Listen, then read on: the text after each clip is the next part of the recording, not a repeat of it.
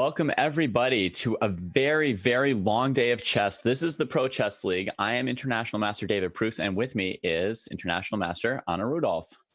Welcome, everybody, and so nice to see you again, David. I'm happy to be here. It's been a while for us. How are you doing? I'm good, thank you. I'm looking forward to an epic day of chess. As you mentioned, it's going to be a long session of Pro Chess League, starting with the Eastern Division and later on Levi and Alex taking over for the Central Division. Yeah, so we're starting off today with a match between the Armenia Eagles and the China, formerly Chengdu Pandas. These two teams have played before, for example, in the finals of the 2018 Pro Chess League season and in the third place match last year. What do you think of these two teams going at it in the same division this year for the first time? I think it's insane. It's just great for us, the viewers.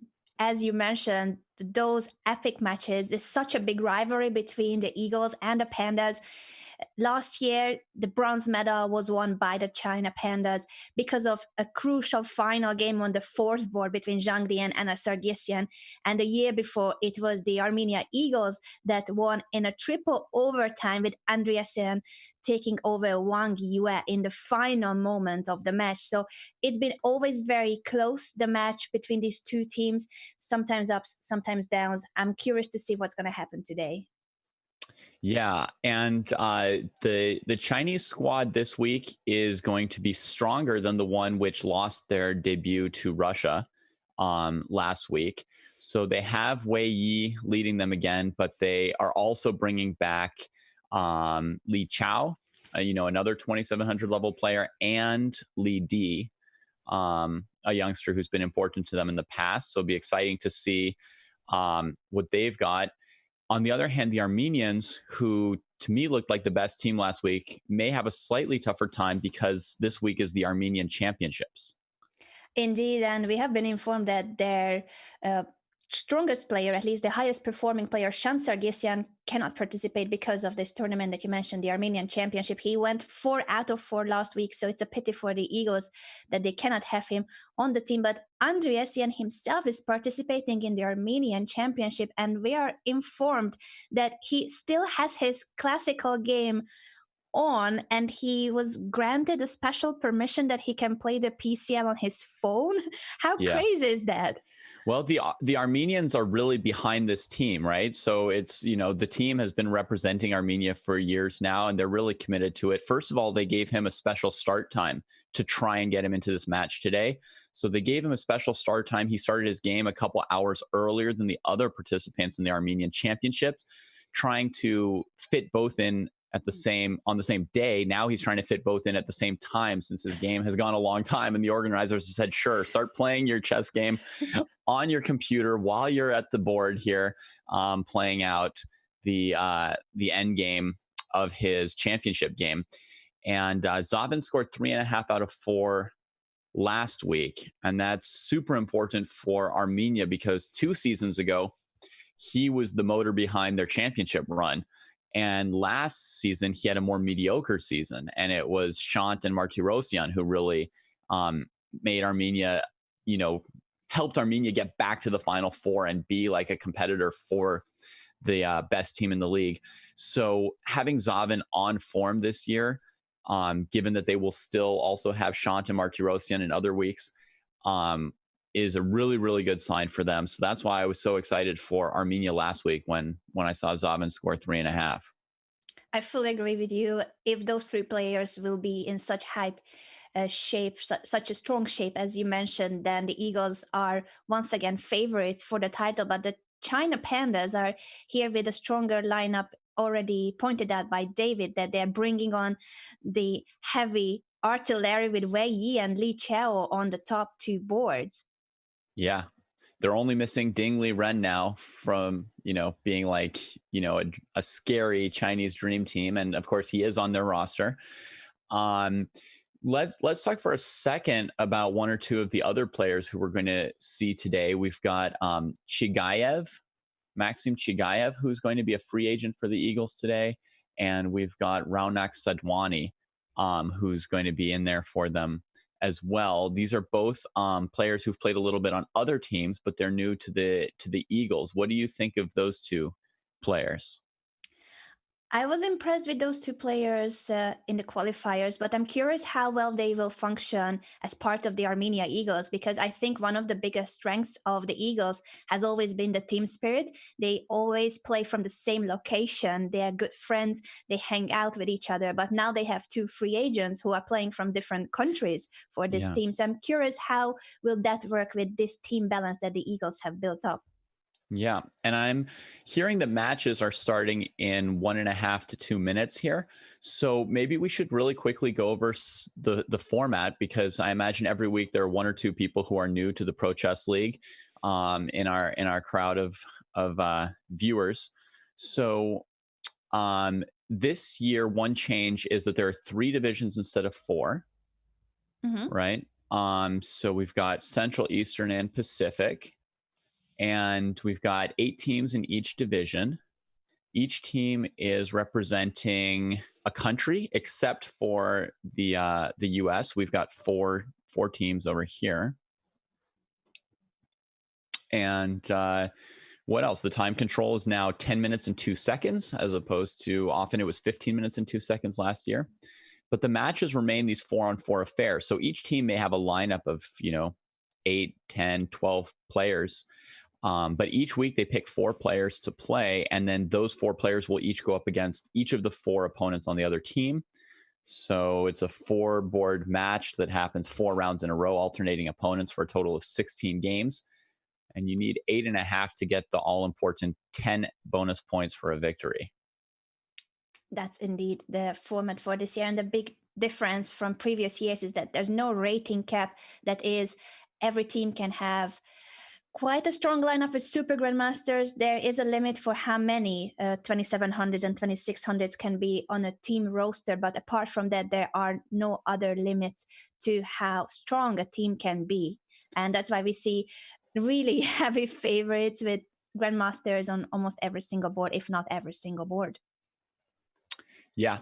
And a team can have 5 2700s on the roster. So in theory, if they're all available, then you can have 4 of them playing in a given week. Something which China might be able to do at some point with the level of talent in China right now. But here they are kicking off. The first king pawn has been pushed, and we're seeing young Raunak Sadhwani taking white against Wei Yi. I guess at this point we could call Wei Yi a former prodigy now that he's turned 20. What do you think? I think so too. And Ronak Sadhwani is still a prodigy if we stick to those labels on how old a player is. But both have been starting out their careers from a very young age and labeled as some of their most talented players of their countries. Yeah, I think I thought that Sadhwani was 14, and then I looked it up, and technically he may have been 13 when he completed his GM title in the last couple months of 2019. So he's very young. He's just crossed 2,500. He's on his way up. And for him, it's a tall order. There are very few juniors who can still compete in this year's, rating capless Pro Chess League. So we'll have to see if Raunak is up for the kind of challenge that Wei Yi and Li Chao represent. Absolutely. This is going to be already quite a start for the youngster here with the white pieces. How do you see this opening choice against the Najdorf? Well, me personally, I'm not a fan of 7 knight f3 in the bishop e3 Najdorf. I think the knight's not great on b3 either. So I know the knight doesn't have a great option, but the whole knight f3 line, I'm not very impressed by. What's the reason for that, David? Let's explain it to the viewers why you don't like so much this variation. Okay. Well, the knight on f3 is very far away from d5 or c4, which might be the kind of squares you would want this piece on. And it's hard to ever play this knight to d2 c4, although that is a major plan for white in this line, is to play queen e2 and try and force, there he plays queen e2 and try and force control over the c4 square for the for the knight. That said, Wei Yi hasn't played it exactly the way I usually do. So, I mean, I've got my own idea of how black can get a great position against this variation. There's obviously a lot of, grandmasters who disagree with me, and they might be right, but I've been playing the knight or for a while too. So which one is the setup that you would have gone for, and how do you see what way you chose in the end? You want to learn some opening theory and I want here. to know more about the knight orf. So what I prefer is right away after knight f3, I like to play the move queen c7 before developing the knights or bishops in order to stop bishop c4 from white, and then develop from there, keeping that piece on the board. The secondary way to play this, and the one which Wei Yi has chosen, is that at some point when white has the bishop on c4, you'll just play bishop e6 as black, as he did here on move 10, and just sort of like offer the bishop trade, because if f takes e6, I guess is a very important thing to know, is that if f takes e6, this e6 pawn, which is doubled, covers black's sort of major weaknesses on the light squares after that bishop trade. And yeah, I mean, there have been some games where people have tried trading on e6, but they don't seem to do it much anymore. They've sort of accepted that black is able to cover the doubled pawns and that this strengthens black's center. So and that's why white is even willing to give up the light square bishop for the knight, allowing knight takes b3 now and doubling pawns on b3. Right, even not trading on e6 when the knight seems to be chasing him down and going like this. So I've talked to, for example, Sam Shanklin from my team, and he's told me, yeah, there's no need to play queen c7 and prevent bishop c4 from white. All this stuff with bishop e6 is perfectly sound and simple. And so he approves of how Wei Yi's playing this. Let's take a look at the other boards as well. As we have seen, this is an interesting middle game position, but still a slow-paced knight orf. And we also have the other boards just starting. Zavin Andresian, as confirmed, is playing from his phone by finishing his final game of the day at the Armenian Championship. So he was granted the special permission. Definitely a historic exception in competitions, but we will not have him on camera, unfortunately, until he can go to an actual desktop and have his webcam on as well. And Zavin just offered a draw. I wonder if he meant to offer a draw on his phone or in the Armenian Championships over the board. But it looks like I was wondering, like, is he going to suffer a little bit over the first few moves, just of sort of being mentally split or distracted? Because I mean, you can be as good as you want, and the game you're playing may be as boring as possible, but it's still like an unusual setup to have those different things going on. So absolutely. I wonder, and what do you think of his starting position? It seems like white pushed a quick e5 and Zavin sacked a pawn and offered a draw. Is he having a little trouble at first? His strategy, and I agree with you that it may be just too much to handle at the same time that he still has a classical game on. We were told that in the Armenian Championship, his position is a dead draw. So basically, it's just his opponent that doesn't want to agree to a draw. So he has to be playing out the moves. That's why the game is still on. But I agree with you fully, David, that this is a situation that perhaps he has never been in. It's not usual at all. I've never heard anything like this. You've never played a second game on your phone in a tournament? No, and you shouldn't even have your phone with you, or you can't even have it turned on. So he was granted a special permission just for the Pro Chess League. Yeah. Evaluation of the position, to me, it looks like white's healthily up a pawn. I agree with you. I'm very greedy. I like the extra pawn here, and I'm not sure why he sacrificed it and then offered a draw. Yeah. Okay. Well, possibly tough start for Zavin here. Out the gates, just sort of like down a pawn, and I don't know. He may need this Armenian Championship game to end if he wants to salvage this game. It looks pretty tough Yeah, let's Um, hope he doesn't lose both games at the same time from a drone position. from That two, would be crazy. yeah. So clicking around to other games, we've got Maxime Chigayev with black against Lee D. Um, I'm very excited to see these guys. Just last night, I was playing over the game where Lee D beat Wesley So in the Final Four, and he Hmm. scored 3 out of 4 against St. Louis. So, drawing with Caruana and beating Wesley So. So I was just playing over his highlights and thinking like how awesome it is for China to have him back. They've got all these 2700s, and yet Lee D, for some reason, that I'm very excited about him. Me too, and I always love to see the underdogs performing well. So in Monday's broadcast, some of the highlights for me were unfortunately the Wesley So games where Wesley was struggling, and Mm-hmm. he was about to lose his first game, but then he fought back in the second game. He eventually lost the king and pawn game, and I agree with you that Li Di has been one of those Chinese grandmasters that he is not really known. He's not as famous as his compatriots, but he can perform extremely well, and he may be overlooked also when we see these games against Caruana, Wesley So. He can actually beat even the top guys in the world. Yeah. So at the moment, whose position do you like between him and Chigayev? Chigayev played just a little bit for the Moscow Phoenix team. He doesn't have a Hmm. ton of experience, but he performed well. He performed like 2675 or so, which is a little bit above his rating. His FIDE Blitz and Rapid ratings are also a few points above his FIDE rating of 2630, is more like 2650.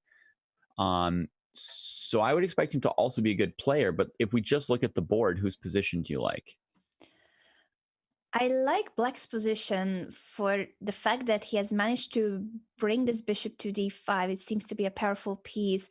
And the knights on the king's side are somewhat annoying. I'm puzzled by this h5 knight. I can't decide just yet if I like it or it's going to be a terrible piece. Normally, it's not the square where you want your knight. I would rather have it on Yeah. e4. But it also may help Black to create more pressure on the king side if in a right moment he could push f4, for instance. I think every moment is the right moment to play f4 for exactly the reason you say. I mean, the knight is doing a really, really bad job of anything other than playing f4, right? I Hmm. mean, he's only there to attack g3. If you're not making a pawn break, then your knight is just sort of blocked by these pawns, which are taking away f4 and g3. He put his second knight on f6 himself, right? When he had a knight on h5 already, he played knight d to f6. That says you're not coming home, friend. So I honestly, I mean, like bishop d5 looked like a good move, but I was already expecting the move f4. So I think he's really got to go for it. Lee D just played knight e5, which is kind of like the one good thing in his position is the e5 square, or the most obvious good thing in his position. Yeah. His problem would be the knight on a3. If the king side opens up, he's going to need a couple moves to get the knight on a3 and even the rook on a1 over to that side of the board.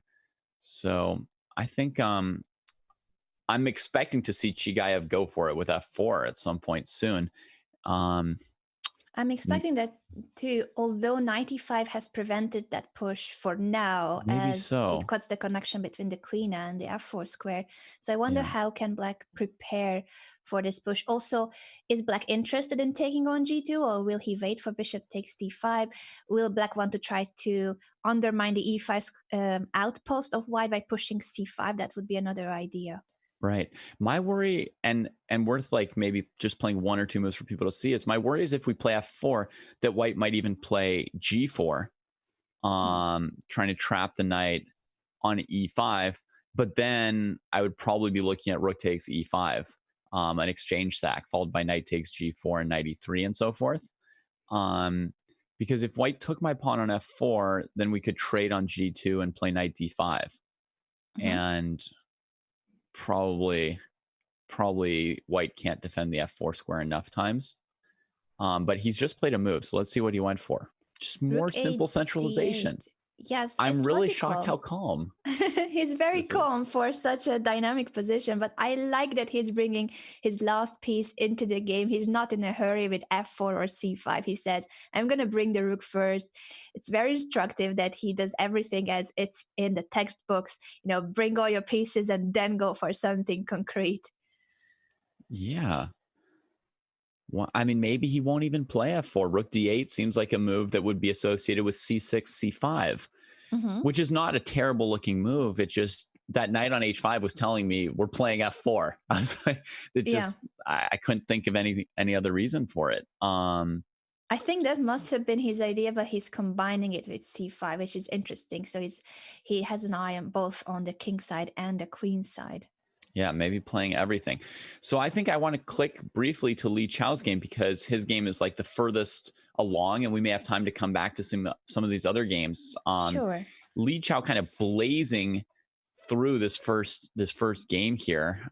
He's got almost 7 out of 10 minutes left against 3 minutes for his opponent, and he's already at move 40. So he's playing more than 10 moves per minute.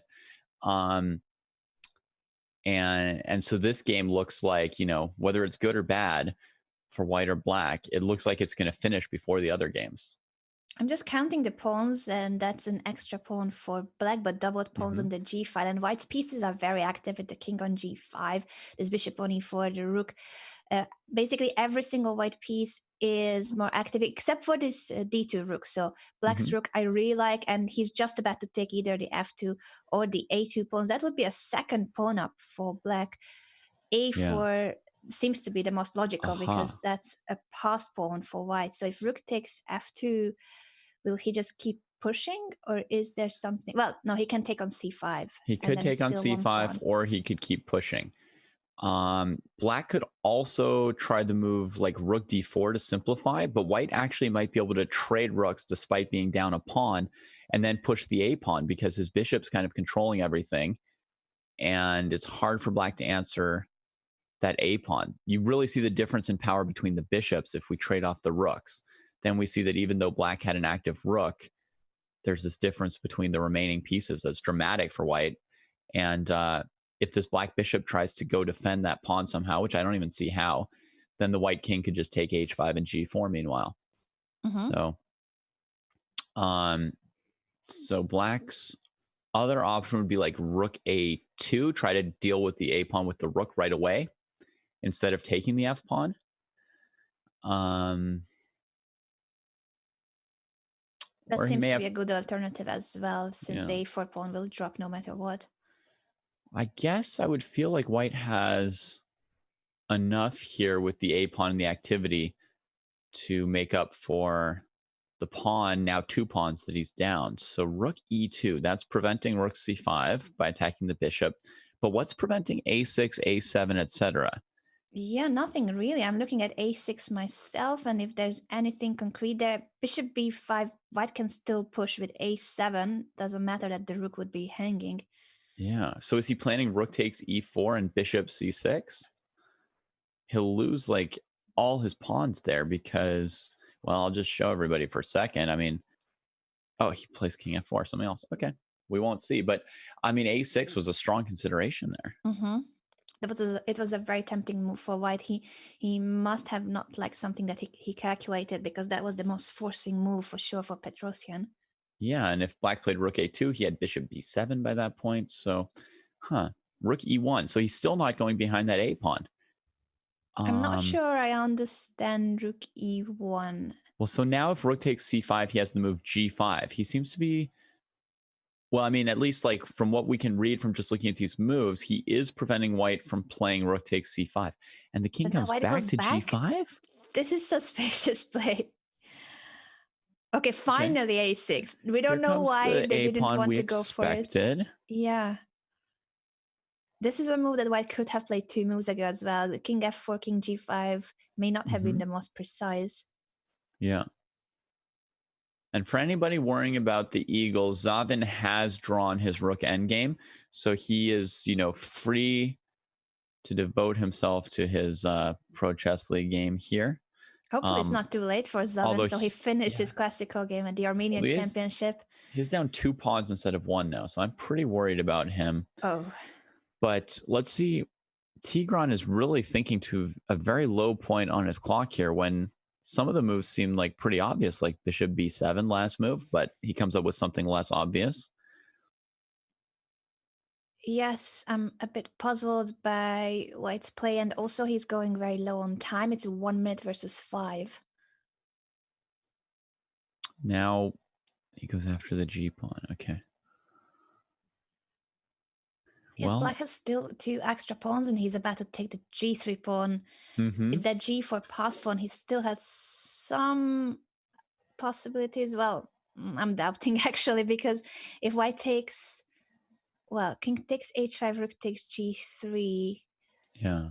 Will White be in time to play rook c4? No, I don't think so. I think he would lose to the remaining g pawn if Black just sort of starts to bring his king up, and yes, so that is a problem for White that he cannot liquidate. Okay, those pawns have been traded. So yeah, I mean, a lot of rook endgames are draws, but at the moment, I don't yet see how White draws this one. I mean, there are 2 pawns there, and I think let's click over to Zavin's game because it looks like it's going pretty tough for him. Let's see. He's not only down 2 pawns here, but he's got his queen on the back rank. The white knight on f5 looks monstrous, headed to either d6 or e7. The knight on c5 is threatened. So he's got some major tactical worries here. Can White even play queen a3 to just sort of like keep all the tactical threats and try and finish the game? That definitely is something that Van Yang is calculating here. What would be an alternative to that? Queen g4 is his choice while threatening mate in 1. Well. Not bad to threaten mate in 1, knight e6. Rook c8. If rook c8, then knight e7. If queen c8, then knight d6. But okay, he just takes a 3rd pawn and keeps all the trumps. It looked like rook c8 was winning. Of course, being up 3 pawns is also winning. He's going to go queen h4 now to threaten checkmate, and he's got knight e7 if the king moves over. Yeah, a3 is just a check after king c1. Black will have a hard time parrying both queen h8 and knight d6. So king g8 stops the mate in 1 at least. Well, knight e7 is one move. Rook takes c8, then knight e7. Yeah, and if he's checking Black's counterplay with queen takes g2, it's not going to work for Black. I've already calculated it, and I'm not 2600. So, all right. So he goes for this, which even keeps the queen off of the g2 square. So it's an exchange up and a couple of pawns for White. Yeah. The only way that Wen Yang will not win this game is if he blunders away something serious. But we are also being informed that Li Di, on the other hand, is losing, and that could be Armenia's first point. Shall we go and take a look at that quickly? Yeah, because I feel like we're learning something from Chigayev this game. Let's see. The queen was traded in for other pieces at some point, but this is a lot of pieces for Black. What happened? He played rook takes d1 here decisively, sort of leaving his queen hanging, but in return for the queen, he gets every other piece on the board. And that creates the situation we're in now, which I guess Lidi's looking for his last chance at a perpetual here, because as soon as Black's out of check, they're going to start checkmating White with all these pieces. Yeah, queen f3, that's... Rook f5 to f2 is one idea. Yeah, I'm just trying to see if there's anything that Black could even blunder, but unfortunately for him, after h4 check, Black can just simply walk back to h6. Now the h file is covered because of this h pawn. No more checks. The game should be over very shortly. But the other game finished first, the game we were on. Li Chao has won with rook f4 check, trading off the last rook. And once that rook is traded, then White can never take the g pawn because the f pawn runs, for example. So, all right. This was a really instructive endgame. We still are not sure why Petrosian didn't start pushing the a-pawn earlier. Now there's rook g1 to g3, which is one way to finish it. And Li Di resigns. In his return, he's outmatched by the higher rated Russian free agent for the Eagles. Mm-hmm. So that puts the score at 1-1. Let's see. Well, we pretty much know that Zavin's going to lose this one to Wen Yang. So he's trying to give some checks again. Unless he finds a perpetual check, but I would doubt that there is one here. Wei Yi has like seconds left in this game against Raunak Sadwani, and Sadwani has just tried to take a pawn off of him. Oh, let's take a look at this moment. King h6. Sadwani has over a minute, so he's up a pawn and a minute in this situation, and the heavy favorite to actually now complete an upset against Wei Yi. I like how he brought back his knight to activate it, and now the knight would have an outpost on c5, for instance. Yeah, it can also go to d4 at any moment's notice, so that's something for Wei Yi to watch out for as well. Okay, he just puts everybody on that e-pawn, and if rook e6, it would have just been, knight c5. So he wins a second pawn? Yes, and I mean, he's got a up. flawless structure. Everything is better in white's position, and this king on h6 will still struggle with less pieces too on the board. So he wants to go knight f4 to create sort of swindling chances. Zavin has lost as expected, so that's an upset. But Ronak Sadwani can tie the score if he beats the higher rated Wei Yi. Yep. Rook takes d4 was not possible because of rook e6 winning the queen, so black plays queen f5 instead. Mm-hmm.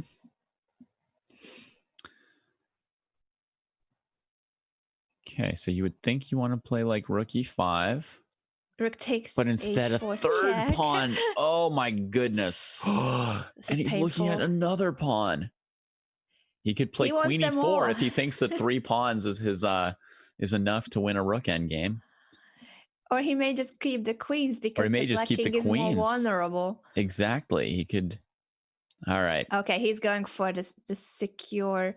Now h3 extra pawns. 4 maybe? No, h4 is not particularly good. Yeah, just move the d pawn. protects the b4 pawn. Yep. And I can't see him not winning this. I cannot see him not winning this. Yes, this has to be winning. It will be just a matter of technique. They're both down on time, so Ronak has spent somewhat more time now. Yeah. For the last few moves, that's the only thing D6. that changed. He made good use of his time, though, right? I mean, he used it to like find that idea of tripling rooks on the E file and then grabbing the H pawn. I mean, everything he did was very, very clean. Oh my goodness! And beautifully done. And he gives a fist pump. Oh my goodness! 15-year-old Ronak Sadwani beating the higher-rated Wei Yi. I didn't think he could do it, but I wanted him to be able to do it. I was a huge fan of his last season already, so. In my predictions for this match, I thought he would just get crushed by the top couple Chinese players. I thought he might go 0-4 today, and that is not happening. Impressive win for Ronak Sadwani with over a 200 rating point difference between these two grandmasters. Ronak is a grandmaster too, but he doesn't have the title next to his name just yet. We will go for a short break, and then we are back with the remaining 3 rounds between these two rivals, huge rivals of the Pro Chess League, the Armenia Eagles and the China Pandas.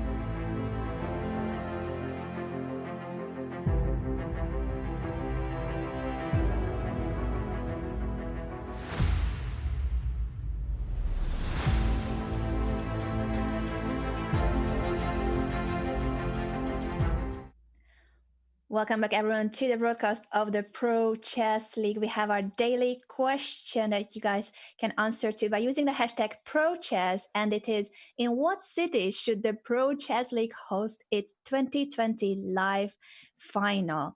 David, do you have an answer to this one? Do you have a preference yourself?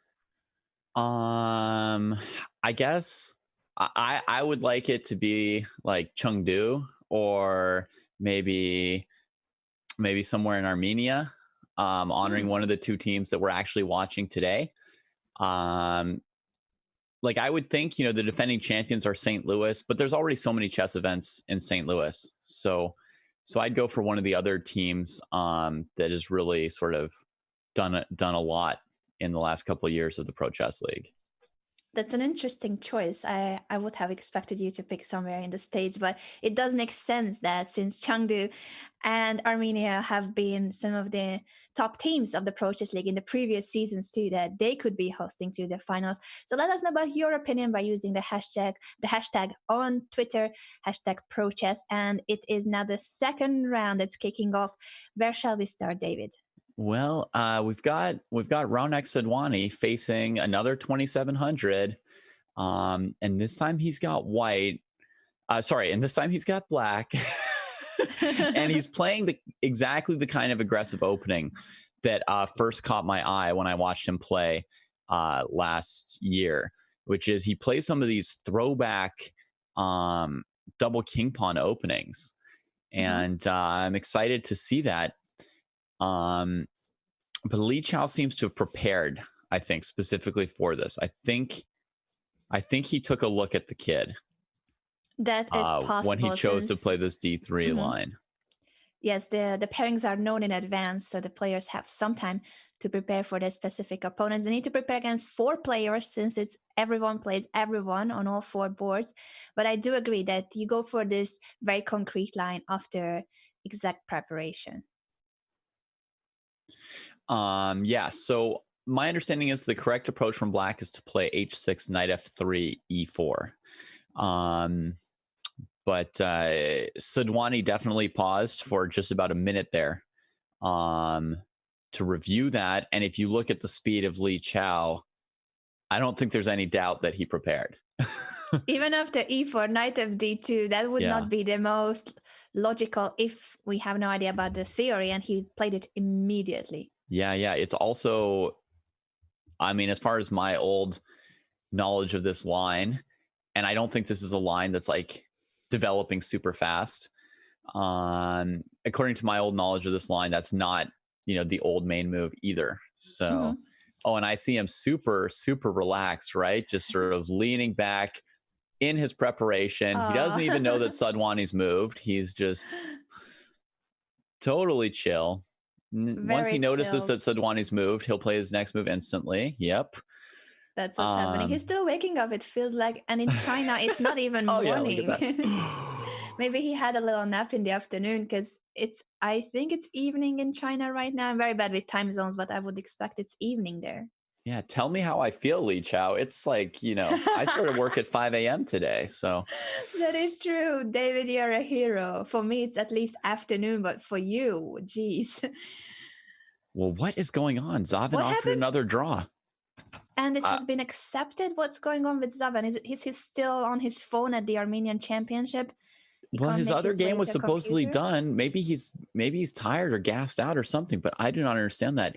He offered this draw twice. Once Li D didn't notice and just made a move instead of agreeing to the draw. And the second time he agreed to it. So 10 moves with white. Something is wrong. Maybe that long game took a lot out of him. At the Armenian Championships. This is definitely unexpected. As we mentioned, Andresian went 3.5 out of 4 in the first week. He's one of the highest performing players of the Eagles, but he's competing in the Armenian Championship. He had to play his first game while finishing his classical game, an exception in chess history that we have never heard of. And now he still may be in the tournament hall. I don't even know if he will have access to a laptop or computer there. I don't think he has time to go home from the Armenian Championships playing hall.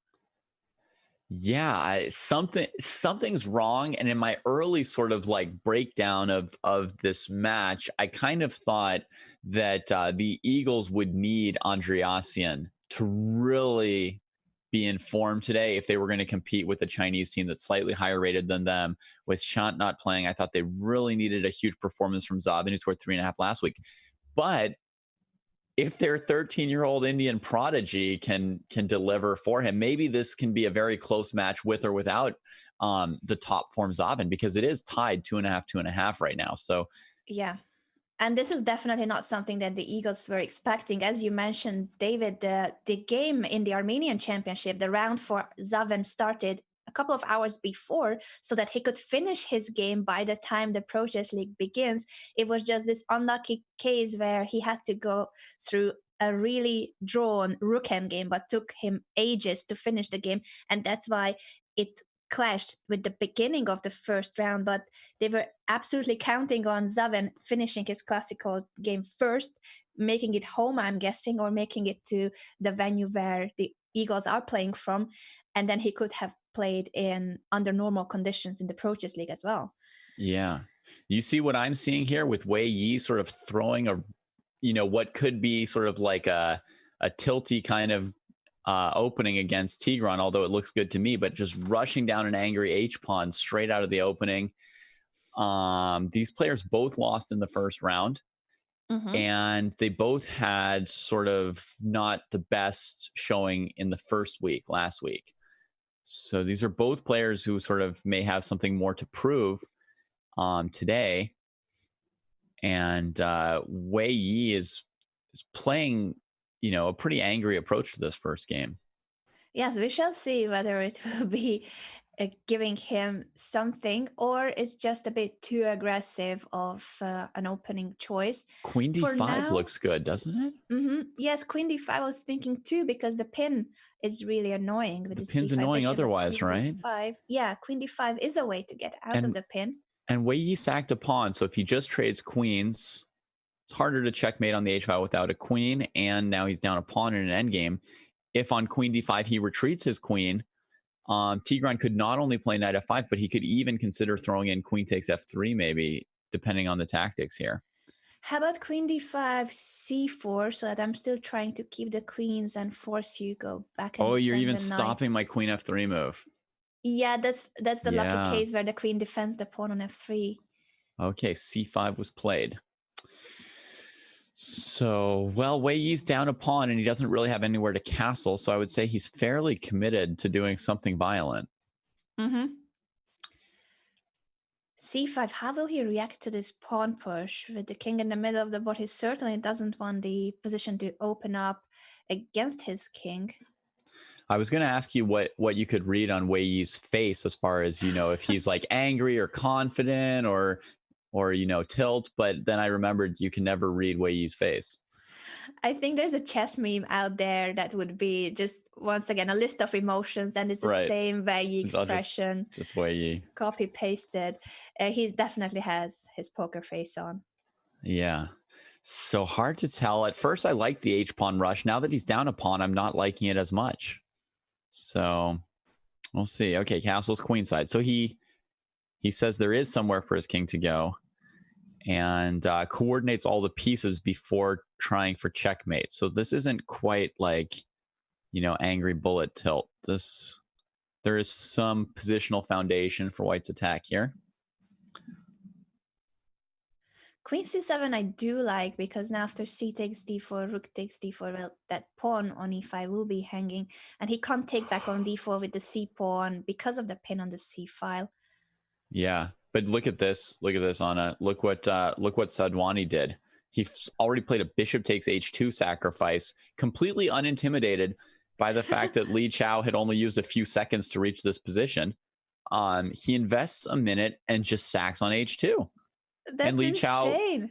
Chao just continues to take it instantly. He's like, I'm still in my prep, kid. I've checked this and it doesn't work or something. What does it tell us about Ronak's confidence that he has a higher rated opponent who's clearly in his preparation, Right. blitzes out his moves, and then he still goes for the sacrifice? Yeah, I mean, it says insane levels of confidence. Like, like not realistic levels of confidence. It's amazing. But this is how he likes to play, right? I mean, if anybody wondered why this guy is a fan of mine, why this guy is someone who I am, this sentence is too hard. Why this is somebody that I'm a fan of. This is the way he plays. So he doesn't care if you're 2,700 or whatever. I mean, here comes Sadhwani. Yeah, OMG, David, we need to go back to Wei's game because he sacked his queen on D5. As soon as we walk away, he leaves D pawn hanging, sacks his queen on D5, and then goes for checkmate. Is there a way to defend against this? Rook H8 is a threat of mate in 2. Queen takes E5, but that still doesn't mate. Stop it. That's still that mate. Doesn't stop it. Beautiful. And now he resigns? Did he think Queen E5 defended it? Or Maybe Wei Yi must be pretty. Touch. Wei Yi's looking pretty pumped about sacking his queen and checkmating, right? Oh no, I guess not. I said the same facial expression. This is insane. Can we show one more time that moment? I know that there's absolutely still something to cover on the other boards, but this queen takes D5 on move 23. Raunak sacks a piece, so we look away for a second, and Wei Yi says, "Keep your eyes on me. Keep your eyes on me. I'll sack more than that." So C takes D4 happened, and as Anna said, the queen on C7 is starting to look at white. Bishop F6 is played, and now he's starting to go after the dark squares over there. Okay, and knight E7 challenging the dark squares, and he just says, you know what? The queen on B3 is doing nothing to help me checkmate on the H file here. David complained that queen didn't look like it was going to checkmate, so it'll just make sure that the other guys can. Insane. This is a potential game of the week. Queen takes D5 and then rook H1. No way to prevent the mate. Well, that's that was very violent, Wei Yi. Very violent. I approve.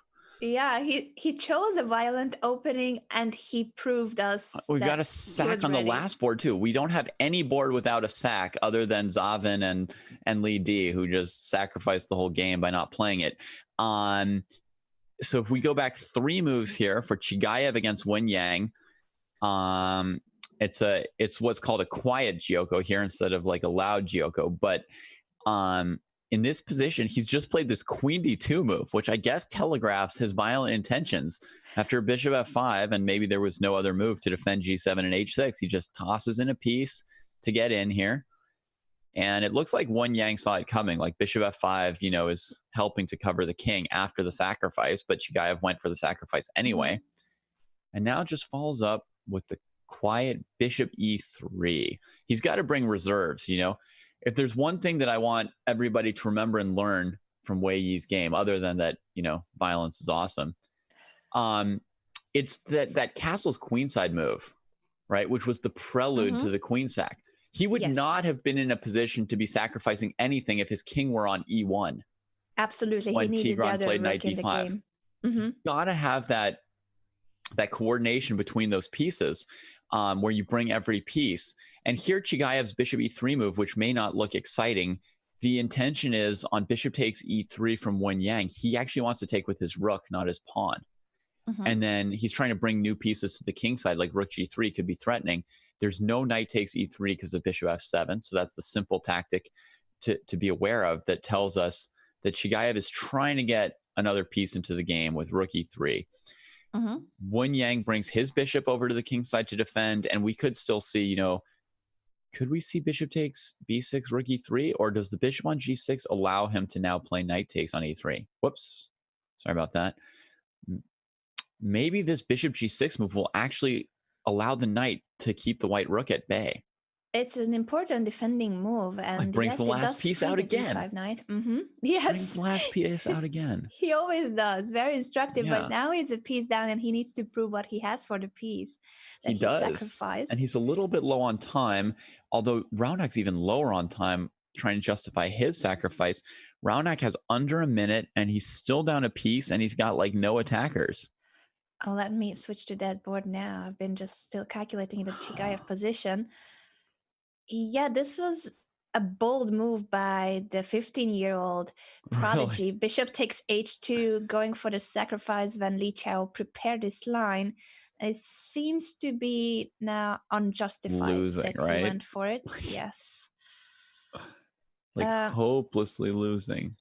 But wait, he's up an exchange. I wasn't counting. Oh, he won a rook at some point here. That's what we didn't count. Okay, now I think we need to go Let's back see where a that little happened. bit. Indeed, we're gonna have to just see a few moves here. So we didn't realize that there's an exchange that's missing from White's position. So the knight on e4 was hanging. He took it even more by playing knight f2 check. And rook was sacrificed on f2 to take the steam out of his position. I see. So okay, actually, we still have missed the action there. So this isn't over at all. Black is an exchange up. He's an exchange up, in fact, and that means anything could happen here. Yeah, I mean, he could even beat two 2700s in a row. This is crazy, and I've been criticizing going to take on d6 at some point to get out of here. I've been criticizing his decision to sacrifice the piece, but now it seems justified. No way. That is crazy.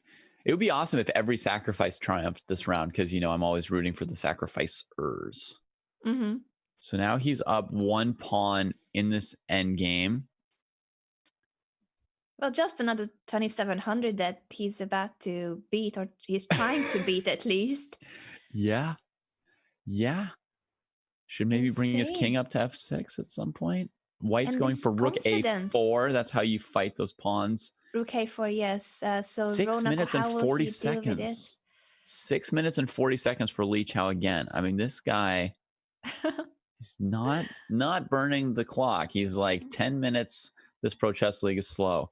Sadhwani offers him a draw. So now we know where his confidence is this game. Okay. So he's not that confident. Even if he went for this bold sacrifice, he is still in line with this could be a draw. And he reluctantly brings his rook off of the d file. He spent a few seconds there, sadly saying goodbye to activity. Brings the rook back to c7. I guess Li Chao has basically declined a draw at this point, down a pawn. So we know how confident he is in this endgame. That's insane that he just declined it, regardless of the material down, but he's counting on his time advantage and his active pieces to compensate.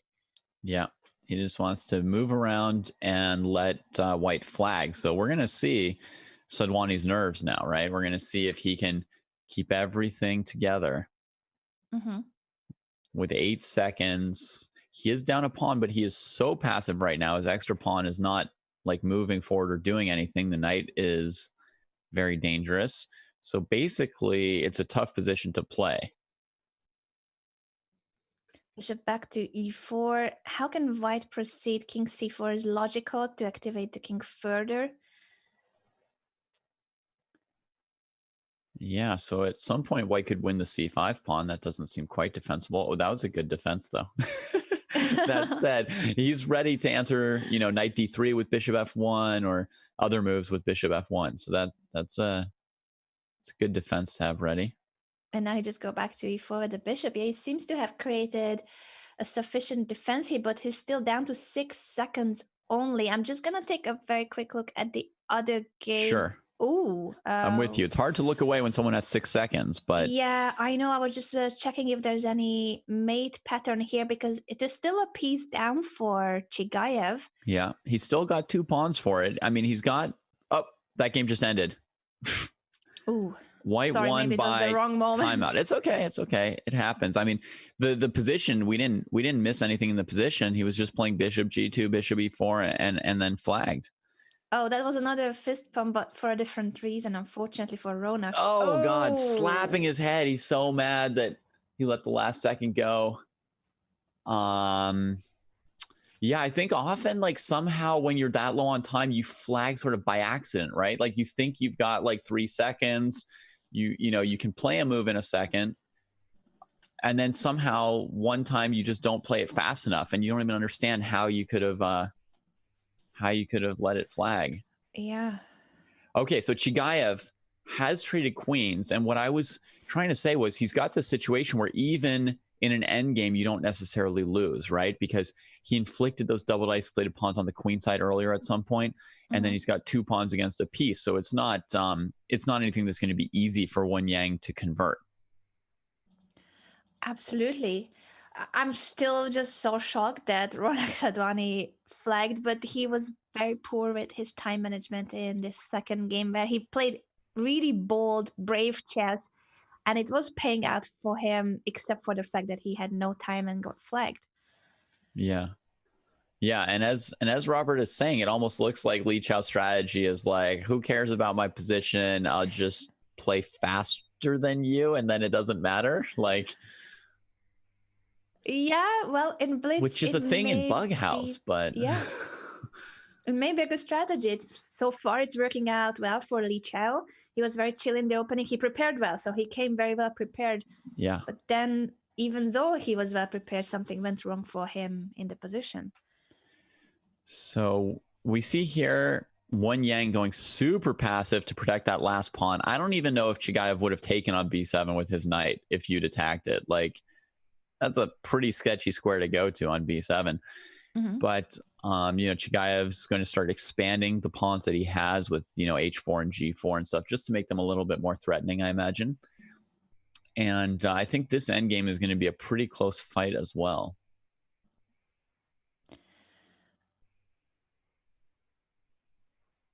"22 seconds. I've just realized that is the remaining time for Chigayev, so Yeah. he definitely needs to hurry up here. Getting pretty low there before playing h5. I'm not sure exactly what he was thinking about so intently, because he had simple moves like king f2 and g4 available as well. So he definitely thought there was something important with this g pawn push. Now on rook h8, how does he defend stuff? I don't know. Yes, how is he planning to defend everything? Rook h4 would be the way. G4 doesn't help. Well, this is a nice tactical motive, so there's no rook takes h5 because of the fork with knight f4. Mm-hmm. It feels like Won Yang is starting to untangle here. His bishop has found a very nice post to defend the whole queen side, and by attacking f3, he was making it hard to play g4. So actually every piece has found a good post for Won Yang. So worrisome if you're Chigayev, worrisome. And he goes to collect the queenside pawn and gets started on his own pass pawn. Mm-hmm. Still going to take some work, but... And White's position, even though now he managed to protect the h5 pawn with his g pawn, this rook on h4 and knight on h3 will take plenty of tempo to activate. Yeah. Oh, he has to go knight g1 to protect the f3 pawn. Knight g6 wins material. The rook is hanging on h4. Oh, and look at his expression. Very Blundered. clean. Very clean from Won Yang, actually. So it's a rook up now for black. Yep. You would think that would be the end of the story. It should Does normally he be still the end see of the something, story. or has he just not got around to resigning yet? It may be the latter, I feel well, like. king e7, knight f5. Yeah, there's so one the more king trick in the sort of might position. need to go to d7, Or and then he d5. can play king f5. Yeah, king d7 has just been played. So, yeah, it is worth playing another move. Don't flag. Don't just flag. Play a move. Let's see what happens here. Now king e7 is playable because there's no knight f5. Mm-hmm. Yes, that's what Robert is saying in the chat as well, that king e7 here. He's threatening g7 now that he's covered rook g6. Okay, there comes the king. Trades off the bishop.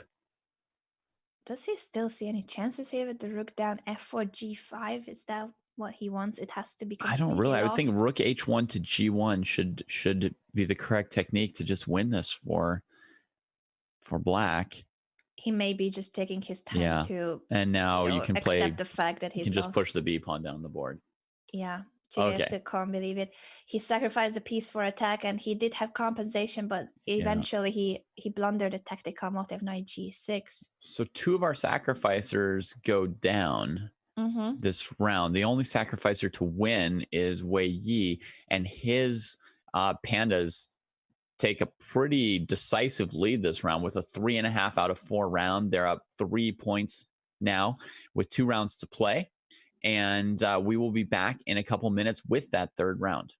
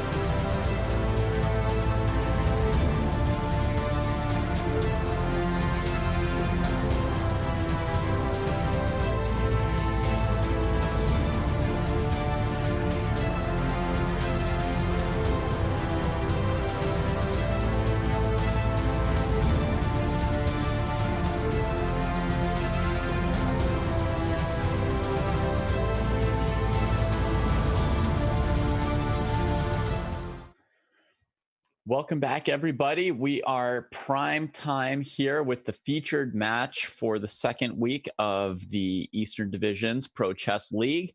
China Pandas. It's hard for me to say that. I'm used to Chengdu. Me China too. Pandas versus Armenia Eagles. Don't hate us if we get that wrong once or twice.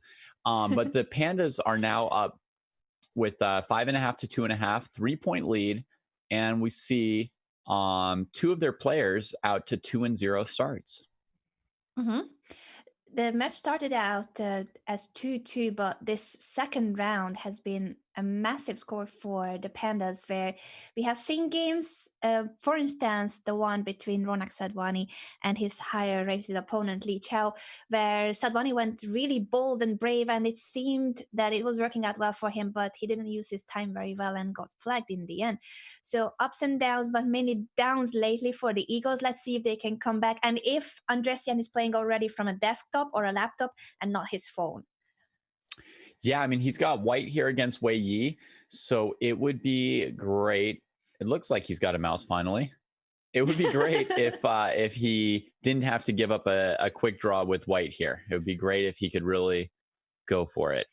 Yeah, for those of you just joining us, to explain briefly what happened, Andresian is competing in the Armenian Championship. They arranged that he would start his game a few hours earlier, today's round in the Armenian Championship. But even like this, it went on for so long that he was still playing his classical game when the PCF first round started. And he was granted special permission so that he could play from his phone while his classical game was still in play, which I don't think has ever happened in chess history. Yeah. And we see him on screen grabbing a snack as he plays this round. Maybe that's what was missing last round. Maybe he just needed a snack before playing the game. I don't know if it was the mouse or the snack he needed, but I mean, a 6 or 7 hour game playing out a rook endgame on an increment, that'll take something out of you. No matter how sure you are that it's a draw or whatever, it's just a long time sitting there at the board. Absolutely, and we hope that Andresian will recover now that he's got the help of the mouse, that sandwich, and also a proper computer, it seems. This rook g1 move does not look like a draw offer. No, absolutely not. I mean, G4. last game Wei Yi rushed his h-pawn up the board. Now it looks like Zavin's ready to rush his g-pawn up the board. Tilt has been preserved. It has gone from Wei Yi to Zavin, and if Zavin can get a satisfying checkmate on the G file, then he'll pass it on to somebody else. Let's see if he'll manage. Wei Yi is certainly somewhat surprised by this choice, Rook G1, and he's taking his time to decide how to react to it. Yeah, I bet Wei Yi's all same face about it. Yeah. I wish we could see him as well in this moment while we have our camera on. The eagle, one of the main eagles, Zavin Andresian. He has been playing for the Eagles from the very beginning, one of the key players, perhaps played most of the games, I would guess, in all seasons, the highest number of games for the Eagles. Wei Yi says, like, no. I'm the one with the wild pawn pushes, and he takes an isolated e-pawn in the center.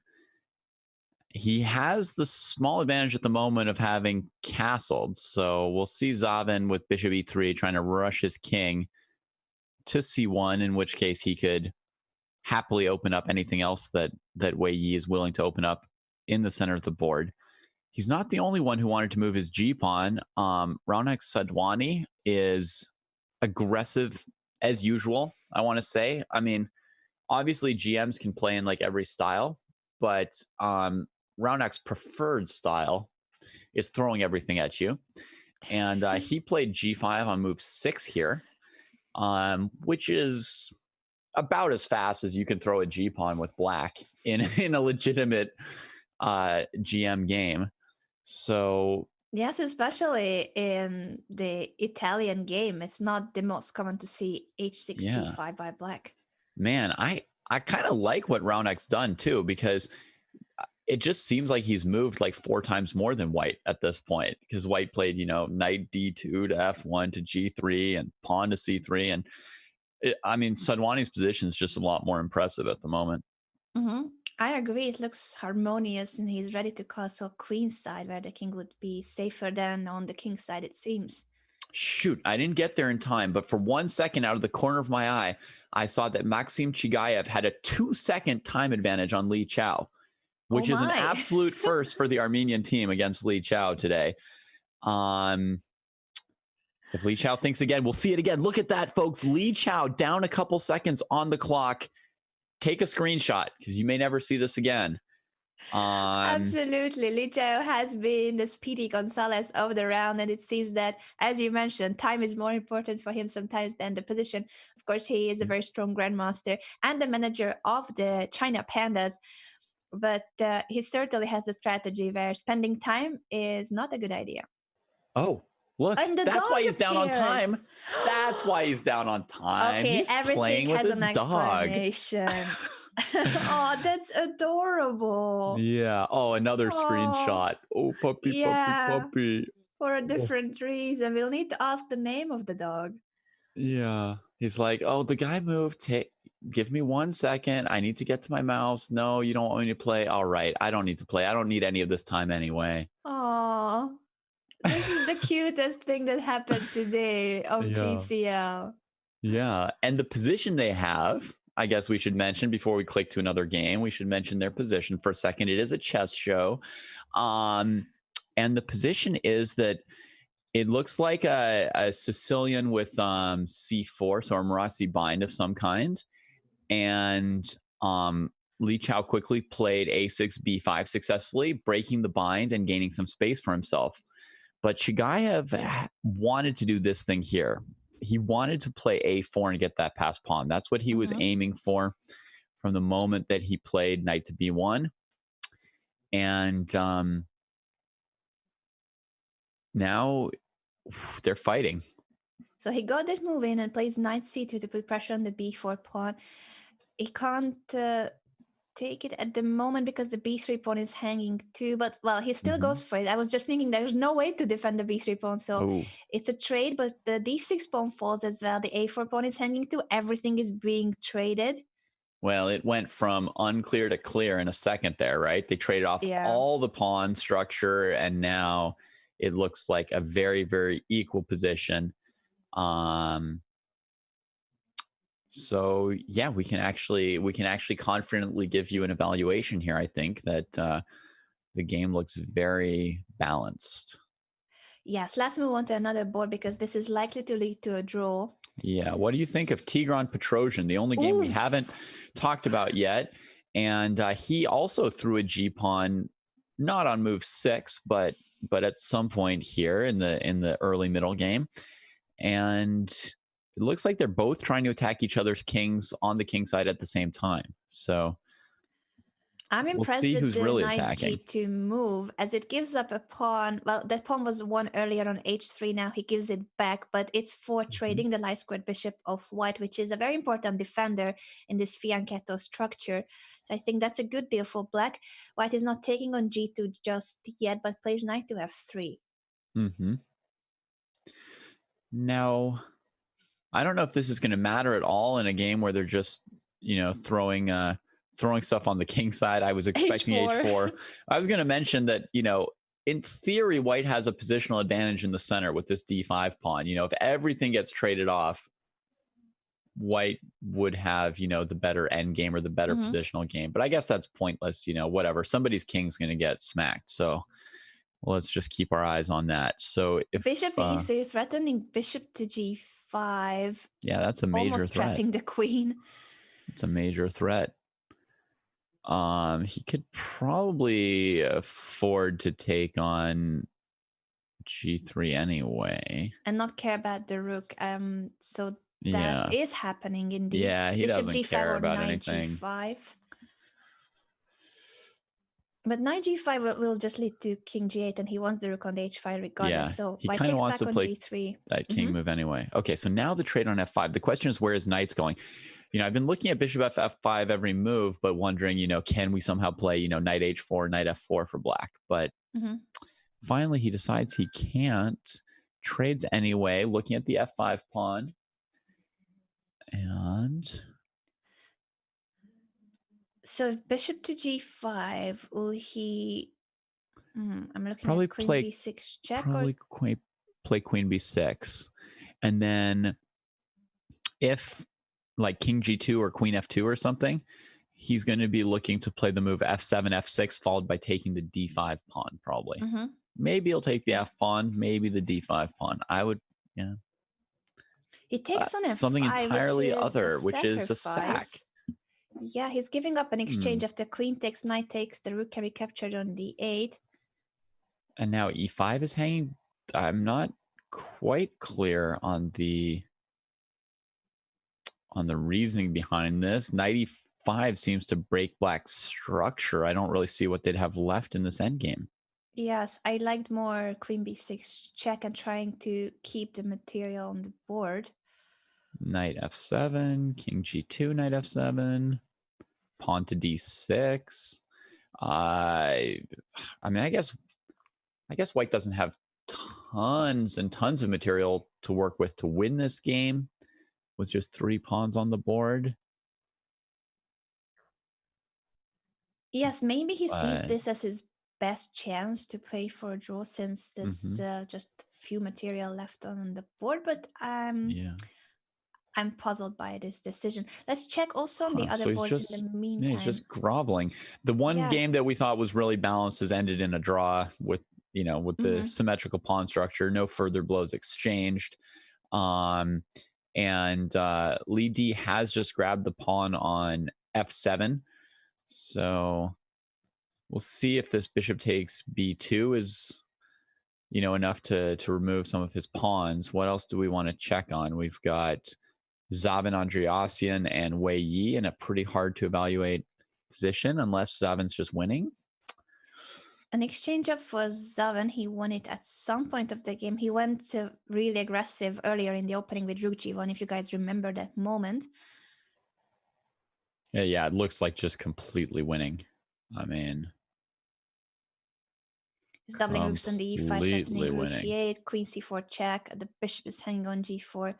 Has to be winning. That's a nice comeback. He's smiling as far as I can see on the other camera that we have on the players. He's like, see, guys, all I needed was a computer. And a little bit of a snack after a 6-hour game. Wash the cookie down with some water. Yeah. And look, Tilt is transferring again, right? Yeah. He's passing it on. Who's going to be mad next round? Well, the Eagles needed the real Zavin. They needed the smiling Zavin. He's sort of chuckling away here as he takes stuff.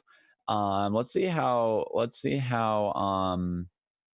Sadwani's doing, right? How their kid recruit is coming along. Yeah. Sadwani.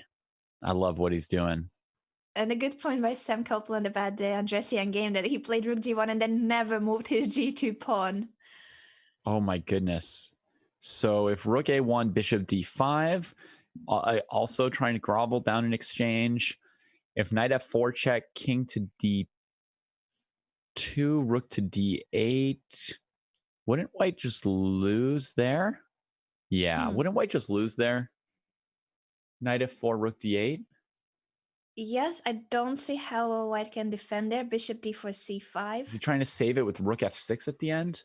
So I don't know if I should like make moves for people or just like leave it like this so they can see the effort that the players are going through. Well, it's happening. I was gonna suggest that we show it, but it is happening. C5. Is there something we are missing here? Well, the rook on G1 and A1 are hanging. He's got to take first, but after Rook F6, maybe the move would be C5. Indeed. So there's no time for White to win back. That kind of solves it all. Okay, so he goes Bishop E6. He'll trade a bishop, then after Rook F4, play C5, right? So, so Sadwani solved that. Knight F4 was a knockout. So this could be, and Zavin, Wei Yi has resigned against Zavin.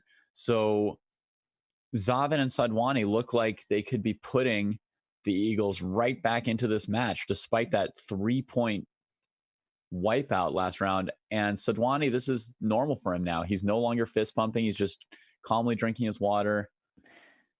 The resignation comes in.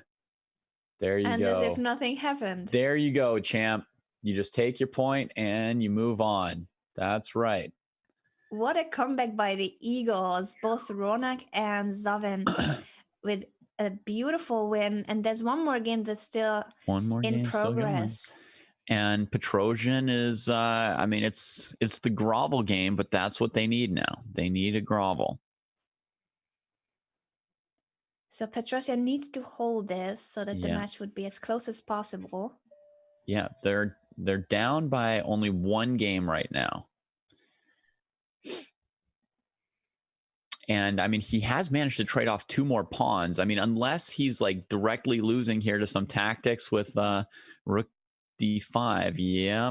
Oh. I was going to say, like, he had successfully traded off a couple pawns, but he was on the receiving end of some tactics there. Does he still have any practical chances? So there's only one pawn left for white. If black could eliminate that one pawn somehow. Yeah, I think he's going to go rook e6 and then rook b6, but we'll see. Because if you play rook b6 directly, then the move rook to f8 would be slightly annoying. He gave a check from d5. He may be looking at rook to d7. Yeah.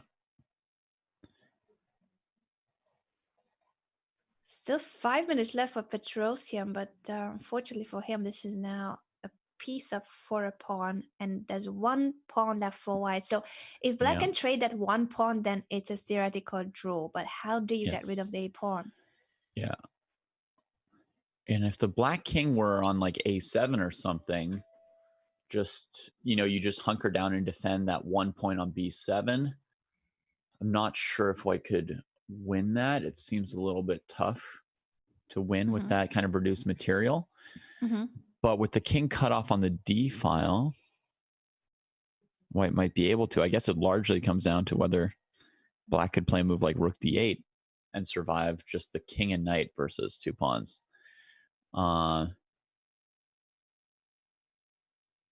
He's bringing his rook through the 5th rank to the queen side. Rook a5 is possible later, or just simply cutting the king on the 5th rank so that white cannot activate it further. Yeah. Okay, b5. So instead of hunkering down and defending b7, it looks like he's going to try and like come forward and trade that pawn himself. There are basically 2 different ways you can approach any endgame like this, right? You can sit there and defend your anchor at b7, or you can come forward and try and trade that last pawn on a3. You know, obviously, anytime black plays b4, white's going to want to play a4, so he's got to be ready for that. Shout out to Grandmaster Jan Nepomniachtchi joining us in the chat, and he's saying that if the king reaches c7, it is a draw. All right, that's the info that you want to know. Super Grandmaster endgame analysis. And we noticed that the first thing that Li D did was he cut the black king on the d file. And now black's rushing the pawns forward, and Nepomniachtchi is saying now it looks lost. So maybe in theory, it would be better to try and defend with the pawn at b7 than to push them forward. Perhaps that's what we're learning here.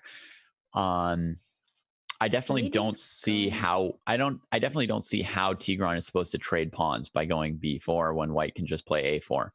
Yeah, and Lidi's using some serious time here, going down to a minute versus 4.5 minutes of Petrosian. Yeah, so if white plays king d4, black can probably play rook g4 and just force him back for the moment.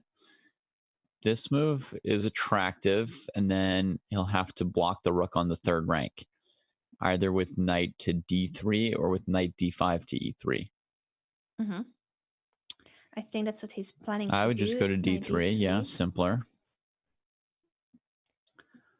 Now you want to go king d5, and then he wants rook a4. Uh-oh. Yeah, and once the rook is on a4, white cannot protect the a3 pawn. This may be it. Yeah. I mean, white's basically going to have to back rank mate him before his rook gets back into the game. So Li D gives it a shot. And maybe now you move the king to f8 and g8. He goes for king d8. Okay. Might be Now fine you see either way. rook takes a3. It seems to be that black is just in time before a mating Yep. move can be weaved. Yep. Yeah, and he's got 4.5 minutes, and he's looking fine. So the b5, a5 approach kind of worked too. Mm-hmm. Huh. Interesting. Well, and of course, for Armenia, this is huge. For Armenia, this is huge because that means they'll go into the last round only down one game. And I see Tigran was laughing for a second, but now he's trying to hide the fact that he's laughing. I don't know. Groveling for a draw never felt so good. They are really having a blast. I wonder if he's in the same place as Zaven, although because they've got the same smile going, huh? Yeah, is it the same room and some insider joke that we don't know about? Right.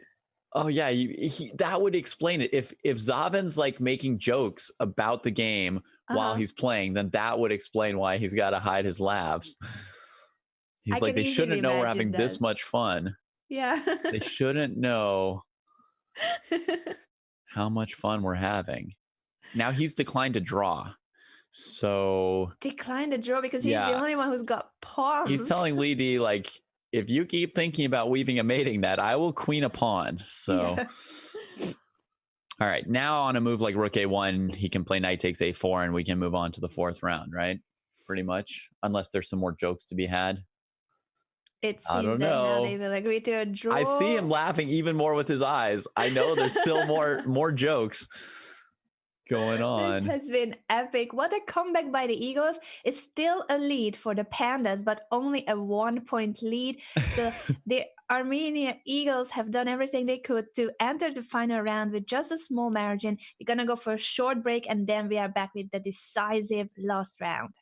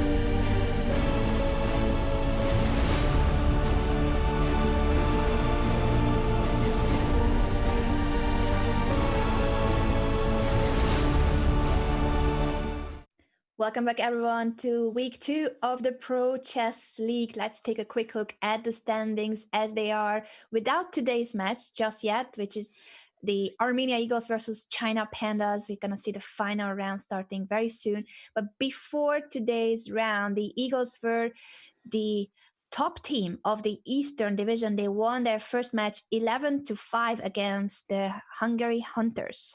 Yeah. While China lost in prime time last week, obviously the commissioner thinks that the Pandas are a primetime team. They lost in the primetime match last week to the Russian Wizards. So they're in a situation where they could really use a win. And I mean, every team wants to get their first win on the board. But in a 7-week season, I think losing 2 to 3 matches puts you in a pretty tough spot, no matter how good a team you are. So the Pandas are not going to want to lose this 4th round like they did the 3rd round. Absolutely. And the 8.5 points for the Pandas was thanks to the 2 extra points they got for the penalty that Russia received for a late change in their lineup. So in fact, they only scored 6.5 in that match versus the Wizards. Right. And the Wizards looked reasonably good last week, despite the substitution. Obviously, beating China is always going to be a great result for any team. No one's going to be able to just sort of expect that they're going to beat China. It's always going to be exciting. But to me, the 2 best looking teams last week were the Eagles and the Yogis. This week, without Chant and with Zabin starting out, shakily playing 2 games at once, it wasn't a great start for them, but they look like they've got a fair chance to come out on top in the 4th round. And if they did, then honestly, they would look just as impressive as ever. I fully agree with you. We see a 1-point difference in this final match. And I also expect a comeback from the Eagles. That has been the tendency. In the 3rd round, they won 3-1, which is still a 1-point lead for the Pandas. But at least we know that Zaven finally is playing from a computer and has a mouse. That's something. He has had a snack as well. So he is fully ready for the last decisive round. And also Ronak Sadwani has been impressive, except for that one game where he went bold and brave but lost on time. Yeah, he lost on time, but he was holding his own against a 2700. So far he's scored 2.5 out of 3 against the top 3 rated players for China. And I imagine he's got a performance rating.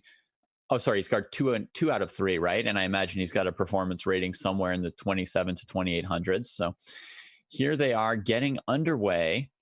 Who do you want to watch first? Let's go board by board, and we could just quickly take a tour on the opening choices. Okay. So board 1 would be Wei Yi and Chigayev playing a 4 knights. Board 2, we've got Li Chao playing a quiet Gyoko against Zabin. And that should be quiet for at least 2 or 3 more moves.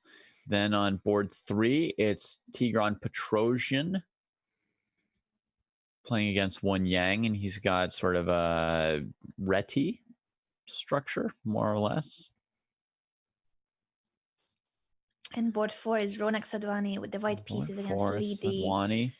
Also an English opening Sadwani structure. playing knight f3 and c4 and stuff. Wait, Sadwani, how are you going to sack your stuff here? Okay, well, with the quick cd5, what's he looking at? He's looking at c takes d5, queen a4 check. Tricky. All right. Black takes on f3 to be able to capture. Levy puts 20 seconds into that and makes that. When he gives up the bishop pair like that, you know that he wants to play the solid symmetrical structure with c takes d5. And honestly, I would think that's not exactly up Sadwani's alley. Although he's sort of choosing this opening as white, it doesn't strike me as Sadwani style. I fully agree with you. I was expecting something more dynamic, but we yet to see whether he will find a way to make this a crazy position, or we will see a different side of Ronak Sadwani where he'll try to grind a positional edge. B3, what's B3? I'm puzzled. Bishop to b2, very solid. So my understanding is when you've got a locked center, that fianchettoed bishops are bad. So he Yeah. already had one, which looked not very good. And then he spends an extra move on b3 compared to developing the bishop to f4, g5 in order to have two of them. I'm also really confused by this play where it clearly is a bad bishop. Now he goes for a3, preparing for b4. I think we should come back to this a bit later since it's going to Yeah. be a slow paced game. But so far, Ronak's choice may not be the most convincing for his dynamic style. Yeah, I'm struggling to follow that one at the moment. We could go back to board one that has been already far more advanced. Move 19, now knight to e1. There's some pressure on the semi-open f file by black's pieces, and this knight on f4 is beautifully placed. Oh, sorry. Knight on f4. That means you're on board 2. Oh, sorry. Li Chao and Zavin. Yeah, I know that Zavin feels so like confused. a board 1 for them, right? And Li Chao is their manager, but by rating, this is board 2. Yes. We've got basically the main imbalance is this doubled pawn, which reduces black's flexibility a little bit in the center, but gives him the f file to work with. When there's only one file on the board, it's great to have that one file. That's what I got to say about files. I think that was a very good summary on how important this one open file is for black. He goes queen to g6 to pin the g pawn, not allowing the g takes f4 capture. Knight g2 and knight h3 check. It looks like something bad could happen to white if he's careless. The king is already oddly on the run, and going to f1 instead of h1 is a major decision, right? Because he can't really defend the h pawn well. Now it kind of says he might want to run across the board already. Do you think so? After queen takes g4? Yeah, I mean, the fans want to see doggy cam, so what's going on, Li Chao? King can't, I don't know. Rook to d2, d to d2. Yeah. The queen on b3 is defending d1. Otherwise, I would already want to sack on f2 and then play queen d1 check or something. Okay, well, how about rook f3 to double rooks? Rook f6 to keep the e6 pawn defended? Yeah, that makes more sense. It's quite a lot of pressure that black can build up on the f file. It does seem that the opening stage of the game has been won by Zavin. At least this position seems to be an initiative for black. Actually, rook f3 had the advantage that if white played knight e3, you could just take it. So,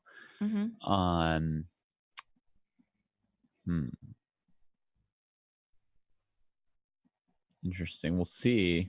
And we'll see how white's going to defend it, but the I like rest black. of his teammates, I think, or someone else in the room. We are not sure if he's in the same location as Tigran and Petros. Yeah, normally they play.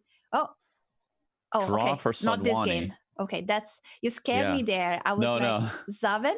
I'm just trying to call out results as they come in since this match is going to be so close. You know, if there's any fans of the Eagles or the Pandas in the chat, which there probably are, they're going to want to know, how close is each team to 8 points? And the answer is the Pandas are now 1 point away from 8 points. They need one more point to at least draw the match after not too much happened in this structure. Sadwani transferred the bad fianchettoed f3 bishop to the queen side. And then a draw was agreed. Li Di put his knights on good squares, and that was that. So Zav in chess mood. Li Chao has played d4 to open that up. Wen Yang a5, a4. Interesting expansion there from him. His bishop on g7 is looking pretty buried. And Tigran Petrosian in this structure would normally try and put a white knight on c5. He's aiming for it, knight d2, knight e4. Yeah, maybe that's where the f3 knight's going. It's also nice if you don't need the knight on f3 to open the diagonal of the g2 bishop. Bishop d5 to trade the light squared bishops, but white can follow up with knight e4 if he wishes. So right. So you're saying white doesn't particularly want to trade those bishops, right? I think for now I would personally prefer knight e4, but I wonder if also that's his way of handling the position. Knight e4 has just been played. Mm-hmm. I don't think Yeah. he can prevent it forever, because once you play knight c5, there still will be a trade, but it should be under the circumstances that white wants. A takes b3. Yeah. Our very own Gonna Bobby have to Robert has recapture that. likes Tigran's position. You're gonna have to recapture that. Yeah, what is he thinking? Knight c5, he's considering to include and then take? I also like white's position. Somehow I'm not pumped about like that bishop g7, pawn f6 kind of deal. It's like the king side's a little bit loose, right? You can't bring the bishop away from g7 because the f6 square is weak. If you play f5, you get even more looseness. And sometimes in these structures, white plays h4, h5 anyway to sort of like poke at black and try and find a weakness, even if black has a more solid structure where they've only moved the f pawn or the g pawn and not both. So I see room for white to pester black over there. B6 at least is a logical move to deal with knight c5, but I do feel like it's a little promising for Tigran so far. I do like his position. At the same time, it's not so easy to make progress with white. The b3 pawn is vulnerable, so you can't just wander away with the c4 knight. And otherwise, it's quite a solid structure for black. Yeah, on the queen side at the moment, H4. Black looks pretty solid. There he goes. He wants to try the weaken black's king side. Yeah, I mean, if he got the pawn to h5, and obviously Wang Yang's got one more move to distract him or get counterplay or whatever, but once the pawn's on h5, it starts to threaten h6 in this structure because of the f6 pawn, and it. Yeah. Although, David, I think we need to switch to board 2, the one I called board 1, because Zavin and Dressian there with a massive initiative against the white king, and f4 has just been played. Really, the file where black has doubled rooks. It looks like Li Chao's going to lose very quickly this game, and also it looks like he's actually spent serious time on the game himself here. And I think it's notable that although Zavin was trying to pressure the f file, he broke through at h2, which was that pawn which I was saying white's going to have a hard time defending h2 if he ever finds a chance to attack it. So let's just go to move 27 for 1 second. White had played d4 and traded here. Oh no, they're playing too fast. He's sacking his rook, so no time to do that. After f4, he simply took it immediately and then won takes the on game. e3. It's a piece up, so it was a minor tactical combination there. Rook takes to then win the e3. Rook beautifully not converted much of a by sack Andressian. at all. So the king didn't come to e2 because of queen f1. That would be where it would defend the rook, right? Then king d2. Wait. And then queen c4, not rook f2, because there would be a block. Yeah, just capturing the queen. So f4, I mean, was just completely like losing. I mean, he was already down a pawn, but that move simply loses. I guess he was threatened with queen h1 takes g2. So he may not have like had any other options, right? Like, if you wonder why he played f4, if it was losing tactically, maybe he saw, well, queen h1, my only move is f4. He doesn't even calculate f4. He just plays it. Yeah, but with that win by Andressian, the Eagles have tied the score, and there are only 2 more games remaining in this crucial round between the 2 biggest rivals in pro chess history, the Pandas and the Eagles. What's going to happen in these remaining 2 games? Let's just quickly check. Let's have a look. Chigayev seems to be up pawns, but on the defensive. So it seems like Wei Yi has made some like intense positional pawn sacrifices to get us here. It's good that's a rook on g7 because that means c7 and the second rank in general is okay here. h5, maybe afraid of knight e3 to g4 to f6. G4. So if you trade pawns, the knight gets to f6. If you play h5, h4 to keep things closed, then the knight can come to f5, and you have to give white either a passed f pawn or a rook on the 5th rank. The instinct would be that Chigayev's position is good, but a little bit hard to play. I agree with you. It's hard also for the fact that there's so much pressure on the queen side on the c7 and the a6 pawns. You can't activate your a8 rook because of the hanging pawn on a6, unless you find the right moment to sacrifice it and just say, yeah, I'm already a few pawns up. I can give back the a6 pawn. Mm-hmm. Yeah. And I think that time could come. For example, if knight f5, bishop takes, pawn takes, and this is not the moves that are actually playing, folks. I'm just going to show one quick position. Then I would probably play rook f8 to stop f6. And if white played queen a6, play g4 and start playing on the other side of the board as black. So let's see what he's done. He has played knight f5, but he put the rook on f5, not the pawn. So he's looking to pressure this. I like that. The e pass pawn starts marching, and that will tie down one of the white pieces. Yeah. At least, so that black cannot just keep pushing the e pawn. You have to get aggressive at some point, right? And this match is currently tied 7-7, despite what is showing on our graphic right now. It is tied 7-7. Zabin's win just happened so fast; it hasn't been logged yet. We've got Raunak Sadwani in the Chess TV chat cheering for his new team, saying, "Come on, Armenia, let's do it," and sending eagle emotes or eagle icons into the Chess TV chat. So Sadwani, I guess he's got different modes, right? I mean, he's sacked like a madman a couple games and showed his brilliance. But in this last round, he was confident in Zavin and the rest of the team, and he figured his job was to make that solid draw. It's good that even though he's the youngest member of the team, he is so leveled and knows what's the best for the team. So he decided that in this final round, he wasn't the one who had to go all in, but a draw was good on that board. And it seems to be working out well for the Eagles if Chigayev will be fine in this game. And I think he is coming back with this e4, e3 push. Yeah. I mean, it looks basically winning, right? Because he can put rook e8 behind it, and that pawn is not going to be easily captured, and it's going to be so important that Wei's not going to have time to pick up like that a6 pawn that we were talking about before, right? It's just, okay, he wants rook e6. So if e2, rook e6 stops the pawn and wins the pawn just in time. I wonder if there's like queen e4. That would threaten rook e8 if white doesn't play rook e6 right away. And on rook e6, queen takes d5. The b7 rook is hanging, so there's no time to capture on e3. Yeah. I mean, if he could play queen e4, he would want to, I think. So what's against queen e4? I don't see why not queen e4. And he has just played it. I think he agrees with us in the end. Okay. I think he has made it.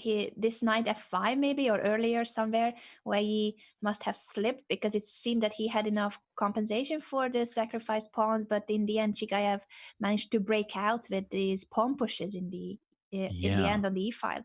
I don't really see anything left for Wei Yi here as far as like any like serious like threat or challenge that he can pose to Chigayev in this game. So the Pandas are looking a bit in trouble. I'm going to quickly see what the other position's looking like. Just have a sense of where we are in the match. It looks like Won Yang is up a pawn. There's some tricks going on this C2H7 diagonal. Not sure if he can take that pawn.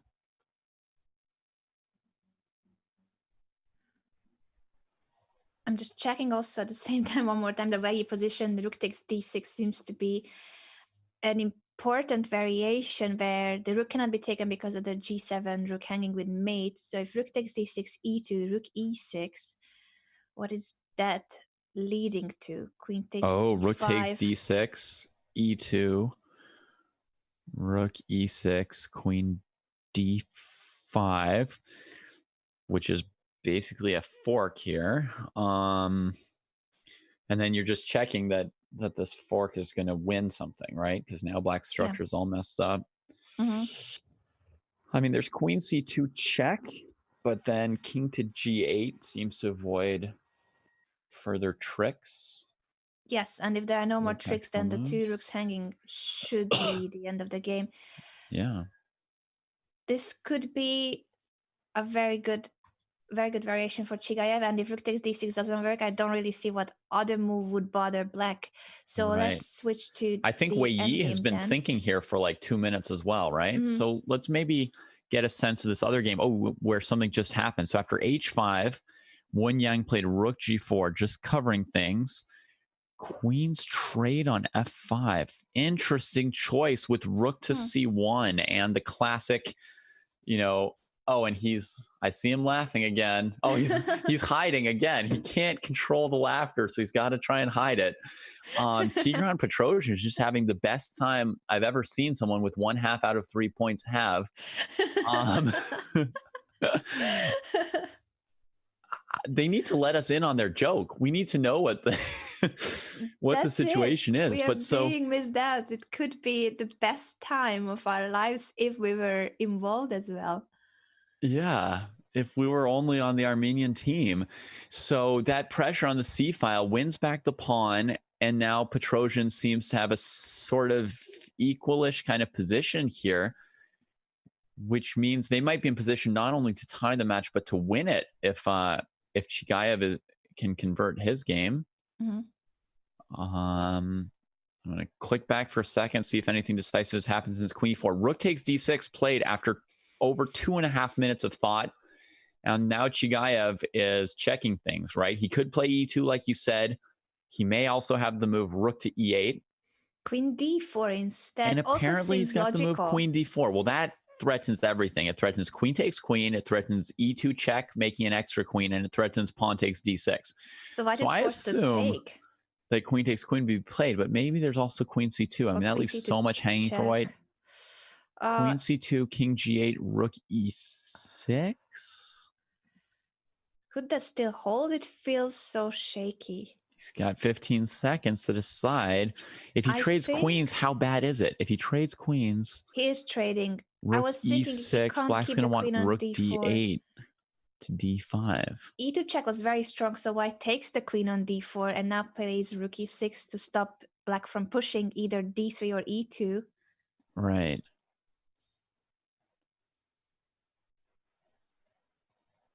Okay, can he play c5 here? I want to know. May not be good. I suppose rook g to d7 is another sort of maybe more simple approach to this kind of situation. Rook f7 is also an idea to maybe keep the white king out. All right, D3. He's calculated something. He's calculated something here. So here I'd consider rook e3, rook d5. Maybe he's just calculated that it's simple enough even if he doesn't queen. Yeah. Rook to b3 instead of rook takes e3. And if d2, what is he going to do? Rook d3? I suppose that would be the only move at that point. So now he's got to play rook g to d7, I think, is the only good move here. But maybe I'm missing something else. Rook g to d7, it'd be king to f1 is what he's going to try. c5, c4. I don't know. c6? Pushing the c pawn now. Oh, the other game just ended in a draw? Okay. So it's 7.5, 7.5. This final game between Wei and Maxime Chigayev will decide the match depending on who wins. C6. And Wei resigns. Agrees that it's over. So if king e2, then rook takes d5 comes in time before he can trade off the e pawn. And with the d file bearing down, he has to trade off both these rooks to keep d1 from queening, but then he is not in time to play king takes e3. So Chigayev really did it. He did queen it. d4 trading the queens. Eagles have done it. It's a win for the Eagles from a match situation where they started this round with a point down. This team looks so good, Anna. They look so good. I'm really impressed, and I still can't really believe what we have witnessed. I Zavin know. Andresiev starting the round from his phone by finishing his classical game in the Armenian Championship. He lost that first game, had to draw the second one, but then won his remaining two games that he could play from an actual computer with an actual mouse. And Ronak Right. Sadvani too has made a comeback after that emotional, difficult stage where he lost on time in a good position. Yeah, I mean, we could sort of see it coming with the positions, right? Like the position looked like Chigaev was probably winning. It looked like Petrosian was probably okay. And yet I'm still sort of surprised when it all comes down Yes, that they could insane. actually win against China after losing round two, 3.5, being down 3 points against a team with two 2700s. I mean, yeah. How? How did that happen? And do we have to say that China's maybe in trouble now this season once they're 0-2? I mean, we expected them to be one of the top two teams in this division, probably. Yes, absolutely. One of the heavy favorites. They basically have the Chinese Olympic team on their roster, and yet they started with two losses. Wow. And they did face two really tough teams. I mean, they faced Russia and Armenia, which were two of the other teams that could have been in the top three in this division. But this division is not full of other weak teams, right? I mean, later today, you guys are going to see the Israeli counselors bring four 2600s. You're going to see the India yogis bring four 2600s. Like, this is, I don't know. This is looking tough for the Pandas. And I don't think they've ever had a tough start to a season before, even though they were always in a competitive division in the past. Yeah, nothing like this. And they are the bronze medalist of the previous season, winning their bronze medal match against the Eagles. So the Eagles are paying back what happened in the finals against the China Pandas in that crucial last board game, Zhang Di winning against Anna Sargsyan. They are the 2018 champions, the Eagles, one of the top favorites, but now they are proving that even with the new players, the free agents, Ronak Sadvani and Maxime Chigaev, they can still be doing extremely well. What a comeback. Yeah. I'm still really just trying to digest it. Yeah. Yeah, that's amazing. We've just seen Armenia win a match during the Armenian Championships, which are really like taking a lot out of their team. And we've got 3 more matches in the East. We've got 4 more matches in the Central after the East. So there is the chess is not stopping today. So stick around. We'll come back after a short break with the remaining 3 matches of this division.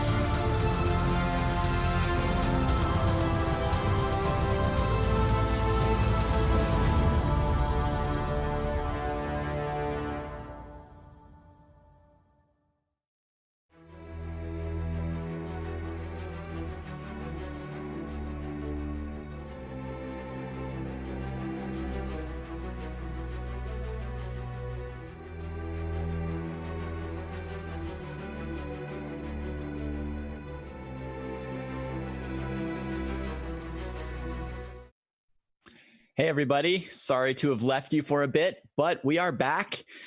And we've got 3 more matches coming up in just a couple minutes. What are you looking forward to here, Anna?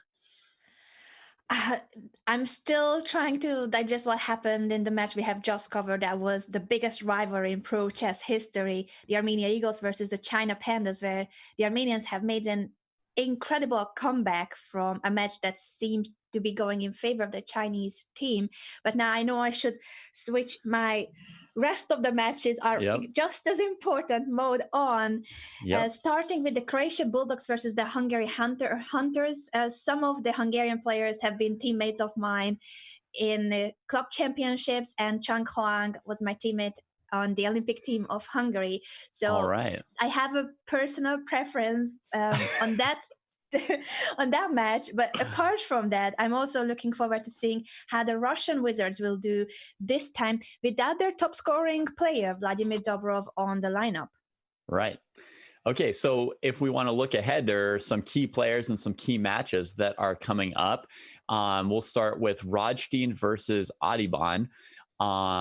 Rodstein is going to make his debut for the Counselors. He did not play last week. Audibon did play, scored 3.5 out of 4 for the India Yogis. And what do you see happening here? Do you see Audibon continuing to roll this week, or is he going to have a tougher time against Rodstein and the Counselors?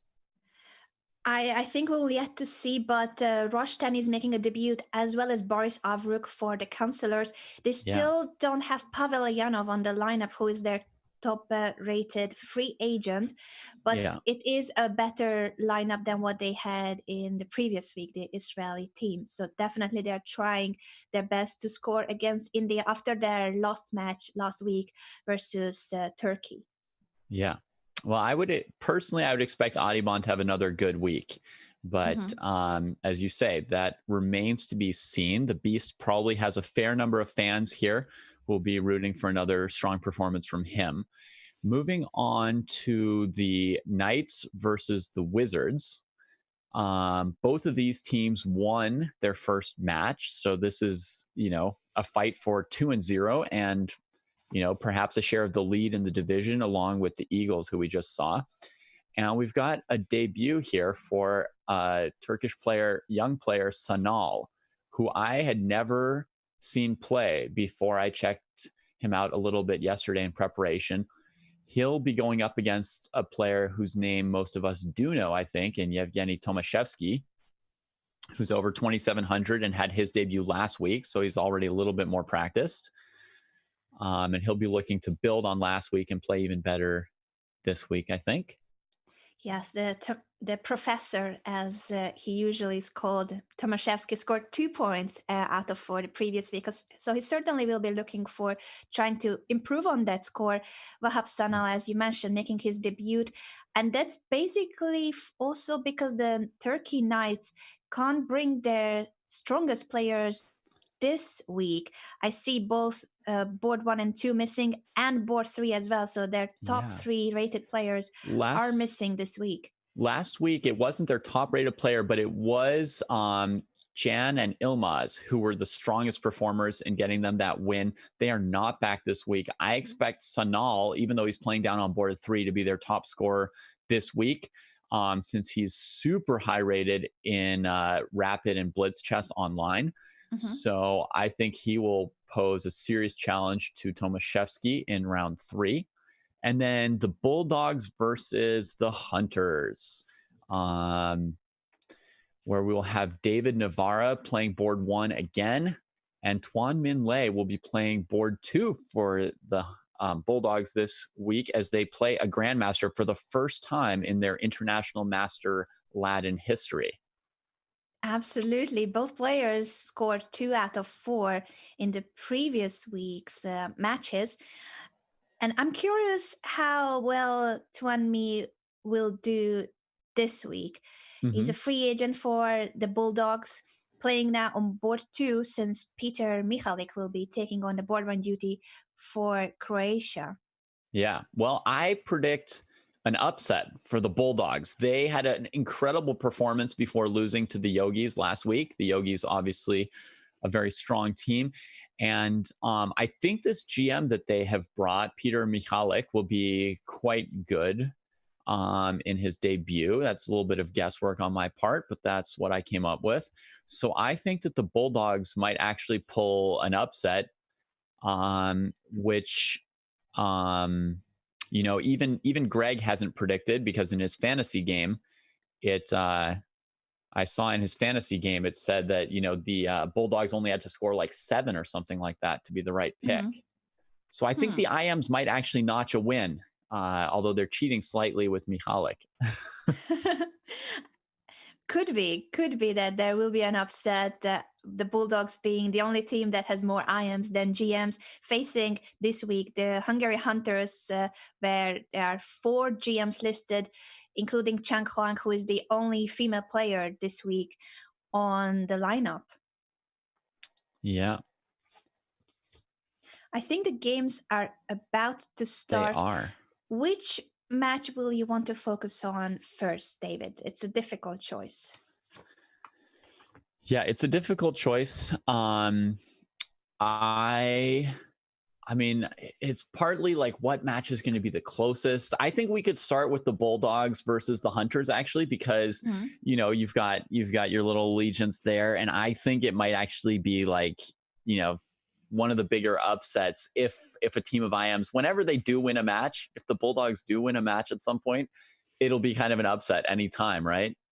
And, true. They have on paper, they are the weakest lineup.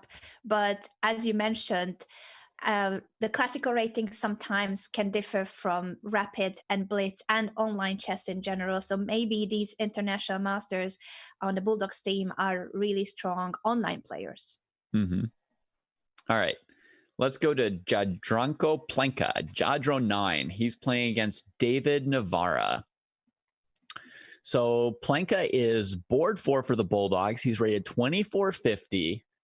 However, I think last week he scored 2.5 out of 4. So I think he had like a plus score. So so I don't think anyone's gonna be taking him not seriously at this point. Yes, Plenka was the top scorer for the Bulldogs. He hasn't lost a game, and that was beating Seturaman and drawing against Adiban, Chittambaram, and Pragnananda. Quite an impressive result. Yeah, so here he is. He's playing the 2 Knights variation against the Caro-Kann. I believe the Caro-Kann is one of Navarra's main openings, although, I mean, he can sort of play everything at the level he's at. So we'll see how Plenka plays this. He's got, I mean, it gives white the bishop pair very early, but black is solid. I do like this setup against the Caro-Kann for white. It's a slight advantage in my opinion because of the pair of bishops, but quite a pleasant one. Okay, I'm with you. I also like this. I've noticed Maxime Vachier-Lagrave start to play this opening quite a bit with white. And I think there's generally some renewed interest in this opening, in this 2 Knights against the Caro for white of late. So let's see what's going to happen here. Navarra's going for d takes e4, d takes e4. Simplifying the structure. In preparation, I feel like Navarra playing really quickly these opening moves, and this is still a theoretical line that I'm sure he is very aware of. Shall we take a quick look at the other boards as well in terms of openings and which one will be the most dynamic? Sure. We've got Bulldog 167. So this guy is all in on his team. Leon Livaik. And from what looked like sort of like Exchange Slav, which has that less exciting reputation, he's actually played h3 and g4, and it's not exactly what we would expect. Yes, now with this trade on f5, the position is opening up. The white king is still in the middle of the board, but white is winning a pawn on e4. Yeah, he may have felt he had to take with the rook because the d5 pawn could be hanging if he played e takes f5 here. So it looks like he may still be sacking a pawn, but now he's got the f file for counterplay, right? So Bishop e4, d4, queen e4. This is the debut game for Tamas Banus. I don't know how to. You can tell me how to pronounce the hunters' names. Tamas Banus. Tamas Banus. I guess wrong. Which one would be a sh? Yeah, it's the other way around as in Polish. So the SZ is a sound, and the S is like a sh in sheep. I got tricked by my new teammate Dariush because he was just telling me how to pronounce like his name with like the Z's in it, and it's the other way around. The other way around. The exact opposite. Who? Who did that? I don't know, but now Banus is bringing his queen to the f file as well. Yeah. Claiming that with this pressure on the f file, he's gonna have compensation. But look at the counter attack on the g file. Right, he does not defend that knight. He does not defend that knight. So if rook takes f3, rook takes g7, there will be a discover check, very unpleasant one, winning the queen of black. So I don't think black can go for that.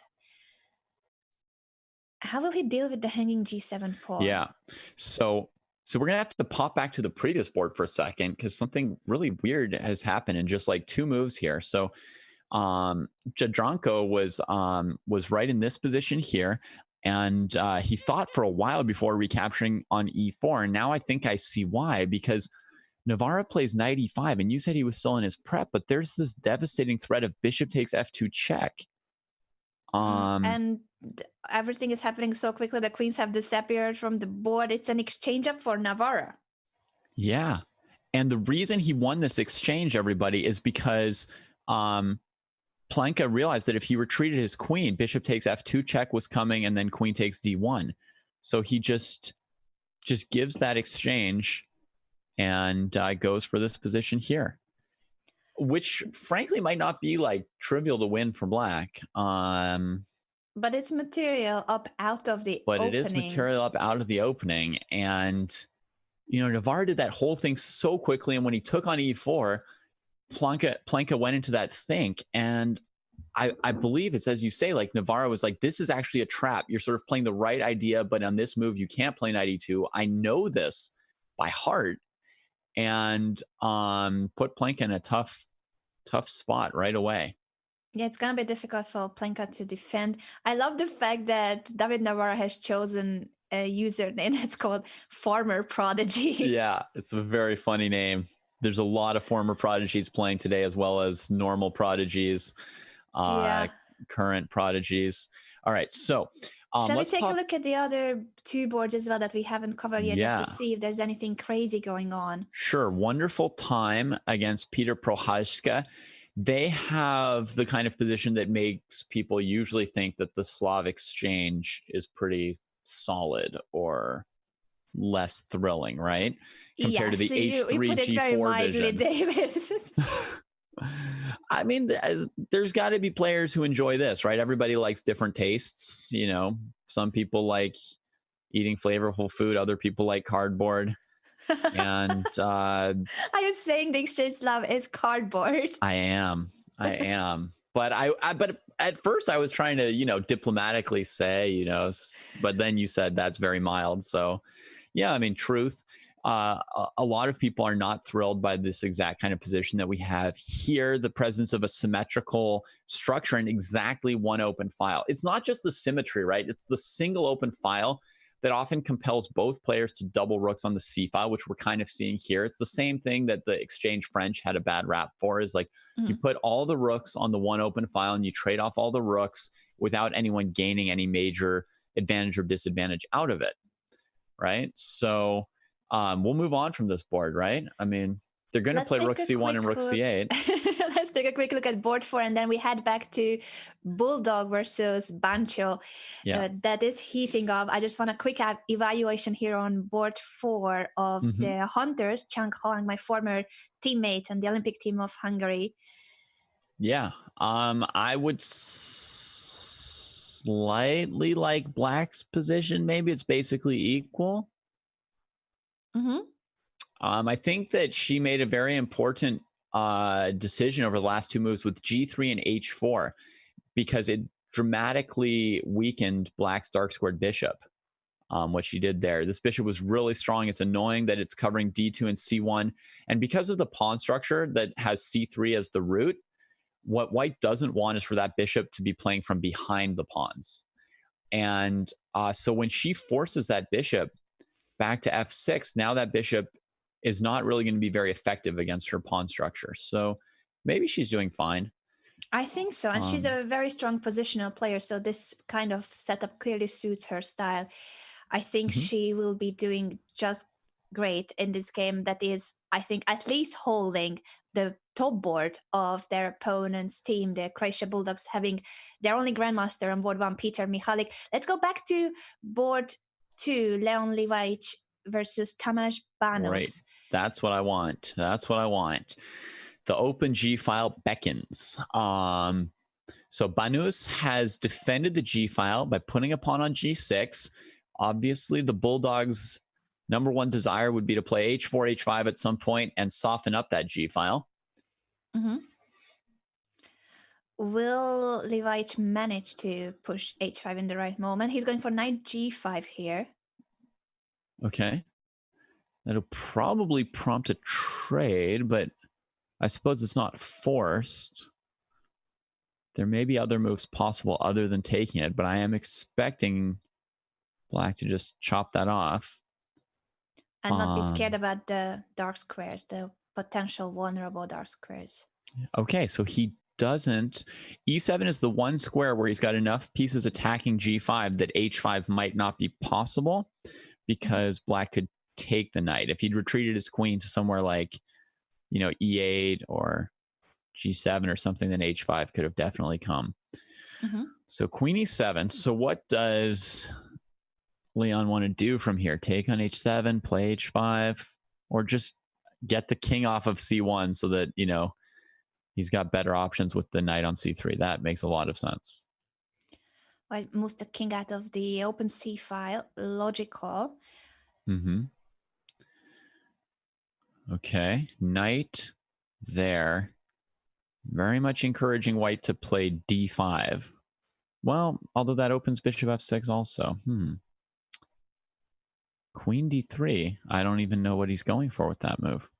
He can't really play E4 because of rook takes F4. He's not really stopping knight C4. Yes, I'm a little bit puzzled about that. So the knight has landed on C4. It's a beautiful spot for Black's knight with potential ideas of sacrificing or launching a pawn storm on the queen's side. Yeah, B5, B4 is calling to him, probably. I mean, overall, I would like white's position. I mean, I don't know exactly how to do it, but I like that white has the stronger center in this position. And although I often like bishop pairs, I think white's knights are excellent here with the strong center that white has. And to me, the black king is a little bit shakier than the white king. So everything tells me I like white, and yet he plays two passive moves, and Banos just goes knight A5 to C4 to A3 and just goes for it. And sacrifices the knight on A3. That's 2 pawns for the sacrificed piece. He was already a pawn down earlier, so this leaves us with only 1 pawn for the knight, but the A, B, and C files are open. Okay, so... Well, I don't think he was forced to play knight A3, so I think that he found it promising. I mean, the only sense in which he may have been forced to do it is maybe he was thinking that he wanted to do something decisive before he got too low on time. But I think, positionally, he had other options like B5, B4. He didn't have to do this. So maybe he thinks it's really good. What's his planned follow-up? Bishop. Can his bishop get into things on A4 or B5? I'm not seeing like a huge threat from black. What's the big threat? Queen B4? Queen B4. And if the king goes to the A file, rook A5. If the king goes to C2, bishop A4, king B2. I think we need to switch the board for the hunters. Okay. The endgame has changed. There are no queens anymore, and it seems that white is going to win the B pawn. White's now already up a pawn. Yeah. this has changed a lot in She did favor turn of it around. Chang. Black advanced this G pawn and then just lost it in one move. And then followed with a queen trade, and he is in trouble. And that is surprising because this is board one, a high-rated GM, and now it's 3 connected passed pawns for the only IM on the Hunters. Yeah, she's a GM, actually. Chang had a rating of 2,500 earlier. She just doesn't compete anymore full-time. But so there are has the no Grandmaster IMs on this title. team. No IMs on the Hunters. But she is the lowest rated on the team, and she is going to produce the first upset of this match, taking down the top board of the Bulldogs. If she continues this way, this is going to be a win for the Hunters. Wow. Well, this is not what I expected. I was expecting a very powerful debut for Mihalik. And instead, it's the lowest rated player's debut, which is off to a wonderful start. Yeah, and she is the first female player this season, as we are being informed. This year, I think it's especially difficult for women players to compete in the Pro Chess League since there's no rating cap. Yes, there's no rating cap. That means there isn't that benefit that they had last year where female players counted for 100 points less on your rating cap. And it also means that the average rating in the league this year is at least 2,600, honestly, I think. Mm-hmm. And there are only a handful of women with that kind of a rating, right? Maybe 3 women rated around 2,600 right now. Yes, and that makes it very difficult for any team to have a female player. I'm happy to see that the Hunters are bringing Chang for today's match, and she seems to be performing as they expected, potentially taking down the top-rated Croatian. I mean, he's a Slovakian, but playing for the team of Croatia, Peter Mihalik, and he resigns. He resigns after King F1. Wow. And the smile from Chang.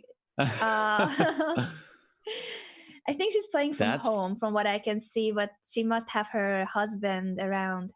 Okay, well, that is fantastic. First point for the Hunters in this match.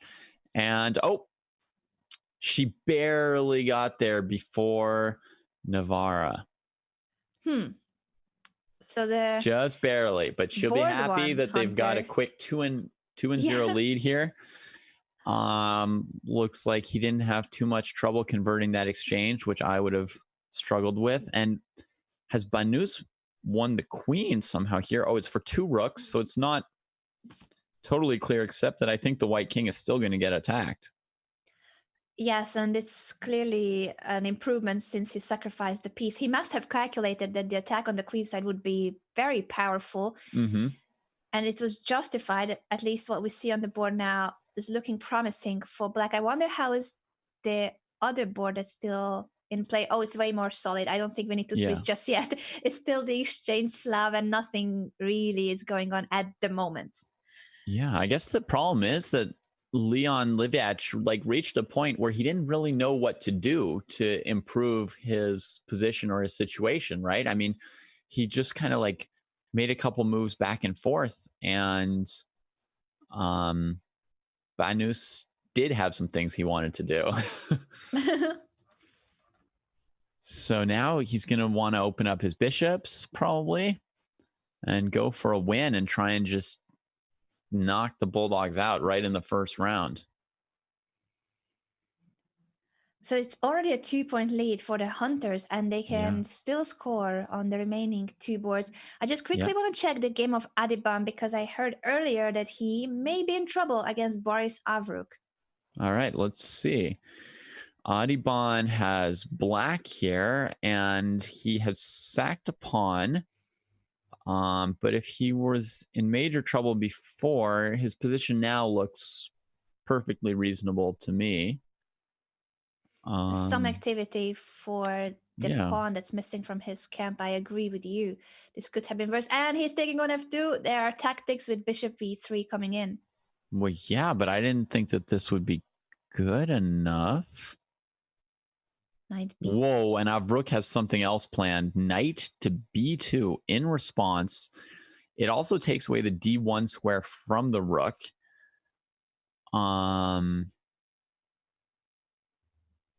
But on the other hand, it leaves the knight on a hanging square after like rook b3, rook f2, bishop e3.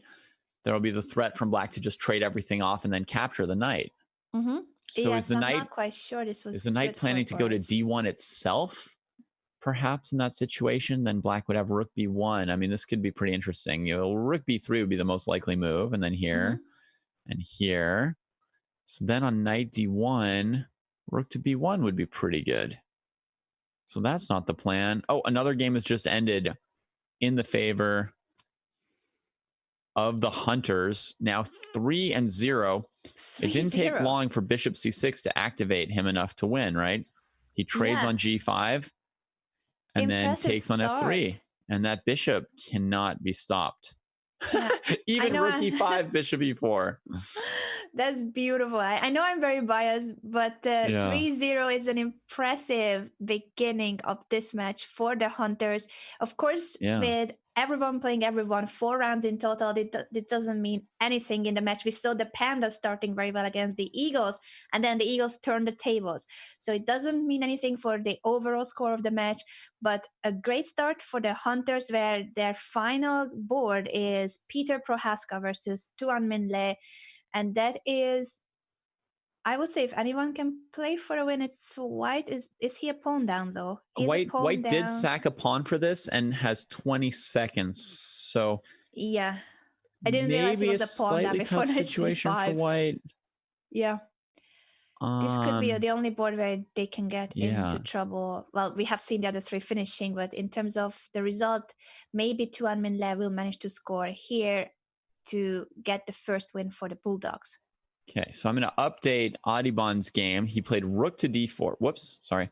He played rook to d4, and then the knight moved. White didn't take on f2 at all.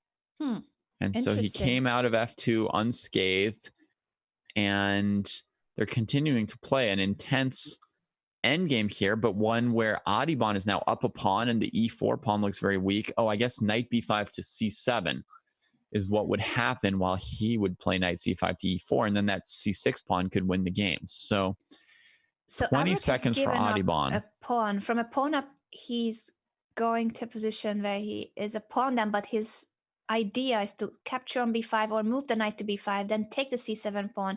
Now he's going for the c7 pawn with the rook.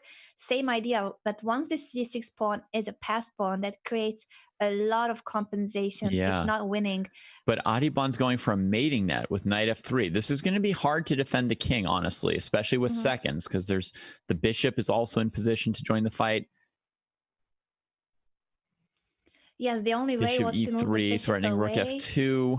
Oh, can he stop the mate? I don't see a defense. He's got bishop e6. King has to go to h8 because you don't want to allow rook f7 to f3. And then the king can escape to h6 if white goes rook c8 to g8. I think it's only a few checks and rook f2 is coming. I don't see a defense here for white. Ooh, that was nasty. That was nasty, Beast. Well done by the Indian Beast, winning his first game of the day against Boris Avrukh. And I would say he looks like he gave his all. Like he looked a little bit tired at the end of that. Like, all right, I made it. Now I've got to like collect myself because in 3 or 4 more minutes, I've got another guy to put down. Yeah, we do have the other boards heating up too. I think Wahab Sana is not having a good start with the white pieces against Nikolai Chadayev. If we switch to Santo Blue versus Chadayev. Oh, but he's got a shot there. Bishop e6. It's going to have to be queen e7. Yeah. Finds it. He's continuing to play tricks with that bishop. But it looks like he's just scrounging here, right? Man, this is also the debut for Chadayev, the player playing black here, who looks like he's getting close to finishing it. Won by resignation. You always have to counterattack at some point, people. When you're playing up material, you almost always have to counterattack at some point. And here the move queen d6, threatening checkmate, takes the wind out of white sails. And that leaves us with Tuan Min Lei, who is now up 3 pawns against Peter Prohaska and is looking to at least put the Bulldogs on the board here, trading off the last piece. And he does so. It's a 3-1 start in favor of their Hunters, but at least they got their first win, the Bulldogs. And this, once again, is just the beginning of a very exciting round. 3 more rounds in every match. So we're going to go for a short break, and then we are back with the remaining games of the Eastern Division. Stay tuned.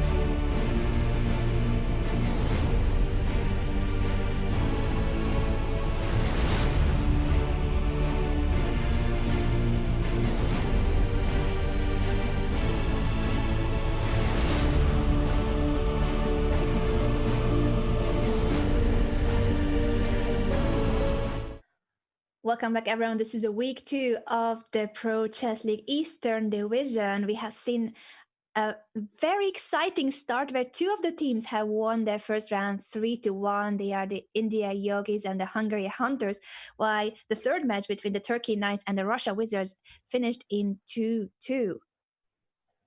Yeah. So that one is looking really close. Both teams won in the first week last week, and neither of them yet is willing to give an inch in the fight for who can get out to the early lead in the division with 2-0.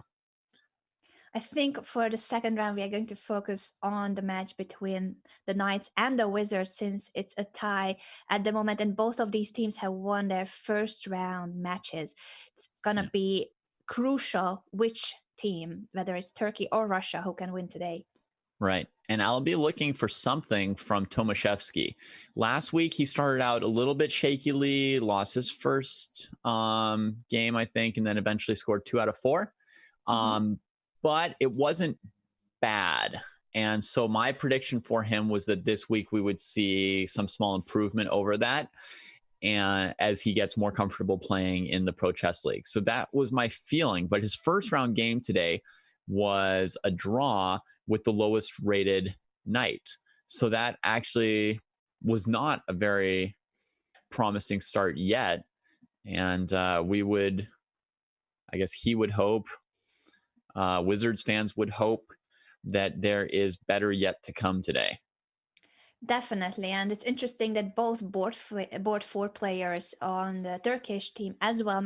So the Turkish team you mentioned, but I was also saying that Mikhail Demidov for board 4 of the Wizards managed to hold to draw Dragan Sholak, so they basically got those half points. Board 4s performing well against the top board of the opposing team. Yeah, and Demidov had a perfectly good first week against China last week, 2,600 performance rating. So very productive board 4. So I'm not particularly worried about him for the Russians. But let's see. We've got Chadaev starting with e4. We've got Yevgeny Tomaszewski. He had black last round. Now he's got white. Maybe that's what he needs. He's up against Vahap Sanal. And take E3, a quick look D4. at all 4 boards in terms of openings in this match between the Knights and the Wizards.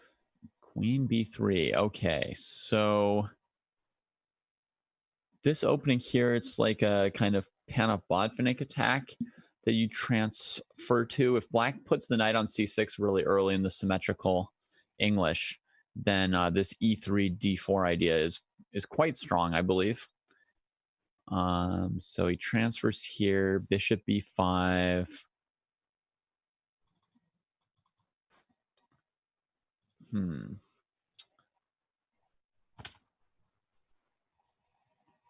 Okay. Just going for the now he takes on structure c6, change. so this is still a theoretical line that Tomaszewski must have very well prepared. He at the same time, what we see that Wahab Sanal has been blitzing at the moves too. Maybe we could just take a quick look at all the other boards as well and then come back to this theoretical battle. Yep. Chadaev against Burak Firat is a 4 knights. This is the opening that we had in that important final game between Wei Yi and I want to say Chigayev, but we're looking at Chadaev now, so it's confusing me. But I think that is correct. It was Chigayev, and that one was eventually won by black. And then on the next board, we've got Turk Chess 1905. And Demidov has played the Alyechin defense against him. Whoa. Bishop c4 line, not the most common. Bishop b3. If black takes on e5, white would have played queen h5 there. That's the trick in that line. So d5, c3, and we get like a, Caro Khan basically here with bishop f5. That's interesting. Advanced Caro Khan somehow, basically. Yeah, it's funny how they transpose except for the fact that this knight is on b6. Which game do you want to focus on among And then the these? fourth one, which we didn't yet see, is Oh, Tigra's sorry, I game. didn't realize Yeah, I yeah. skipped the Missing one fourth. board. Dragan Solak against Boris Savchenko. And here we've got sort of like a Pirtz defense from Savchenko. Solak trades, opens the D file. Savchenko had a rough start going down against Batuhan Dastan. Savchenko having the white pieces, so he clearly will need to try to bounce back from that first round loss.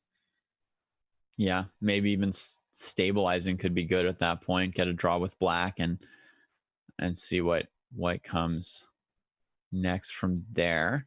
The Turkish team has 3 newcomers in this match, so that's quite a lot. The Russian team also has 2 players making their 2020 debuts, but Savchenko has a lot of experience from 2019. He also played the summer series for the Wizards, so he's got a lot of experience. As for the Turkey Knights, we mentioned already that they are missing their board 1, board 2, and board 3. So not their strongest lineup, but sometimes mixing it up a little bit can help, especially if those players didn't do so well. Although, as you mentioned too, Yilmaz and Can were the top 2 performers for the Turkish team that beat Israel last week. So maybe they were just not available this week. Yeah. Let's maybe look at the Tomaszewski game with the IQP and just sort of like studied this game a little bit. They've traded a knight on C3, and now each side has its weakness at C6 and D4. And Sanap has the bishop pair, but half of that bishop pair is no good at this point. It's surprising to see that Tomaszewski is spending so much time at this stage, when I thought that he very confidently entered this line and he was very well aware of the variation, but now he seems to be out of his prep, while Wahab Sanal is still on 9 minutes 24 seconds. Yeah, playing like super confident here.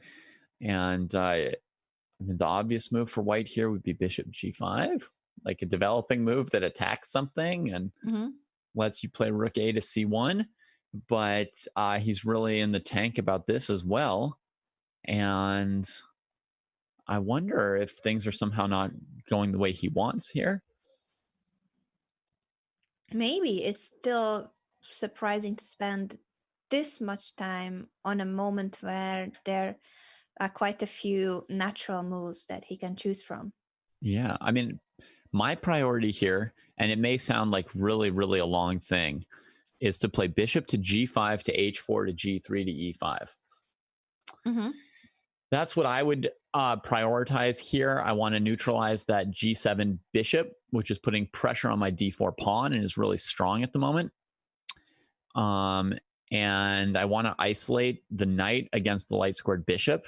If I could possibly get a dark squared bishop trade, right, I would basically be as happy as somebody who's won a lottery just about trading a piece. So, I feel the same way about the dark squared bishop here and the importance of this fianchetto bishop on g7. So I agree with you that would be an interesting maneuver. Let's switch to somewhere else where the players are actually making moves. Yeah. Tomaszewski is in the tank. Yeah, and this 4-move maneuver comes with 2 tempos on the rook and queen, so it's not as bad as it sounds. But all right, we'll go elsewhere. You want to see the 4 knights game, or what? What is of interest to you here? I've just looked at Turk Chess 1905 versus Davidov. And it's an exciting position, I think, after the c4 push on move 16, d takes, knight e4, threatening knight d6 checks. That was a crucial moment where black had to castle as soon as possible. Forces him to castle right away. And the black king side looks potentially quite vulnerable. There's not a lot of space there for defending pieces. So it seems like black's going to really want to try and get counterplay in the center as soon as possible. Oh, and Turk Chess is willing to give it to him. He says, let's just trade stuff and play on the queen side instead of the king side. So he's more focused on the fact that the g7 bishop can't get to the queen side than on the fact that there were like 4 black pieces that couldn't get to the king side. Interesting decision. Black goes for rook d8, very logical to occupy one of the open files. Mm-hmm. And at the same time create some space for this g7 bishop so he could activate the bishop through f8. Mm-hmm. Yeah, deal with the knight d6 potential outpost. If queen takes b6, a takes b6, white might have to spend a tempo on the a2 pawn before getting underway with operations like knight d6 and bishop e4 and the kind of stuff that he was probably dreaming about when he went for queen c5. Trade on b6, that will lead to a Yeah. doubled pawns, Makes but the opening up the a trade. file. So now, can you take on a2? Or do you just play a move like bishop f8? I kind of want to take a2, but maybe it's not that good. I want to take a2. Let's head back to Dragan Sholak's game again, if we can. I think he has managed to build up an attack against Savchenko by this point. It seems like a pawn was lost somewhere here around move 19. Let me see how it happened. Knight e6, bishop takes h6. Well, that's a very simple way. What happened? So he put his knight on f4. And then he just wasn't tracking the h6 problem? It seems like an oversight more than... It really does, right? I mean, black could have played king h7 instead of bishop a6 or something. Mm-hmm. It seems like he really just like lost track of I think he what was forgot going about on the there. a6 pawn. So now he's going to have to play this position down a pawn. And I guess if this is a pawn up, the a5 pawn is slightly annoying to defend as well. I think the best way to make progress for white would be to run the h pawn up the board. Yeah, I'm still just not understanding that moment when Savchenko missed bishop takes h6. He didn't see that g3 was a threat. So this is a pawn up for not much of a compensation. I would say zero compensation. I think we can switch to the other boards. I'm also being informed that in the match between the Bulldogs and the Hunters, the Hunters are doing very well again, with Banus possibly crushing Plenka. So that is Bancho. I'm just going to quickly switch to Bancho versus Yadro 9. Sure. It does look like Banus has a free pawn. I wouldn't... Yeah, when I read crushing, I expected an attack, but it's an extra pawn. Yeah, he's got an extra pawn. His position's pretty good. But it's not fully stabilized yet. There's still some potential for the b7 bishop or the black rook to get to c4 and attack the a pawn. So I'm going to take us back to our feature match, and I'll click over when those things like super heat up. Let's see Tomaszewski's position for a second, since they finally made a bunch of moves. And there's been a transition to opposite colored bishops. So with rooks on the board and opposite colored bishops, it's really going to be important which bishop is more active here. And which bishop do you see having the most potential? I would always be happy with a fianchetto bishop, but white is doing a good job restricting the mobility of the a8 bishop with this setup that he has g2 f3 and the c5 pawn that is a pass pawn. So I would be a little bit worried about it, even though the c6 square is well blockaded by black's pieces thanks to the bishop and the queen. I would call it roughly balanced if I had to put a label on this. Okay. It does seem like the right kind of position for a professor, though. I would say Tomaszewski could really get technical with this one, with that passed pawn and the possibility of alternating weaknesses on the king side, right? Like queen h4 once black defends the a7 pawn, and then maybe bishop d4 coming as well. Yeah, well, this is a nice move, rook d7. It gives the black queen the possibility of like queen d8 at some point if you need to cover the dark squares. And it also covers h7 as well as a7. So that's quite a nice looking move. Let's see. Demidov did take that pawn on a2. And so for the moment, he's tolerating a knight on d6. And offering to lose back a pawn on b7 or c6 at some point. Ah, but he's looking at the f4 pawn. He wants to break out. He wants to break out. That's pretty cheeky.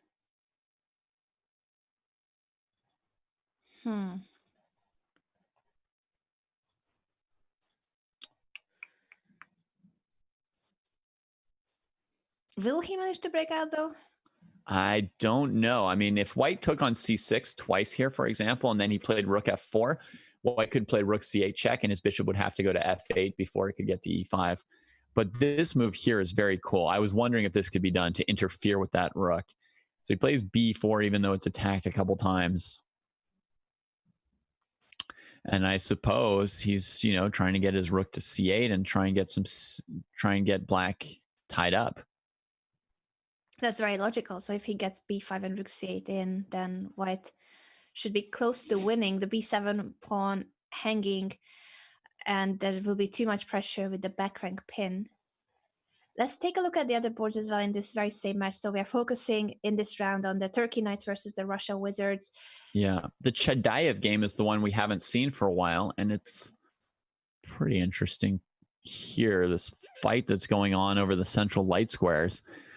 Chadaev has tried to lock in this bishop on d5, say if you ever try and deal with him, you get a protected pass pawn on d5.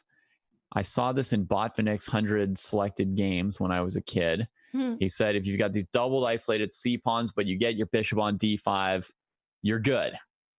You're good. They are worth it because this bishop can neither be tolerated nor traded. And let's see if that's the case here. B takes c4 to undermine the bishop, so that it is now only protected by the e4 pawn. If the bishop took back on c4, then e4 would be hanging. If the knight took back, then the d5 bishop would not be sufficiently defended, although there'd be a counterattack on e5, so it could just be complicated. And he says not A or B, but C. H4, chasing the knight away from g5. So his idea... Graphic checkmate over here from Tuan Min Lee. I didn't realize we switched to that board. So we didn't. I just thought I'd show. I thought I'd just show a checkmate since they're not the most common. In the end game, his rook penetrates to the 7th rank, and he sets up a checkmate here. Rook d7. If the king went to e8, then knight c7 is mate, and if the king went to c8, then bishop b7 is mate. That is a point for the Bulldogs, so they're fighting back in their match against their Hunters. Yep. I think on the other boards, the Hunters are still doing well, but we need to head back to the Knights versus Wizards clash. I went straight back to it. Grandmaster Burak Firat has retreated the knight to e6. And so that leaves the e5 pawn hanging, but also the bishop pawn is hanging, but he's got his own idea also of playing knight to d4, possibly. I don't know if he'll do that or if he'll take on d5, but bishop takes e5 would hit his rook. So I'm guessing his intended response is knight d4. So bishop takes. Let's see. He's taking his time to decide whether knight d4 or taking on d5 first. There are a couple of options here, very forcing moves.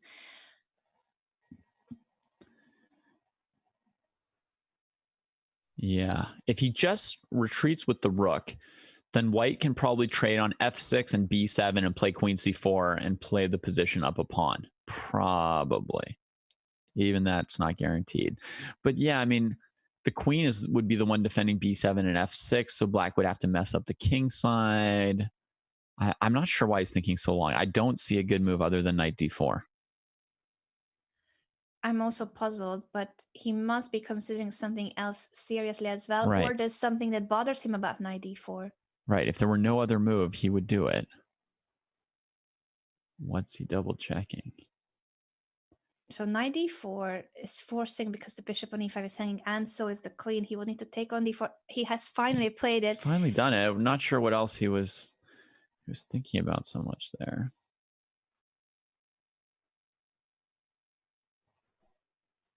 Now white's thinking for a while.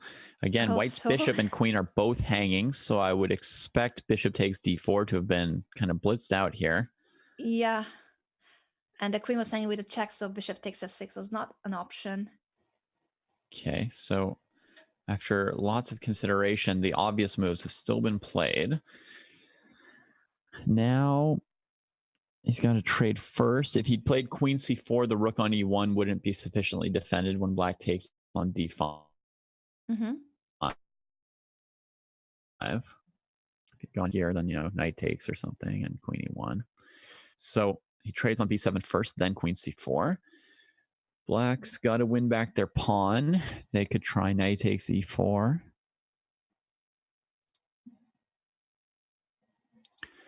The position is getting very simplified.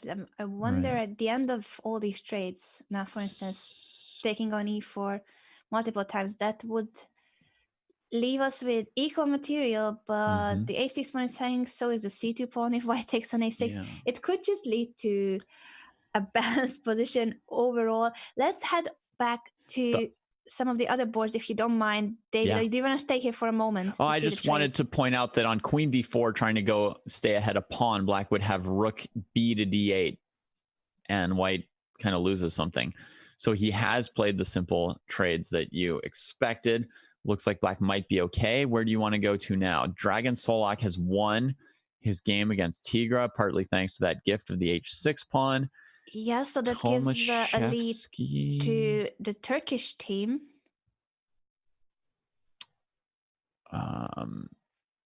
Turk Chess 1905, which is probably Batuhan. Knight f6. Yeah, he stayed down a pawn and he stayed with compensation, but it looks like it's only enough to draw that game.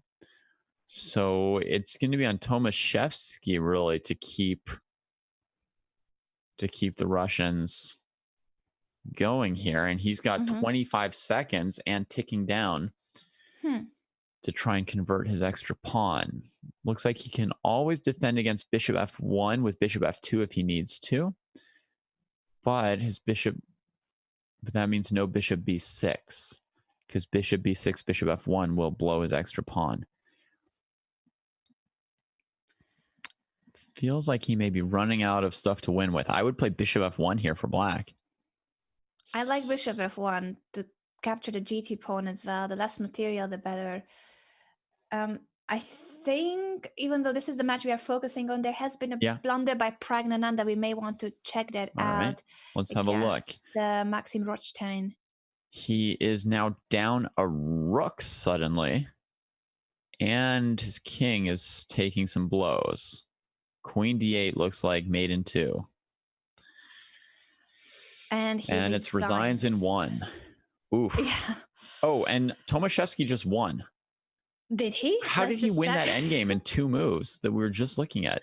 We only abandoned him for 5 seconds and he won. So bishop f2 was played here, bishop d4, and rook takes a5 instead of bishop f1. The main problem with that move being rook takes bishop, and you're okay. Did he just blunder that his keeps bishop? that match tied. Let's see what else is going on. We've got Adibon. I just can't believe he didn't see the bishop hanging on e2. It's shocking. It's like, how do you we shouldn't have an opposite colored bishop decided in the time it takes for us to blink. Adibon has sacrificed a pawn again. Fridman's king is vulnerable, but his rook and queen are pretty active. There's a lot of possibilities for counterattack. Here, a move like queen f6 runs into queen g2 mate. So it looks like it's forcing the transition into the endgame, unless Fridman himself wants to get super frisky, which I wouldn't recommend. Yes, go for the endgame. Oh, solidifying all the pawns. You got to deal with that bishop. Rook c8. You cannot let that bishop hold everything. This a pawn could be a big problem. Can he play rook g6, then rook c7 to a7 deals with the pawn? Yeah, this was the only move not to basically lose to the a pawn. This rook c8, I think. Bishop d7 has just been played, but after rook c5, still The d5 pawn will drop. He wants him to play rook a5, right? Trying to deal with the passed a pawn, and then he'll play bishop b5 and lock him in or something. Mm-hmm. Rook e7. Not letting the king in. All right, now that he's taken on d5, he could play c4. So there's a serious threat of not playing rook a6, bishop b5. No, that would be how that other endgame finished. c4? Oh, that was a bad check to give unless you've got some brilliant move. Oh, it's messy. The king should go to e1, I think. Oh, don't flag. King just E1? Do something at least, even if you can't find king e1. Good job. Oh, and he traps the rook. He traps the rook in. Oh, my Lord, Friedman. That was sick. All right, this king needs to run for the f-pawn for counterplay. Yeah, so the white rook, even the white is an exchange up, his rook is trapped and the black king is marching toward the a5 rook. Oh, my goodness. That was unbelievable.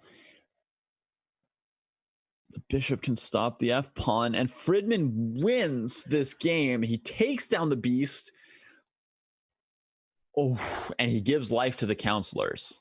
He gives life to the counselors. What a turn of events. So White had the upper hand for quite some time, and then he forgot about this potential exchange sacrifice. It seems that Adiban was not aware of that idea, or it was just too late to realize. There's still one game in action. Yeah, the Peters are blitzing out a rook endgame. I think that black is going to win this one. Maybe not. With the second rank controlled by the black rook, and he's about to take on h2, but h5 is hanging too. You can go rook f2 to f5 to keep more stuff on the board. Now h4, king g3, rook c8 maybe, but then rook f4. And then it still seems like white's losing. Yes, this is now the second pawn in this rook endgame, and white will not get out of the idea that the rook comes back to c2 now if he needs to, or just simply activate the king and start pushing the h-pawn. This is winning for black, and that will mean another point for the hunters. Yeah. Yep, another point for the hunters. Do they even need the points anymore? We have only seen 2 rounds, but yes, it's a very promising start for the Hungarian team. Yeah, I mean, Navarra won again this round, and Banus won. So I think they just scored 3-1 again and increased their lead to 6-2. That's pretty healthy for them. 6-2 lead here after 2 rounds. They're running away with it. My prediction for this match seems to be off, and the Hunters fans are happy. Yes, I cannot hide it for my former teammates, and I'm still very Hungarian, but I will try not to be this biased. Sorry, guys. It's fine with me if you want to be biased. That's acceptable, especially since I was going for the Bulldogs today. You know, their fans can't complain about the overall balance of the commentary team, since I have been rooting for those under Bulldogs this whole time. Under Bulldogs, I like that.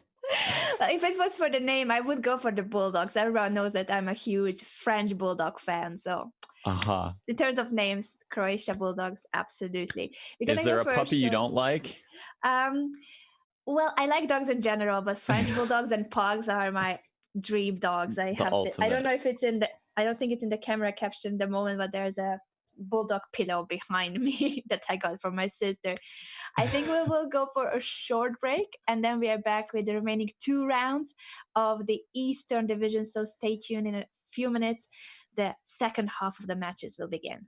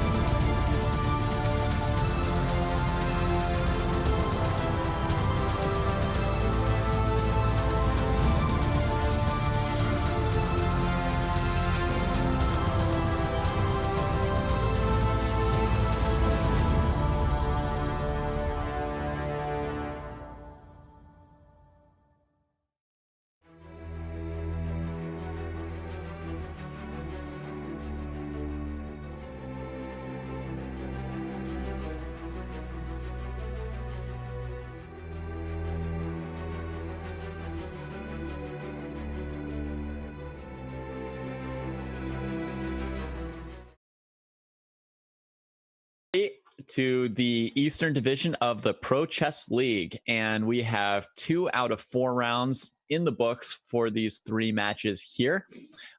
We have the Russian Wizards and Turkish Knights locked in a 2-2 after 2-2. Now 4-4 total. Tight match. And we are also going to be seeing Bhaskaran Adiban going up against Maxime Rodstein next round. Rodstein hot off his first Pro Chess League win ever against Pragnananda, and Bhaskaran off of his first loss of the season. He was 3.5 out of 4 last week, and now he is 1-1 after a brilliant finish from Daniel Fridman. What a sacrifice it was, giving up the rook for the bishop, and Adiban's rook on a5 got trapped eventually. That was a nice comeback from Friedman, getting another point for the counselors, who are still trailing with 2 points behind the India Yogis, but it's not decided yet, the match with 2 rounds to go. We also have the other match that is looking very much in favor of the Hungary Hunters, where their top board, David Navarra, will now face Tuan Min Le. He is the only player on the Bulldogs who is on 2 out of 2. That is the only player who has been basically scoring for the team. Yeah, so I mean, Navarra also 2 out of 2, so one of them will not have a perfect score after this round. Who do you see coming out ahead in that one? I'm very biased, but Navarra. Fair enough. He's one of the nicest grandmasters in the world. I just want to mention that he is such a gentleman, and he greets everybody in their native language. So he not only knows everybody's nationality, but I mean, not just the top players. He knows even the low-rated, the cup players, everyone in the playing hall. He knows where they are from, and he greets everybody in their own languages, which I think is insane. That is insane. But I have to complain that, I mean, I'm nice to people too, but when I play chess, I lose. So I don't know if just being nice is gonna guarantee you a win in chess. He's nice and also very strong, of course. And also, that's the difference. That's the thing. So he not only studied everybody's languages, but he studied chess. I guess so. I guess he spends his spare time on languages, and his main focus is still chess. I see. Well, that is excellent. I think it should be a close match. I mean, Min Le is rated over 3,000 on Chess.com, and he has a lot of experience. I have to give a lot of credit to David Navarra for making such a quick adjustment to the Pro Chess League sort of format and tempo and all that, because last week in his debut, it was kind of like shaky. It was not like clear how great he was going to be in the Pro Chess League, because there are very strong players who don't necessarily have the same results in the Pro Chess League. And this week he seems very comfortable. I feel the same way about his play, and he has just started his game against Tuan Min Le. It is a Sicilian defense, the Nimzowitsch variation. Yeah. That's not that common. So Tuan Min Le is immediately throwing at him the kind of opening that he would not have seen in the top circuit of invitational tournaments that Navarra frequents, and more of an online opening. So we'll see how comfortable Navarra is handling this. If we see him, burn any minutes on the first 10 moves here. Mm-hmm. And of course, we will also take a look at the other matches. The closest is obviously the one you see on 4-4, the Knights versus the Wizards. And the Yogis have a 2-point lead over the counselors. Shout out to Nicer, who is streaming in Turkish. So if you're a Turkish speaker, do click on squad stream mode. There is a button somewhere above us where you can click on squad stream, and you'll be able to follow the Turkish language coverage of the Pro Chess League from the perspective of the Turkey Knights. Yeah. Yeah. Teşekkürler, Anna. They appreciate the tip. Very good. I know what that means. Nice. So I'm still on Navarra's game. I'm sort of watching that one at first. I mean, we could click around and just name every single opening, but I'm kind of curious to see what where this is going to go. And then also I've got my other eye on Bhaskar Adiban, the beast, against my brain's blanking. Maxime Rodstein. Maxime Rodstein. Thanks. So that's over here. It's some kind of a sort of semi-Tarrasch kind of. It's this opening that comes out of 10 different openings, right? Where you get IQPs, and it could have been the English. In fact, this game they started with 1c4. Could have been the English. Could have been the Karl Khan, Panov. Could have been the Queen's Gambit declined. So we'll see where that one goes as well. But I imagine that, you know, some of our viewers are less familiar with this knight f6 Sicilian. So knight c3 is played by white, and they may wonder about, you know, is this doubled pawn good or bad that you can get if black trades on c3? My understanding is that if black takes on c3, white would take with the d pawn, not the b pawn. So they're not trying to build a big center with b takes c3 and d4. I think they would play with d takes c3. And then basically the idea is that you get some pressure on the half open d file. And that's kind of compensating you for the small structural defects. So you can put pressure against d7. That could make it hard for black to play b6, bishop b7. It could also make it hard for them to play d7, d6. And so that's, you know, the basis behind that approach of knight c3 from white. Tuan Min rather just concede a tempo and move his knight again. And then Navarra completes his kingside castling. And he's looking to reinforce that e-pawn, which I would probably expect that black wants to challenge with d7, d6. Yes, I'm expecting that pawn push. I like how this setup is going for white. I always fancy a bit of space advantage whenever I can get that myself. But I agree with you that once black pushes d6, this e5 pawn will be challenged. And so that's what's happening right now. Yeah. So that's kind of very similar to the Alekhine now. I mean, when you get this like knight f6 Sicilian or Nimzovich, that you get this feeling that's a little bit like the Alekhine, where you know, you challenge that e5 pawn. Then when you trade it, what has white gained? In this case, it might be some weakening on the d file from black having played c5.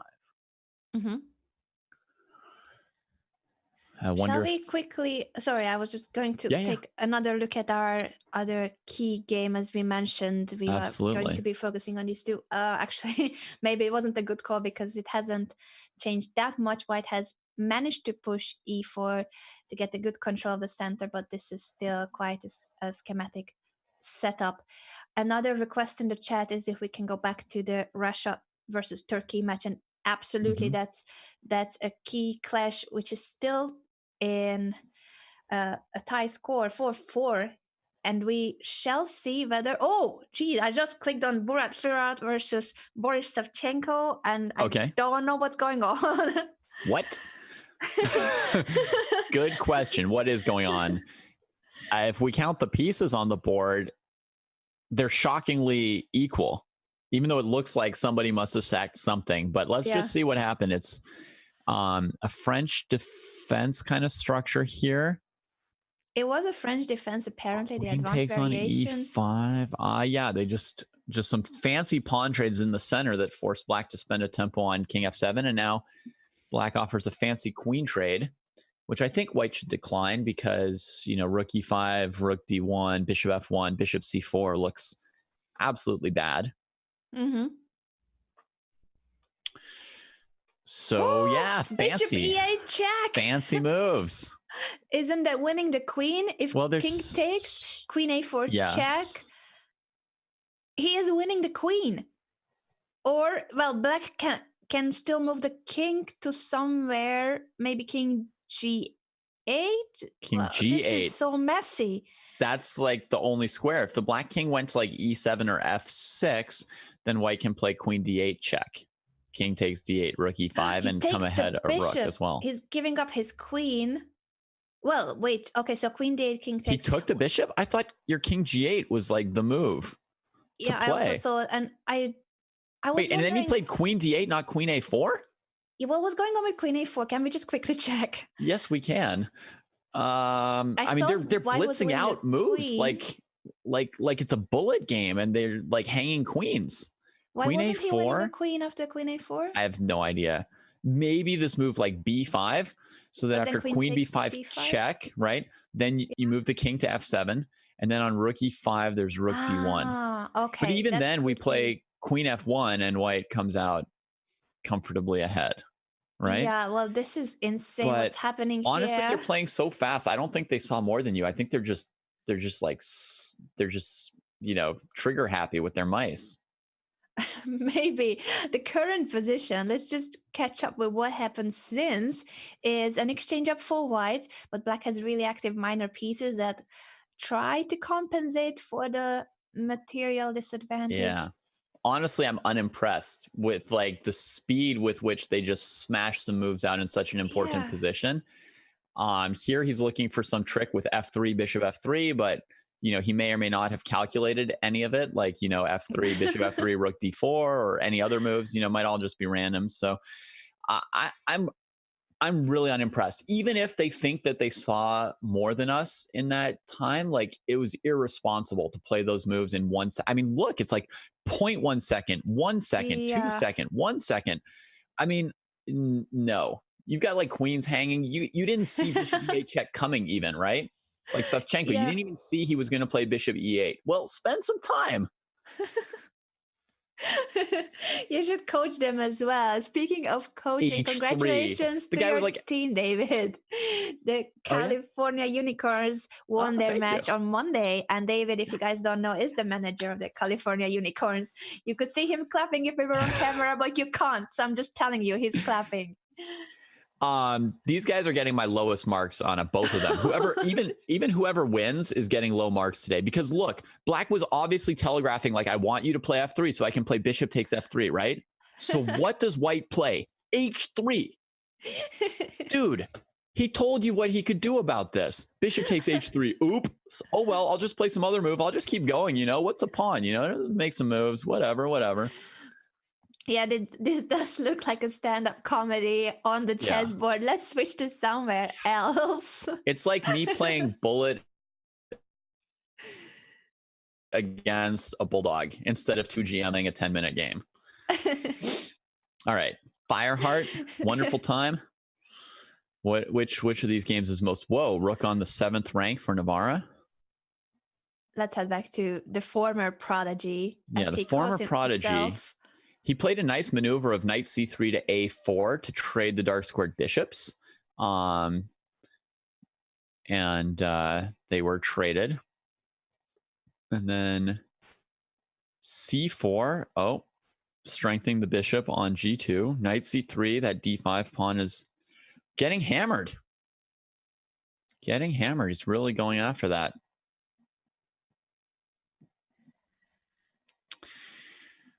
So let's see if that knight moves and d5 falls. Yeah, that's the thing. The d5 pawn is under serious pressure. If rook d7, then g4 might be like the kind of tactical move that those other players we were watching would miss.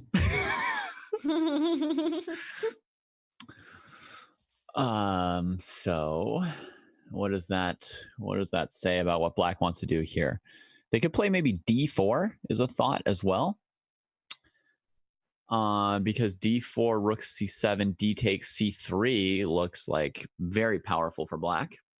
Yes, I agree. d4 is an interesting option here. So that makes it a candidate move if he's afraid of losing the knight, because you can play d4 at a time where if white plays knight d5, he's happy to trade stuff.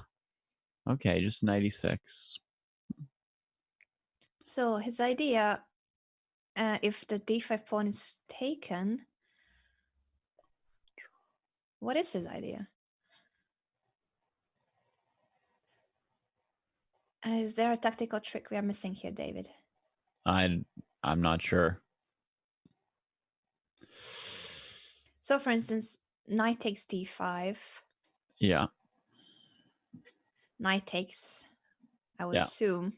Yeah, we probably want our bishop on d5. Bishop I don't necessarily see it. Oh, wait, he's made a move. Let's see what he did. He took with the pawn, keeping all the pieces for the moment. Okay, well now black could argue that his knights are harassing in some way, but bishop e4 covers several of the weaknesses, and I think that Navarra wants to take the a pawn too. Mm-hmm. Yeah, this makes perfect sense. So he took on d5 because it's a tempo, and a bishop e4, another tempo covering the light squares, and rook takes a7. Next move, it seems to be winning for white if there is no tactical motive that we are missing. Yeah. I don't see how black ever... Well, I mean, I shouldn't say something too strong, but I don't see how black like really attacks anything, in a way that's going to make a serious impression on white. Does he want to maybe like sack an exchange and go for a cheapo? His knight is trapped, so he's going to have Midnight to Rhino start said in the sacking. chat. Yeah. I've just read in the chat, and as I'm reading it, the move has been played that it's a possible trapping off the bishop. Yep. I'm calling it a knight now, but it's trapped on b4. There it is, Midnight Rhino. Several people in chat. So I think Tuan Min's pieces are going to like fly off the board in the next couple moves. Like he's going to play like rook takes e4.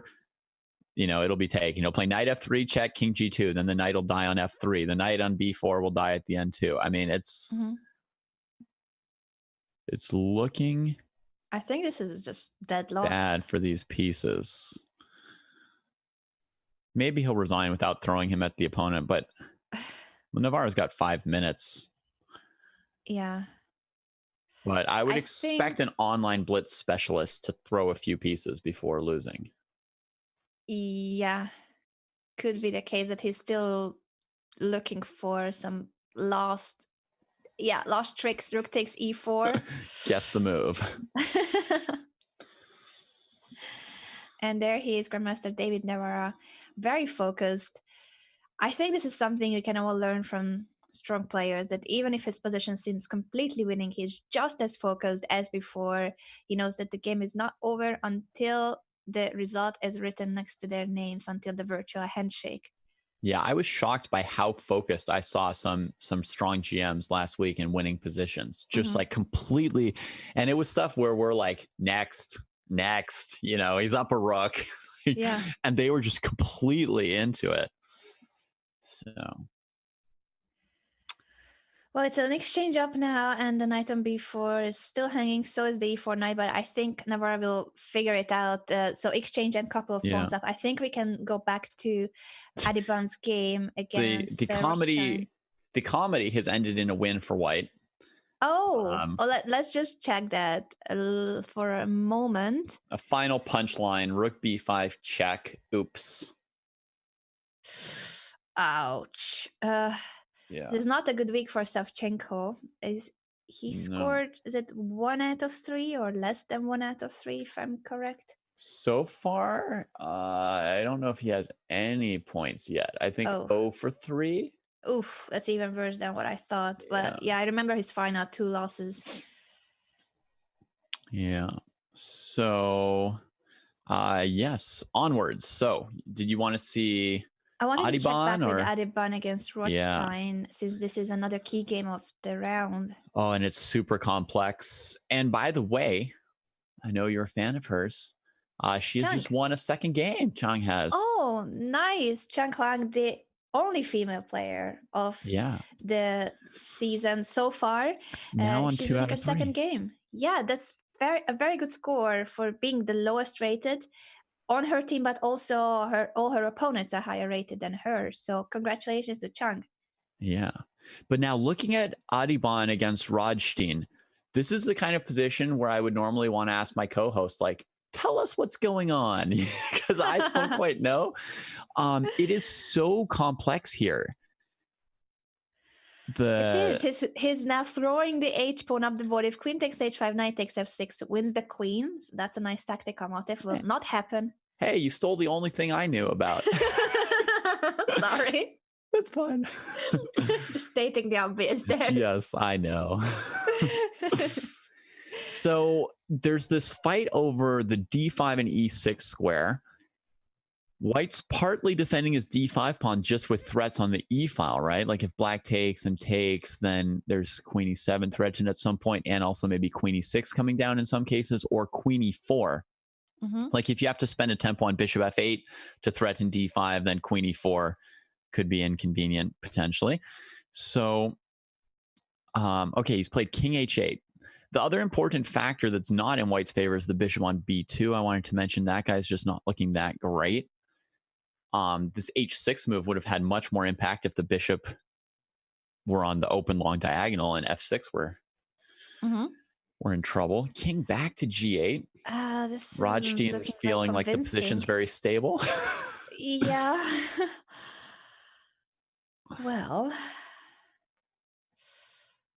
very tense position, but it does seem like Adiban is in the driver's seat and he's just trying to find a way to get hold of black. I think this bishop e3 move is annoying because of the fact that not only the a7 pawn is hanging, but if you push it, then there's bishop b6. So once there's no pawn on a7, the knight is trapped. Done. Yeah. And if black finds a solution to a7 and b6 and stuff, a second idea is bishop to d4, trying to pressure f6, trying to get black to play e5 and stabilize your passed pawn. And then there's a lot of time for white to maneuver, where I think white has a big advantage on the king side that they can work with. So let's see. So bishop e3. So this seems quite good. It seems like the time for Rajdean to do something if he's going to do something, right? Like, can he blow it up in the center here? Do it, Rajdean. Do it. He's trying, and by taking on d5, and let's see if there's a follow-up, because he definitely needs something. As you said, this is the moment if there is anything for black to White might ignore it and take on a7. It seems silly, like you're losing your entire center just to play bishop b6. But he does it. Bishop takes, and now will he go bishop b6 simply? Then rook takes d1 to get the rook out of the attack. Yeah. So or maybe rook d3. Rook d3 would be my style. You attack my pieces. I just put them where they're attacked. Yeah, he may have been considering it, but the a5 knight was also hanging. So I think white would have taken on a5. Now, how will you deal with this? Will you come back to c6 with the knight? Will you play rook a8? Yeah, I wonder. Does he play? So maybe knight b3 is a weird thing he could try. You really want to sacrifice something on the third rank, I see. Sorry. The knight's in danger. I suppose you could just play a move like knight c6, huh? It's not like you can only go to b3. All right. Yeah. A reasonable defending move on that knight. Bishop e4 is the obvious response, but he's got to calculate queen e6. And while we are focusing on this game, and we will stay here, I just wanted to mention that the Turkey Knights have taken the lead over the Russia Wizards. Whoa. It's a 2-point lead. There are still games on the way. Wow. Oh, the Turkish. And they're really showing up today. Mm-hmm. Not expecting an easy match for them today. Wow. Okay, well, the players have played a series of very precise moves and both avoided losing so far. Yes, that's incredible. Although I remember a rook recently being trapped. Yeah, that's a bad memory for Adiban, and he's down to 20 seconds. And it was even Adiban's rook, wasn't it? Yes, it was his rook. Must be thinking about it too. Oh, yeah. You go bishop d4 here. No, he comes up with something else. I was thinking bishop d4 looked like a reasonable way to harass the opponent, but maybe f5 wasn't a problem for Rajdean to play. So Adiban seems to be on the scrambling side of this position. Yes, it's quite a turn of events. He takes on b5, so after bishop takes b6. He'd have knight d6, rook e8, mate. I'm not sure Rajdean took that into account when he went bishop d8. And it's Bhaskaran with 10 seconds, who's in that sort of like just more like zoned in mode, who shows the higher alertness there. That makes it look like bishop d8 was simply a blunder, actually. Yeah, Robert has in the chat, he is also saying it is a huge blunder. It must have been. He started thinking now, Maxime Rothstein, he could have played any other move, basically. He had 2 minutes on the clock versus 10 seconds of Adiban. Oof. And now he's using some of those 2 minutes trying Too to late. recollect himself, but maybe, as you say, too late. Like the knight's got d6, the pawn on c4 is hanging. Suddenly white's pieces are active instead of tangled. Yeah, black was just a pawn up. It was still, of Oof. course, a chaotic position for an endgame, but bishop d8 was a clear blunder. And now Adiban is back in the game.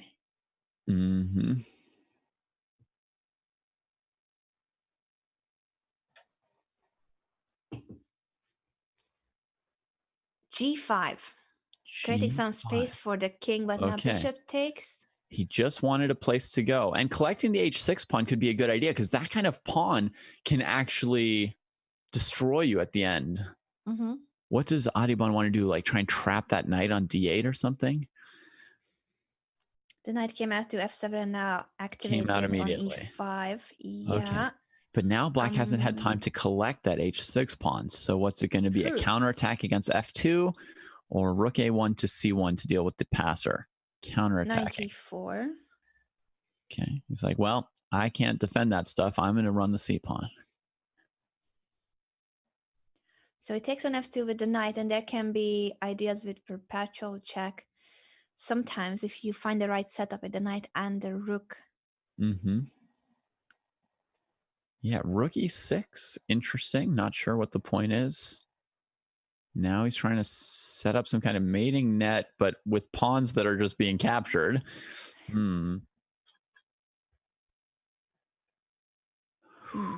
This is intense. This is intense. Very intense. 4 seconds left for Adiban. 2, 1. Yeah. He's got a flag.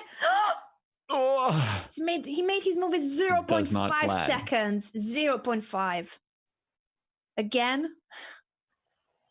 Oh, now he's out of resources. Rodstein's on the move, and he's going for a checkmate with king f3 or not. Will he do it now? Nope. He could. He really could, right? You're like, nothing wrong with checkmate. There it is. Okay, 0.1 second for Adiban. What is going on? And he lost all his pawns. Yeah, that's another. Oh my, he's gonna flag. He's gonna flag. I'm getting a heart attack. Just he looks looking at the clock. Calm. He looks so calm. We've got him on camera. His clock is on 0. What is going on here? He flagged. Like it couldn't be. He always went down to 0, 0, 0. Yeah. Oh my. Well, he had the upper hand in this game earlier, but then even when he got back his luck with the blunder by Rothstein, he couldn't do it with this time management. All right. I'm on the professor. All right. The professor and his buddy Chadeyev are going to try and keep Moscow in the match. Keep Russia in the match here. He's got possibly Moscow, but now Russia. Now Russia. He's got this extra pawn. What does he want to do? He wants to bring his knight to h3 or something. He's like, how do I get my knight to the g5 pawn? No, then black could just play knight h7. So that wouldn't necessarily make a lot of progress. Well, sometimes you just got to make a move, professor. All right, knight's coming to f3. Okay. In the meanwhile, the Hungary Hunters have already won their match against the Croatian Bulldogs with a round to spare. So congratulations to the Hunters. There's still a round left for collecting points. He couldn't do it. Neither could Chadeyev. They were both held to draws, and the Turkish Knights have suddenly put themselves in position to take out Russia. It's 6.5, 4.5 if the score is updated, or are we missing one more result? I'm so bad at maths. David, I let you count whether that's the correct score. Whether what's the correct score? It should be 6.5, 4.5. Wait a second. No, it should be 7. There's one more game 7 to that's 5. missing. It should be. It should be 7 there's to a 5. game, a result that's missing. Yeah, that will be There'll updated. There'll be 2 more soon. draws, so the Knights will be 7 to 5. Yeah, it has to add up to 12. I managed to 3 times 4, 12. Yeah, got it. One more round to go.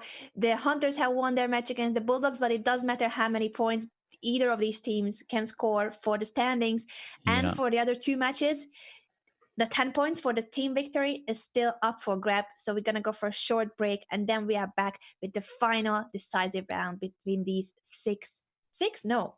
What is it? 6 teams. I'm already like, no, numbers and Anna. Yep. We're going to be back with those 6 teams.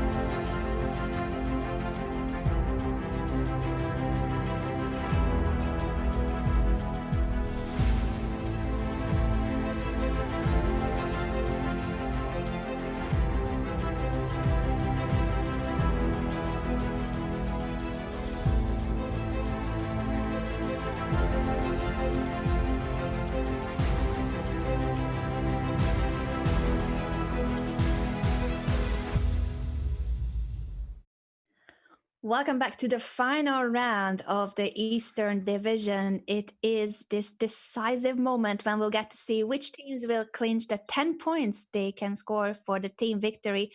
Apart from the points coming from the games, the Hungary Hunters have already won their match against the Croatia Bulldogs, but the other 2 matches can still go either way. David, how do you see the Turkey Knights versus the Russia Wizards and the Israel Consulars versus the India Yogis matches? Well, it's impressive that the Turkish Knights, after 2 tied rounds in a row, have taken a 2-game lead against the Russians. They're looking somehow stronger than them. They do not have the big names or the big ratings that these Russian players have, but it feels like today is their day to score a big upset. And 3 of them are in their Pro Chess League debut. There's only 1 player who played last week on the Knights. So that's pretty awesome for them. Tomaszewski has yet to really make a powerful impression. He had 2 draws and 1 game he won in a drawn endgame when his opponent hung a bishop. So nothing super impressive. I expected more from Tomaszewski today. And I think the Russian fans did as well. So that's where I see that one going. And currently they are trailing 2 points behind, so they will Right. need to score at least 2.5 points in this final round. They would need the whole team to like totally wake up. Yeah. Wait a second, my maths once again. They need 3.5 to win the match, and they need 3 points to tie. 3 to tie. Tie will still get you 5 points. And if you come into the last round behind, I think any team would say like, hey, we got our 5 points from a tie, would be happy with that. But I'm not feeling Russia right now. The India Yogis have a 3-point lead against the Counselors, so they're really close to clinching this, and I would expect them to maintain that lead as well. But I really want to see a little bit more of their best players on the day, Narayanan SL and Aravind Chittambaram, because our featured player to watch was the Beast, who'd scored 3.5 out of 4 last week, Bhaskar and Audubon. This week, not going so well for him. We just saw him lose 2 games in a row. And so I want to give some airtime to the youngsters who are so far leading India through this match. I think that's a very good call, and both of these players are on 3 out of 3. Impressive score, and that is helping the team to have the upper hand against the Israeli Counselors. As you mentioned, the Beast, Adiban Bhaskar, on their top board is not having the best performance of the week. Yeah. So we'll see. Again, like Israel would need like a massive comeback. I've seen them a couple times, 3 and 4 point comebacks in the last round, but they're pretty rare. They would need Daniel Friedman, probably, who's been their top performer, to come through against Aravind Chittambaram. And they would also need Rajdean, who's had a pretty good debut today, to be able to slow down Narayanan, right? They can't reverse this match without breaking the 3-0 kids. Definitely. Those will be some of the key games we will be focusing on. And simply the fact that the Yogis only need 1 point to win the match, 1 point out of 4 games. Yeah. And if you were a coach of one of these teams or a manager, I've been in this position before, but I'm curious what your thought would be. Would you tell your players anything different when they've got a 3-game lead in the last round? If you are the team that's leading. If you are the team that's leading. The team that's not leading, it's pretty obvious. Like everybody go out there, find winning chances, right? Yeah. White or black? Good question. I think sometimes it depends on the playing style of the players. Like if someone is really aggressive and dynamic in general, maybe you shouldn't tell them to go against their nature. But I think it still is good to take into account the team situation and that a draw is good on most boards. Okay. So you would tell the players like, hey, just be aware that any draw is like fine to take. Yes, I think I would. Other than what that, do you think? Keep playing their openings or? Yeah, unless it's the sharpest opening in the world, because I don't think this is a round where they want to take risk. Okay. So maybe tone it down if they're too sharp. I normally tell people to just play their best. I say like, hey, we're up 3 points. We're probably going to win this match.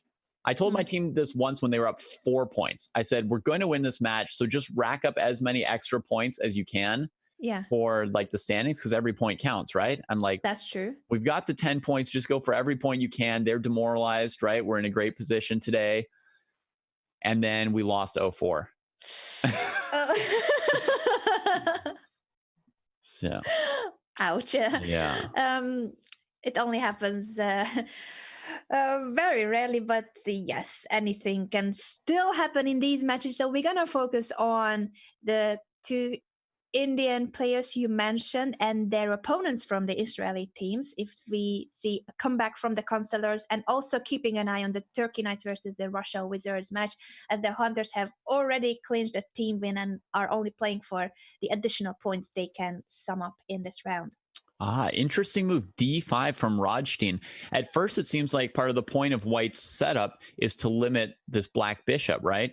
But now he decides, hey, black's going to get this advanced French kind of structure, and I don't want to allow that. I'm going to cut it off with D5. The other way you often see people play these positions for White is F3, trying to dig out the g2 bishop. Instead, he plays d5. And so he's partly saying that he's going to isolate this e4 pawn and try and work against it. But Narayanan just goes straight to the light scores. Bishop g4, queen d7, bishop f3 or h3 could be coming. So Wow. h3, bishop h5 still maintaining. Oh, we're going to this see pin. g4, knight g3, I think. I think so too. That's a very likely continuation here for white.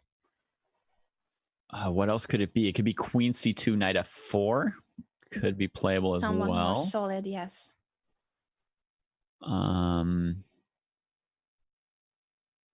Well, I think that the opening here is going to be a little bit sharp in this one. Mm-hmm. Let's take a look at the other boards as well in terms of the opening choices. Right. I'm popping over to Fridman and Chitambaram. And you see that Arvind on 3-0 has played some version of an exchange Slav. So that would be something that you would support as a manager or coach, right? Yes, I think it's a smart decision in terms of the team situation. And I would have been telling him, it's your day. It's your day. You can go 4-0. And you're like, let's win the match. Well, yes. I think it's good to play for a win, but in a safe way. So not by going for something extremely sharp or risky. If you have a slight advantage and you can play for a positional edge, that's the type of positions I would like to see when my team is winning. All right. Yeah, anything in the style of like 2-result kind of positions. Yes. That's what you want. That's ideal. Yeah.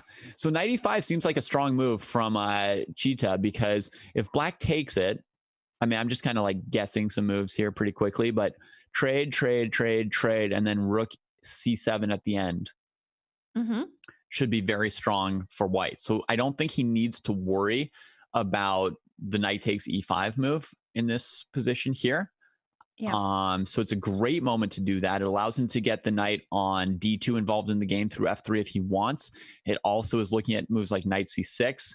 b5 was pretty much forced, though black spent a while thinking about it. And now black does trade on e5, but he's still going to get rook c7 at the end of this. Is black really certain that they can do this? It does seem like, but I'm doubting it. So bishop takes, queen takes, rook c7. You need to protect the bishop. I mean, rook move. It's not like complicated tactically, but this seems very strong for white. Yeah, this is an ideal position for the team situation that the India yogis have right now. Yeah. Wow, there it is, rook c7. So now rook b8 or bishop c8. Neither is particularly impressive. I'm loving white's position. Because, I mean, white's going to have rook to c1 easily to back up that rook. Yes, and then he can put more pressure on the queen side, trying to push a4, for instance, in the right moment to weaken the queen side pawn structure. Right. He could go a4. He could... Whoa. Okay. But that can't be sound. Rook takes b7, queen c8, rook d7. So indeed, I mean, 2 minor pieces for the rook. Is knight e5 strong enough? Rook b7, knight e5, hitting the bishop? Rook b7, knight c5. Or knight c5, hitting everything. Whoa, okay. That is an idea we both missed, I think, in our analysis, because it looks so strong. Rook to c7. Yeah. Okay. So rook c1 makes sense here. Oh, then maybe he has to calculate knight e5. Okay, so now we understand why Cheetah has been taking his time. Yes. So if rook to c1, knight takes e5, the bishop on d3 is hanging. If he just moves it away and saying that my rook is very strong on the 7th and the b7 bishop you'll need to deal with, is that enough for white? Yeah, so there's some complications tactically here. It may be a little riskier than you want, but my instincts tell me that certainly white's position is still great. I think so too. It has to be with such active rooks. And also for the b7 bishop, you'll need to protect it with a move like rook to b8. So I would Yeah. just expect Cheetah to move his bishop away and keep the tension on the board. Yeah. I could even imagine knight f3 because it's just like your position's so good with the c file. Sometimes you just want to trade off some of the clutter of minor pieces. It makes it harder for either of your rooks to get trapped, and it makes it easier to go after like attacking a6 or f7 or something. Mm-hmm.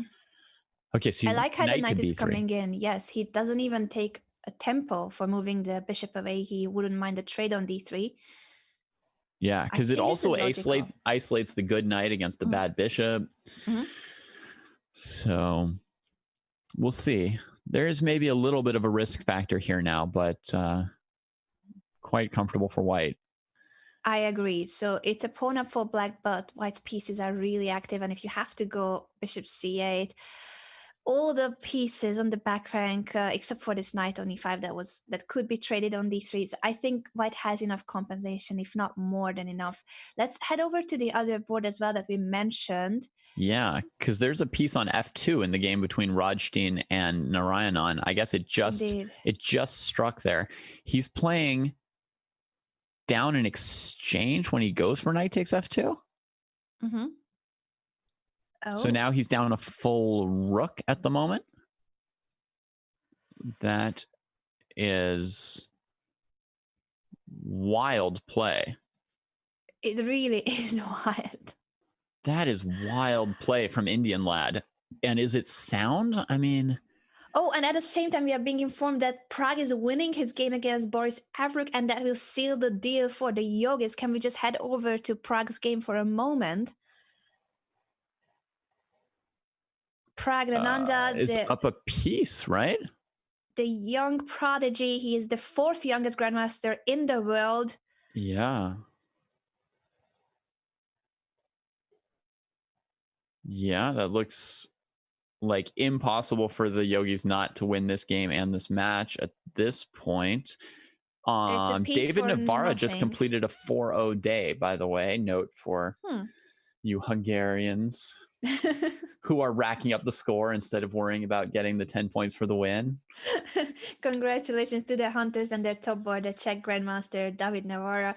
I do see him finally smiling. We have a camera, another one on the players. I think we are showing him right now. He had quite a big smile on his face earlier. I can confirm that he is happy. Or typing to his teammates, possibly because they are still playing. Now back to Praggnanandhaa, who is a piece up, and unless he blunders something huge, this is going to be a win and a team victory for the Yogis. I think that will leave us with the Knights versus the Wizards match as the only one that can be still decided. Yeah. Also, I mean, Adibon's playing a very interesting game that basically looks like a Benko. Chess.com is calling it a modern defense, but it looks like a Benko. And it looks like, he's getting ready to come through with, c2 and queen d1. So I guess white is desperate to get queens off the board.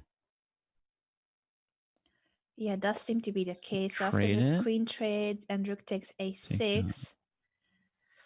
Once again, rook on the 7th and the e7 pawn will drop c2 as well. here. C2 here seems pretty good. Mm-hmm. I guess rook a1 doesn't hurt, but I think his plan is c2. What? Yeah, he gives both checks and then wants to push c2, I believe. Okay. That I don't follow. I mean, c2 seemed like resignation. Yes. Like, truly over. Checks. Is he going for something like, he wants to take on f2, then play c2. And that's c2. That's why he included it. Even more precise. Beautiful. It does mean that there's no bishop e3 anymore. The only move that could have prevented the promotion knife, rook c7, knight c5, game over. He's just going for style points, right? It's like c2, c1 is boring, right? With your rook on a1. So take f2, then play c2, and he's got Adiban hasn't had a good day, but he does take down the top board of the Israel Consulars in style. What a beautiful finish. Rook takes f2. So now the Indians are racking it up. But what was going on with this rook sack from Narayanan in an endgame? Somehow he got his entire rook back. So he's a genius. Let's see. Knight e4 was played defending f2. He can't play knight takes f2 because he's pinned to his own rook on d8. So he goes rook f8, rook f1, and the c pawn. Are you kidding me? The c pawn's just going all the way to c1. So he gives up a whole rook back. That is crazy. And I'm going to have to check that for soundness later. Sure. You rarely sack a rook in an endgame and then just like play. I mean, yeah. It was insane, but what's on the board right now is a position that has cleared out with an extra pawn for black minor piece endgame. So if anyone can win this is Narayanan, and his team is winning already and has clinched the win. Actually, I've just seen that the scores have been added. The Indian team has won. Now it's all up to them whether they can score even more. Shall we take a look at the Turkey Knights versus the Russia Wizards, the only match that is still undecided? I just clicked on Demidov's game, but we can pop around if you see another game that's more intense. At the moment, the Turkish knight here, Buffy 7, Grandmaster Burak, seems to be making some serious threats on the G file. Knight C5 has been played hitting the queen and trying to take the steam out of that so that white can take over with his pieces on the king side. And it's really not clear who's going to be right here about who's got the attack. So queen c7, now the g3 pawn is under even more pressure. What is the best follow-up here for white?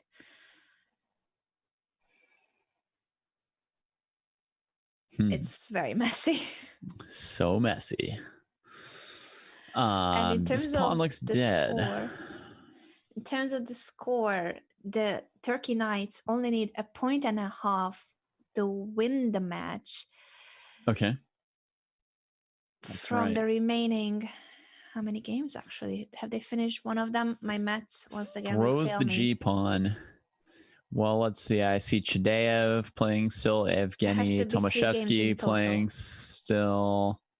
So there are 3 games on the way, and they need half of the points. Is that correct? So that means one is already over. They got 1 point back. Over here, Savchenko had won his game. Let's see, Rook G1. His first win of the day, but in a crucial moment. Oh my goodness. It seems like he found some kind of a winning tactic here on the G file. Yeah. So he scores, and that's the thing. Like, they couldn't win the match if one of their players was just not there today, right? So yeah, that's huge that he got a point. That means they're down 1 with these 3 games remaining. Let's check what their positions are like. Chideev is trying to queen his A pawn. It looks fairly promising for black, right? Because the rook on A1 is basically trapped as well. And the white king's missing a G pawn, which creates various extra tactics for black. Although I guess it keeps queen E1 from being mate at some point. But in general, it looks like several problems for white. And the only asset is the C pawn. And that does not compare. I don't think it compares. I fully agree with you here that material advantage and also more harmonious piece setup and safer king for black. Looking good for Chideev, but then who will score for the Turkey Knights? Yeah. Oh my goodness. He simply took on A3, sacking the whole rook. What? I guess he figured better than letting the pawn take on B2 and then on A1. I mean, there was just no way out, I suppose. So now he's down 2 rooks against a knight, and Chideev is turning his attention to the white king position, which we mentioned is also a problem for white. So it looks like Russia's in range to tie the match. How's Tomaszewski doing? Let's take a quick look, because it does seem that the Wizards are doing some magic here and making a comeback in the final round. Well, I mean, they had where did this life come from? They had no life in them. They were bogged down in endgames they couldn't win. Do you have the Turkish team in your fantasy league? Not especially. I actually have one Russian on my fantasy team, Demidov. I just just saying what I saw. I mean, no, I know. It's just pulling your leg. it looked kind of frustrating for them, right? That at the end of that last round, they had 2 end games with like a small advantage that they, that wasn't enough to win either. I'm not saying they played it badly. It wasn't quite enough. And it just didn't feel like they had the juice to win this match. But I would say Tomaszewski has a very comfortable position here. So overall, the match is going quite well for them. It is looking good for the Russian team, but can the Turkish team now make a comeback from the positions they have to score at least 1 point out of these remaining 3 games, and that would be a tie? Yeah. Wait, where are all my games? Aravin Chess is still playing. Okay. Aravin Chess is now down 2 pawns. So that pawn sack with the rook on the 7th rank never paid off. Yes, it looked promising, but in the end, Friedman found his way out of it. It's going to be now possibly a win for Black unless Cheetah manages to trick him into blundering something away. But with 2 extra pawns, I think we can call it. Yeah, and Friedman has been so good. So the counselors need to keep playing him, but they need to find a little bit more help for him. Somebody else has to really sort of get into the Pro Chess League mode to support him. Let's go back to Demidov. Not because he's on my fantasy team, but because his position looks complicated to me. All right. Knight to d3 and queen e4. What is going on here, David? Well, I like that move from the Turkish player because actually, ever since White sacked the G pawn, Black has technically been up 1/2 of a doubled garbage H pawn. But most of all, I mean, it allows him to really cover his king. And I feel like in the end game, the Black position is pretty acceptable. Knight to f4 to force a trade on the G file. But I'd yes, it's looking way less dangerous than before. 5 next here. Okay, moving the king was the other thing I might expect. So it's 7-7. Anything can still happen. The Wizards have tied the score. They were trailing. It was a 2-point lead for the Turkey Knights before the beginning of this round. Right. Chidaev, he got to actually checkmate. I mean, he had 2 extra rooks, but he also got to play checkmate and hunt the king down. So I imagine that was a fun end to the day for him. Do you want to stick to this Demidov game? The only Turkish player to participate in last week's win. You'll stick with Demidov? Cool. Yeah, I think we should, because I'm just checking in the corner of my eye, I can see that the Tomaszewski-Sholak game, it's an end game that's way more balanced than the Demidov position. Yeah, it looks like that one could go either way. It's like a 3-result end game. This one probably 2. Could be a win for either side or a draw. It's very complex end game. A very tense moment with only a few minutes left for both players, and on the other board it's the same situation. So 7-7, the current score.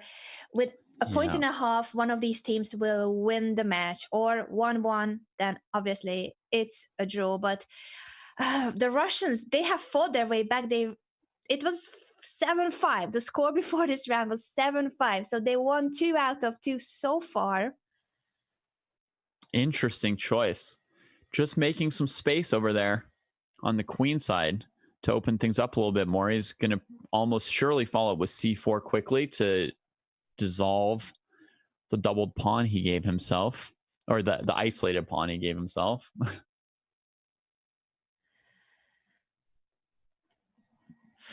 It's just so tense. I'm just trying to evaluate the other position too at the same time to keep at the same time. Yeah, to keep track on what's happening in terms of the match score. Yeah. Bishop f6 defending that rook. pawn. I was expecting c4. Okay, these pieces are not that stable for Barak. King e7 loses to knight d5. Yeah, that's a good point. So he plays bishop e7 instead. Bishop takes h4 is perhaps playable. Yeah.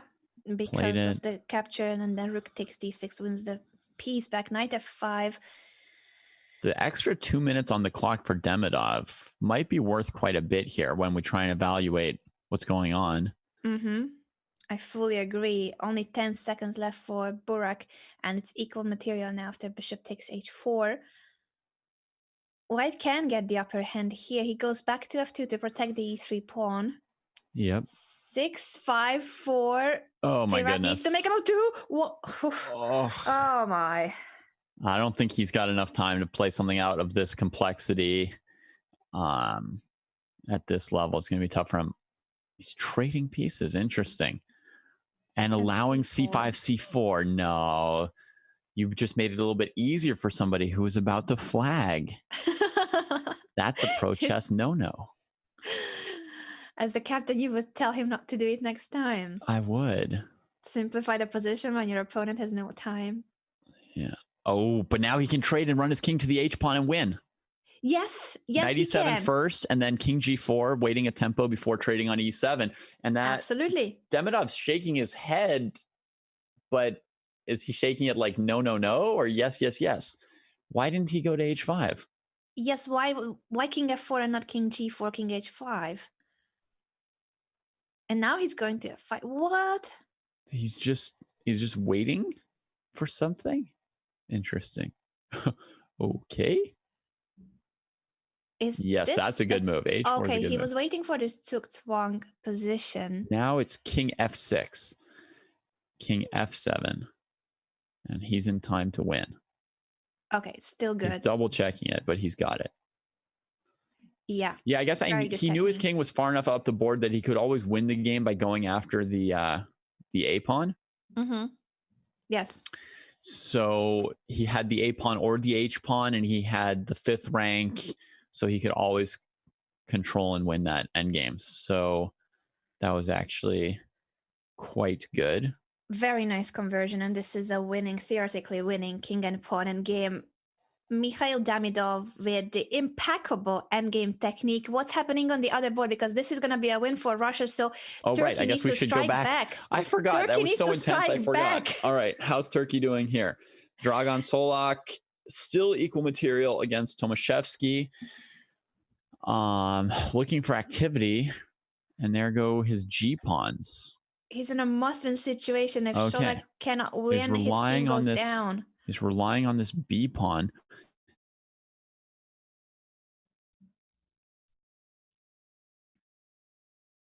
But if Tomaszewski knows that his team is now up on, then he would go for knight d5 check. But there's a good chance he doesn't know that. Yeah, there's just no time to let him know. He's down to 17 seconds. I don't think he can check any group message platform that they may be using. Where's he going? Go back to e6. Do not go to e4. That's way too risky. Thought about it a while, though. But now he lost a c pawn.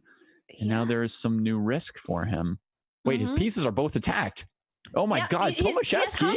He has hung his pieces. Yeah, where is he going next with these? It's done. It's over. Solak with the strike back. Whoa! What a finish! He had earlier. Can we show it, David? The move that you were saying that if he had known that the draw is good for him earlier, Tomaszewski had a chance to play safer. Wow. I think I lost you, David. I can't hear you. David? Am I the only one who can't hear David? Hello?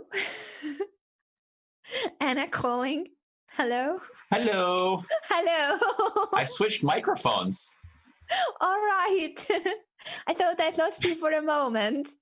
David, yeah, my microphone just stopped working. Oh. Luckily, I had a second one. I'm glad you have a second one. Professional streamers always have a second one. I wish I had a second one. I actually got 4 in this room, I think.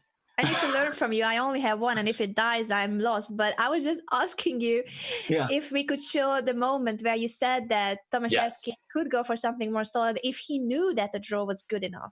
Yeah, sorry, I was showing it. And what I was thinking was that maybe he didn't play knight d5, thinking if I need to win this game, I don't feel like I can win that rook endgame. So I'm keeping the minor pieces on the board to outplay my opponent. I believe in myself.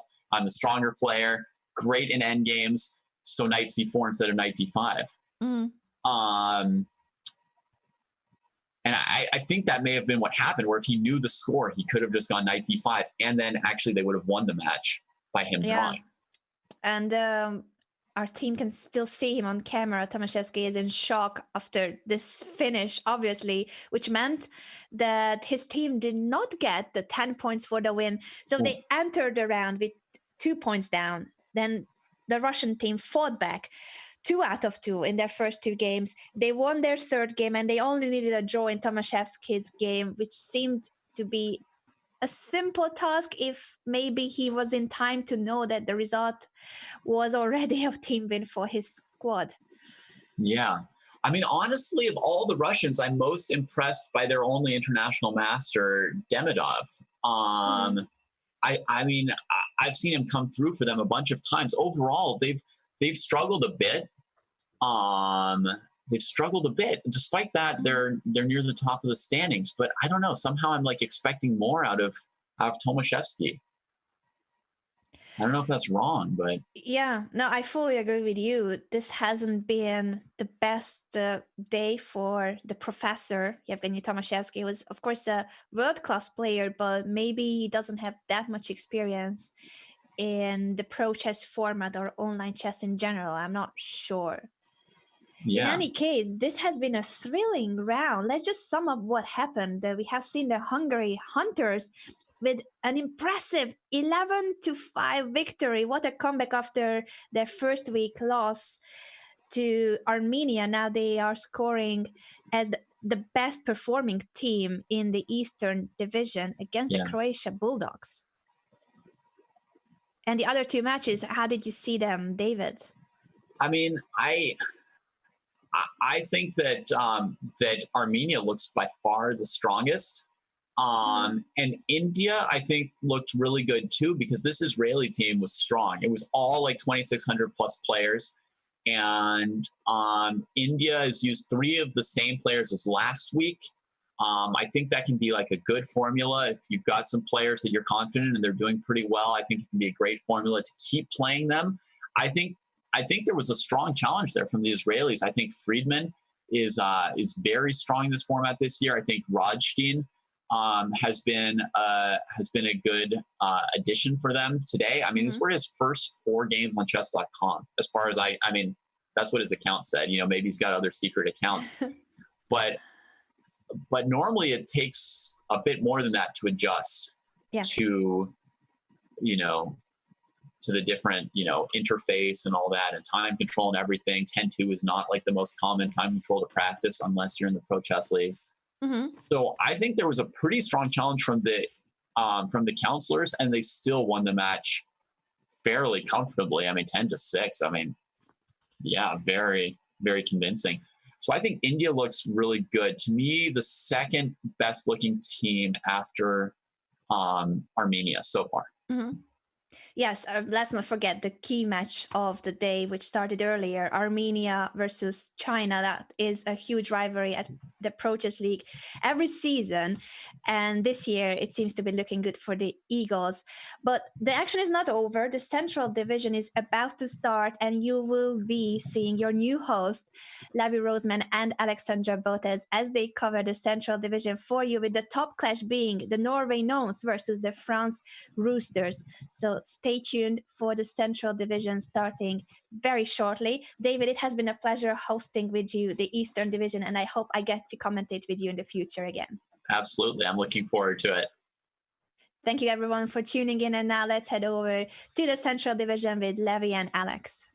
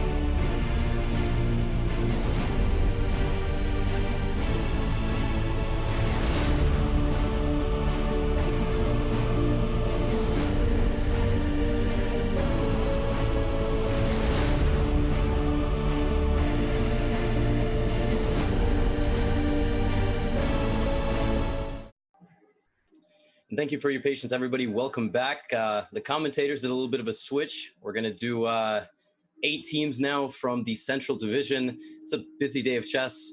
And, well, a lot of exciting matchups today. Instead of the featured matchup going first, we're going to have Norway versus France. After our 3 matchups, we have Sweden Wasabis going up against the Spain Raptors, Germany Bears, Netherlands Mosquitoes, the Italy Gladiators versus the Poland Hussars. And we believe maybe we'll go through some of our key games in the Spain versus Sweden matchup. We've got Jose Herrera versus Bassem Amin first. This is a exciting matchup because Spain's this kind of mysterious team where they have some potentially lower rated players, and they had a very rough first week. They got trolled about it on all forms of social media by many of the league's teams. But they have a chance. They have a lot of strong FMs and IMs, like many teams do in the Germany versus Amsterdam matchup. Georg Meyer versus Luc Van Welly. Alexandra, is Georg going to have a mystical season this year like he did in the finals?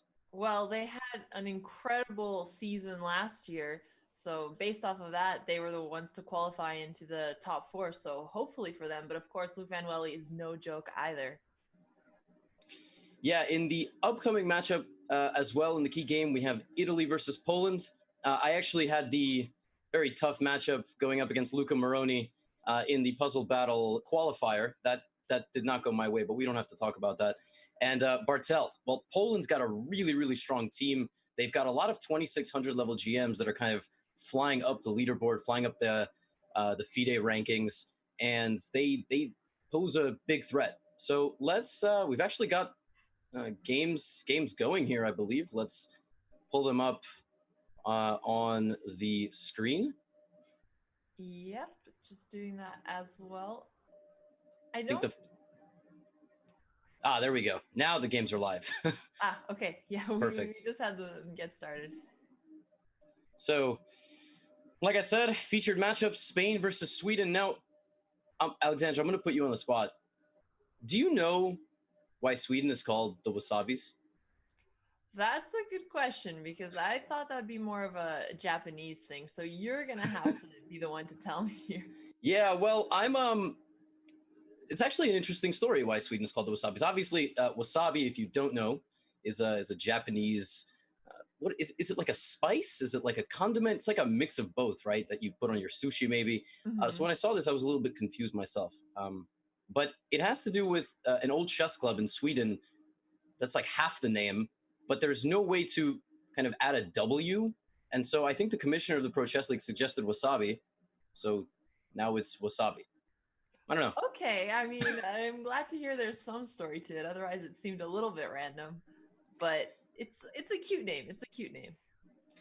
So where should we go first? Got a big buffet. Should we stick with Germany, maybe? Because they're the killer team in the Central Division? We can also stick to the Sweden and Spain game to start off with, since they're a little bit more further advanced. I was looking at the game between Eric Blomqvist and Hippolito Gargatagli.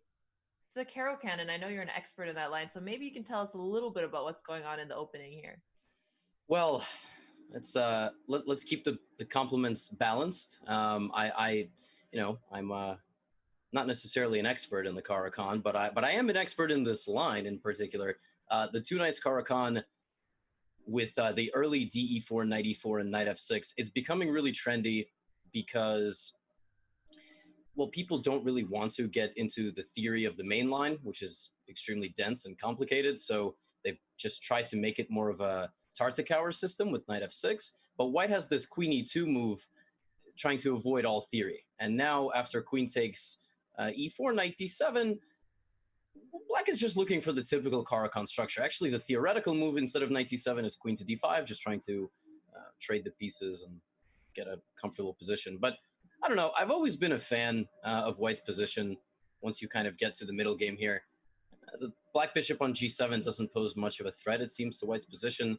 And White can play something like Knight E5 and start some sort of kingside attack potentially with the dark squared bishop, Queen G3, Queen H4. But what I'm curious about is whether or not there's going to be any upsets in this match, because these two are pretty well balanced.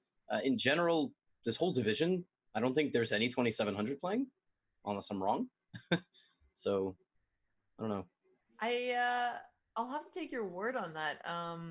I didn't check the individual ratings right before, but as we've seen throughout the matches, everybody tends to perform, or not everybody, but we have a lot of people performing above their rating. So I'm sure we'll see some 2700 play, even if we don't have somebody with that rating. And going back to the current position, I noticed one thing that's a little bit annoying for white here is that the dark squared bishop is stuck protecting the pawn on b2. What plan do you think white should have here to try and develop the bishop? Or do you think it's better to just leave it there and continue with another plan for now? That's a great question, because normally in these positions you play rook b1, and then you can kind of advance with b4, or try to play b3 a bit more solid. I'm looking at opportunities to put the bishop on c4, play b3, and then move the queen on e3, potentially to the h-file. Not to h3, maybe to g3 and then h4, as I mentioned. I like knight e5, though. I like what he's doing. Potentially going to c4. That also does defend the b-pawn, and then you can figure it out. But if we really look at it, that's the only problem that white has, right? I mean, also, can white consider a move like g4 in this position? I don't know. I'm going to try to infuse some spice into the position, because it is the wasabis after all, but I don't know. Well, g4 looks really nice right off the bat. It's a pretty aggressive move, forcing the light squared bishop to go back onto e6 and then maybe f4. But it seems like it would commit white to some type of kingside attack later on, and it could be a weakness. I do like that you're trying to add the spice there, but I think maybe the slow positional play might be a better bet here. Well, there you go. He's actually offering a queen trade. I don't know how many. Got a lot of positional masters in the chat that I see, so this is a nice little instructional moment. Queen g3, get black's really only active piece out of the game, which is the queen, ironically. And yes, you do double your pawns, but a5 pawn that white is targeting with the knight on c4 can be a bit of a weakness. You do have this g4 idea again to kick the light squared bishop back. Let's leave things comfortable as they are here. How about Jose Herrera and Bassem? I mean, this was our key game, and what is going on here?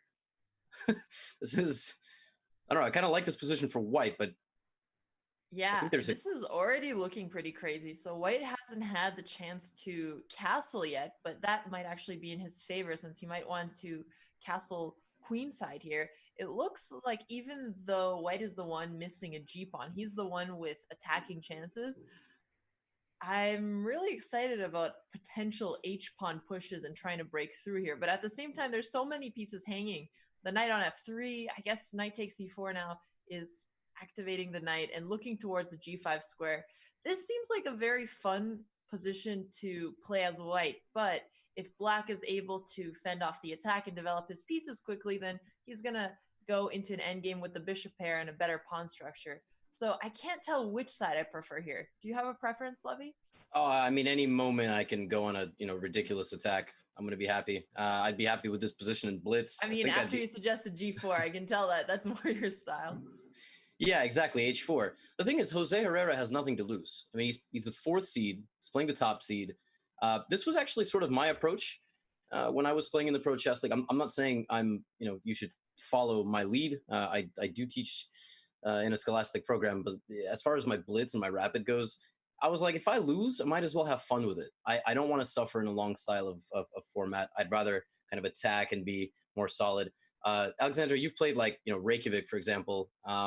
When you're paired against somebody who for you might be 200-300 points higher, do you have a similar approach, or are you like, I'm gonna keep it solid? What do you think we should recommend for our amateurs in the chat?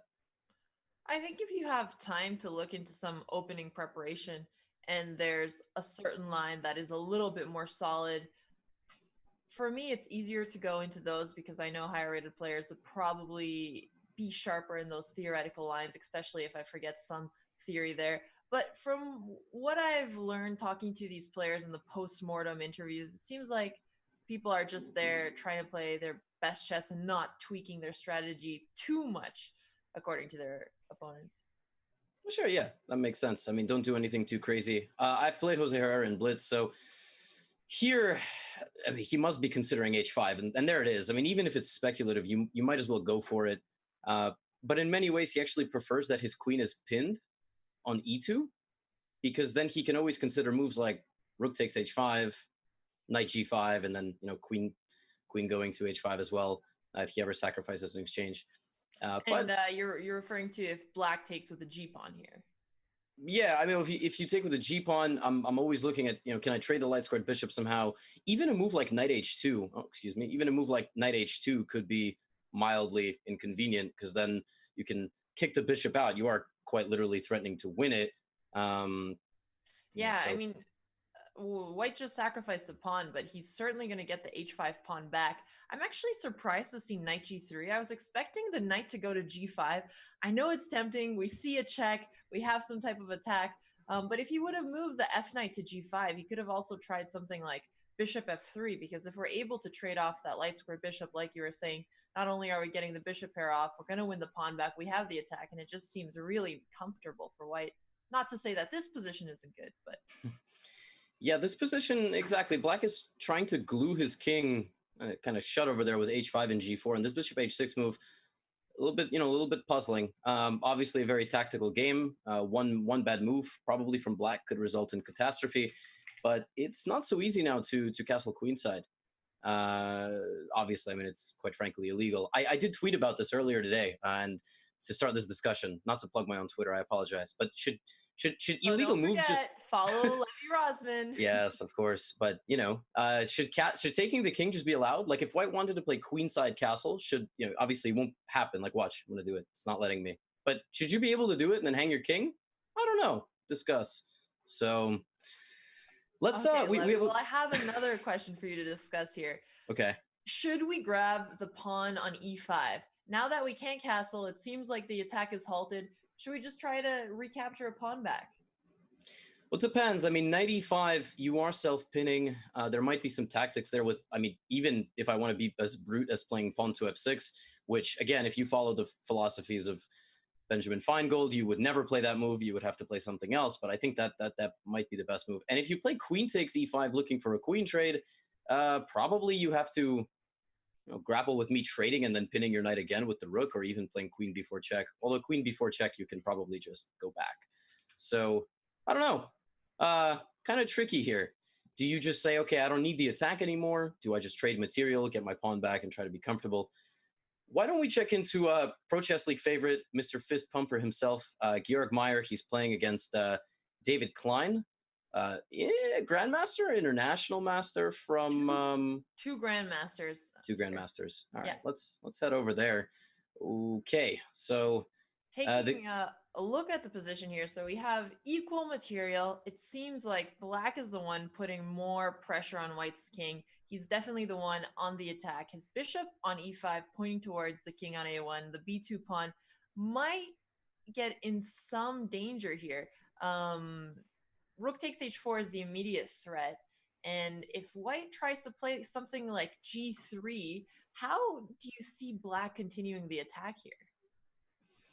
I mean, it really does feel that way. Like, black has done everything right, and now it's just a matter of, well, when is he going to find a way to break through? I mean, of course, you could play a5.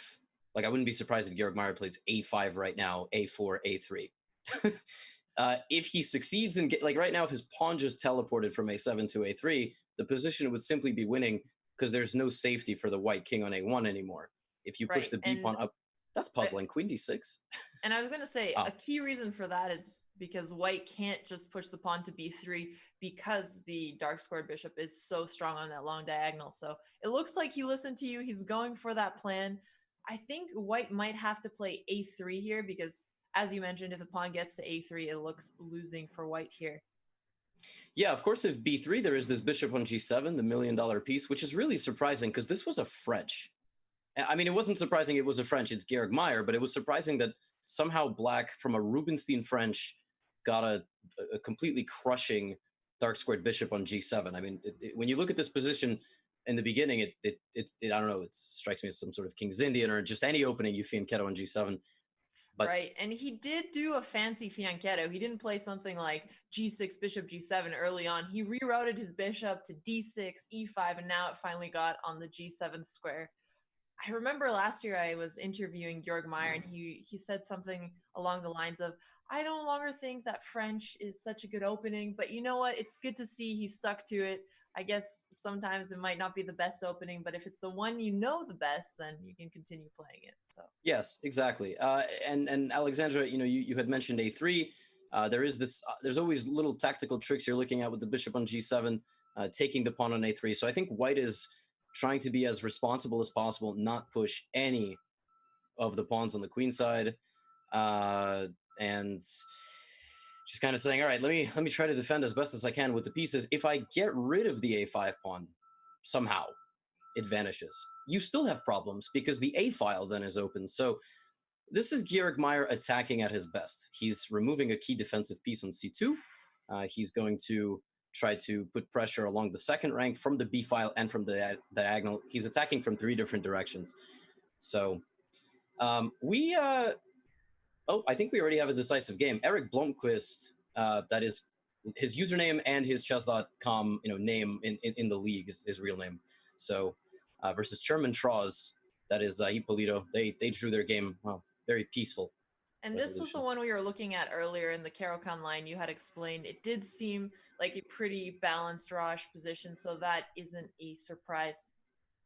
Well, I don't play my opening this way, but that's why I lose more games in it. So. But hey, if you would have gone for that spicy G4, maybe we would have seen a different result, Levy.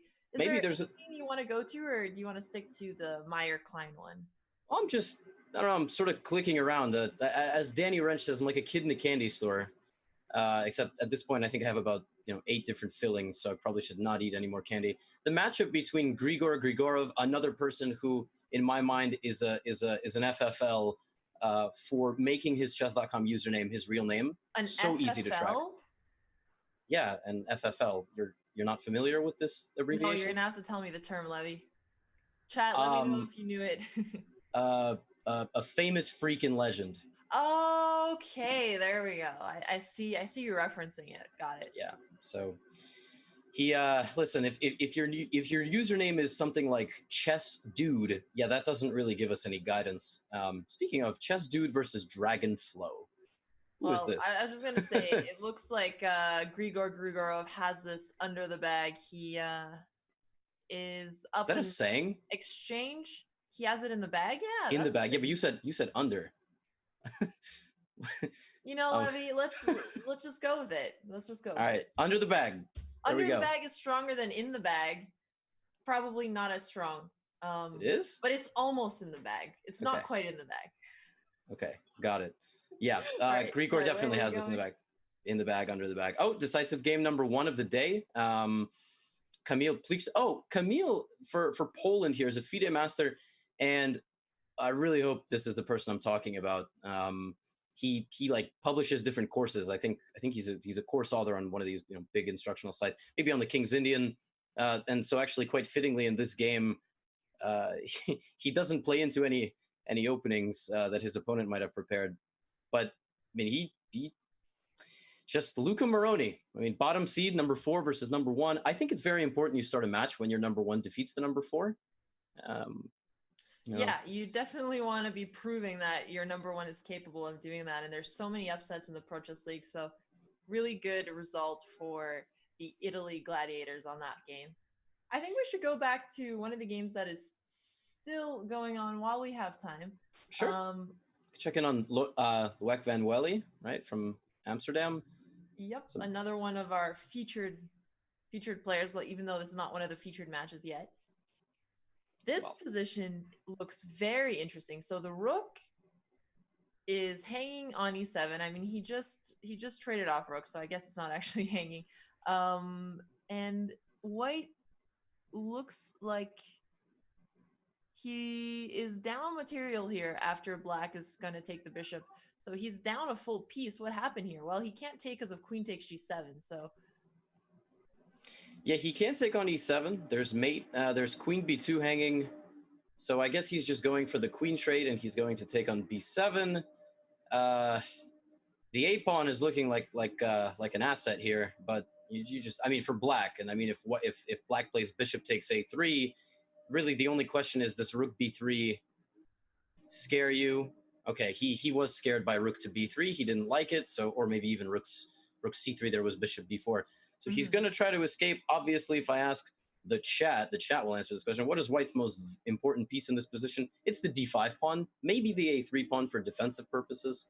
And actually, it's not hanging right now because there's two different fort. Well, wait.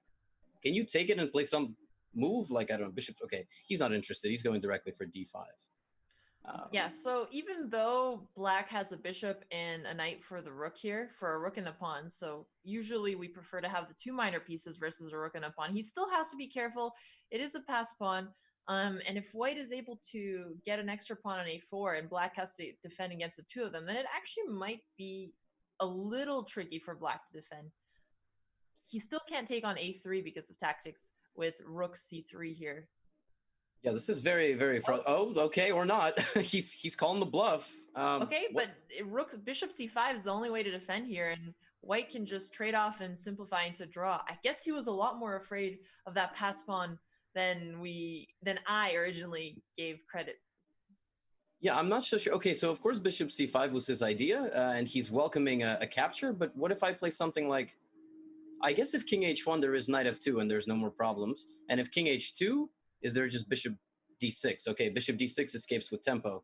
So, okay, they've traded the pieces, and well, it's going to be peaceful. I've been informed. Let's go to the game between FM Jose Herrera, and Grandmaster Bassem Amin. Yes, Dr. Bassem. Is this the Egyptian doctor who's also a top grandmaster? I would guess from his name that's probably him, which is pretty badass. Yeah, that's I'm not allowed to say that. It's okay. I mean, Charles Barkley says it frequently on Inside the NBA, so it's all good. He's over 2,700, a super GM, and he graduated from Medicine Tanta University in 2012. He's been African chess champion 5 times. This guy is so cool. Holy smokes. Okay, now back to the game. Unfortunately, it looks like he's losing here. He's in serious trouble with the king situation. He is. This king out of check.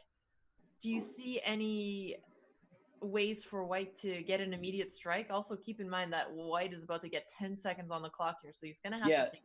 So he's Jose Herrera is suffering from what we all suffer when we're beating strong chess players. He's getting nervous. So he's not playing moves automatically. He's going to play maybe pawn to d4. Okay, he ended up playing king h1. And if pawn to d4 would have happened, that would have been a bit of a problem. So we have queen d5, bishop e4, and just rook g1 is coming next. You asked me if I see an immediate one. Oh, knight takes h5 and queen e5 here. That looks pretty good. Actually, that just wins. I think that just wins. Knight e5, queen h5. Well, I want to see it on the board. I want to get confirmation that he's not going to make a mistake in this time pressure here. I guess now he's able to think on his opponent's time. Nothing black can do to stop knight takes h5. If he tries to block the check with f6, you can still take since it's check. So that pawn is hanging, and then after that, the knight is hopping into f6 like you were bringing up. Yeah, we've got and I mean, this is the most exciting part of the day probably, is when we have just all these results rolling in. So we've seen some decisive games. I mean, primarily decisive games. I only see just a couple of draws here. Jose Herrera putting in that work. If bishop h5, you just take with the queen. You've got rook g1 coming, the bishop on h6. It's crazy because Dr. Bassem, I mean, should we call him doctor or grandmaster? Is it more impressive to be a doctor or a GM? Call him both. Okay, the grandmaster doctor. Yeah, why not?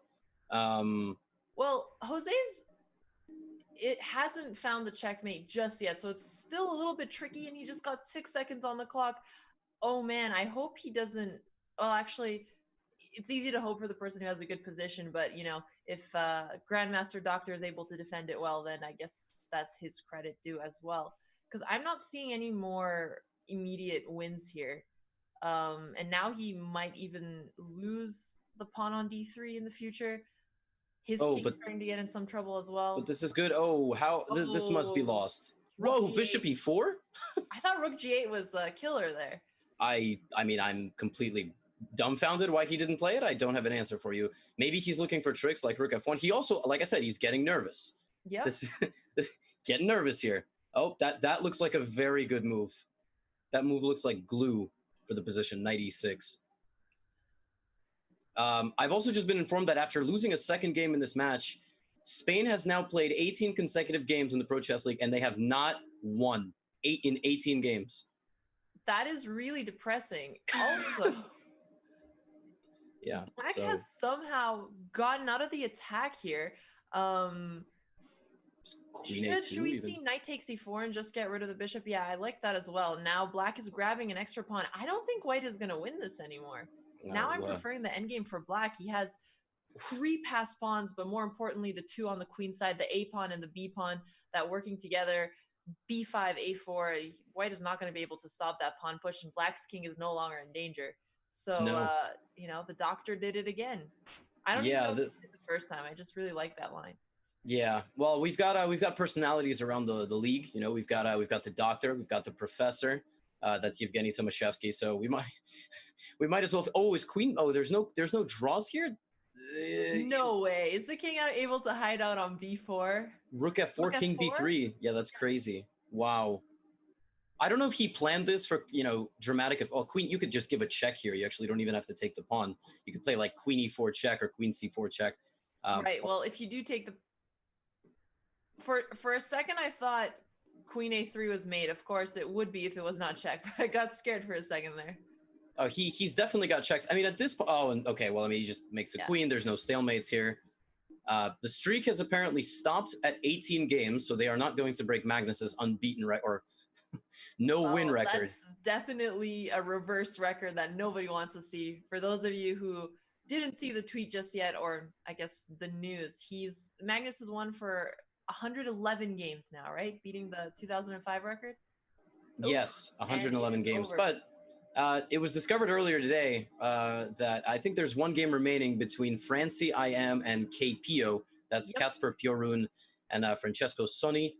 You guys obviously have the scores updating live. The top matchup is not updating, not because we're having any sort of spreadsheet issues or scoreboard issues. I know y'all really like to instigate on that front. That matchup is in a couple hours. So if you're here to see Yoon Ludvig, go take a walk, go do something. And come right back. Yes. So please. Rook takes g3. Black is going to be able to keep his pawn advantage here. He has to give up e5. There was no way to defend it. I guess he could have gone for e2, so he was making the choice on which pawn to take. An important thing here is that the white king is cut off from the f-file, so it should be a winning endgame for Black. Yeah, with proper technique, obviously you almost never want to have side opposition, or side view of the enemy pawn in these kinds of endgames. You'd much rather have your white king on g1. That's actually the easiest way to draw. King on g1, rook on f1, and just chill. If they start advancing to try to get past the third rank, you always go fillet or defense. These kinds of things. It's an endgame thing that you just have to know. Alexandra, if you could give a minimum floor of a rating to know this endgame, what would it be? I'd say 1,600, 1,500. Probably 1,600. I actually think these are some of the basic end games that you should try learning earlier on, as it's going to improve your chess a lot. My chess coach was actually pretty big on studying end games as early as possible. Similar strategy to what Susan Polgar would tell a lot of her students, that end games are extremely important. So, hey, if you haven't studied your end games yet, definitely go for it. And he did. It took him 80 moves, but that brings the end of round one in the Central Division. Poland gets a point on the board. They were only at half, so 2.5, 1.5 in this matchup. 3.5 points for the Germany Bears. They're hungry, and last week they really ate, but this week they're not swatting the mosquitoes away. They're consuming them, and 2.5, 1.5 between Sweden and Spain. Don't go anywhere. We'll be right back.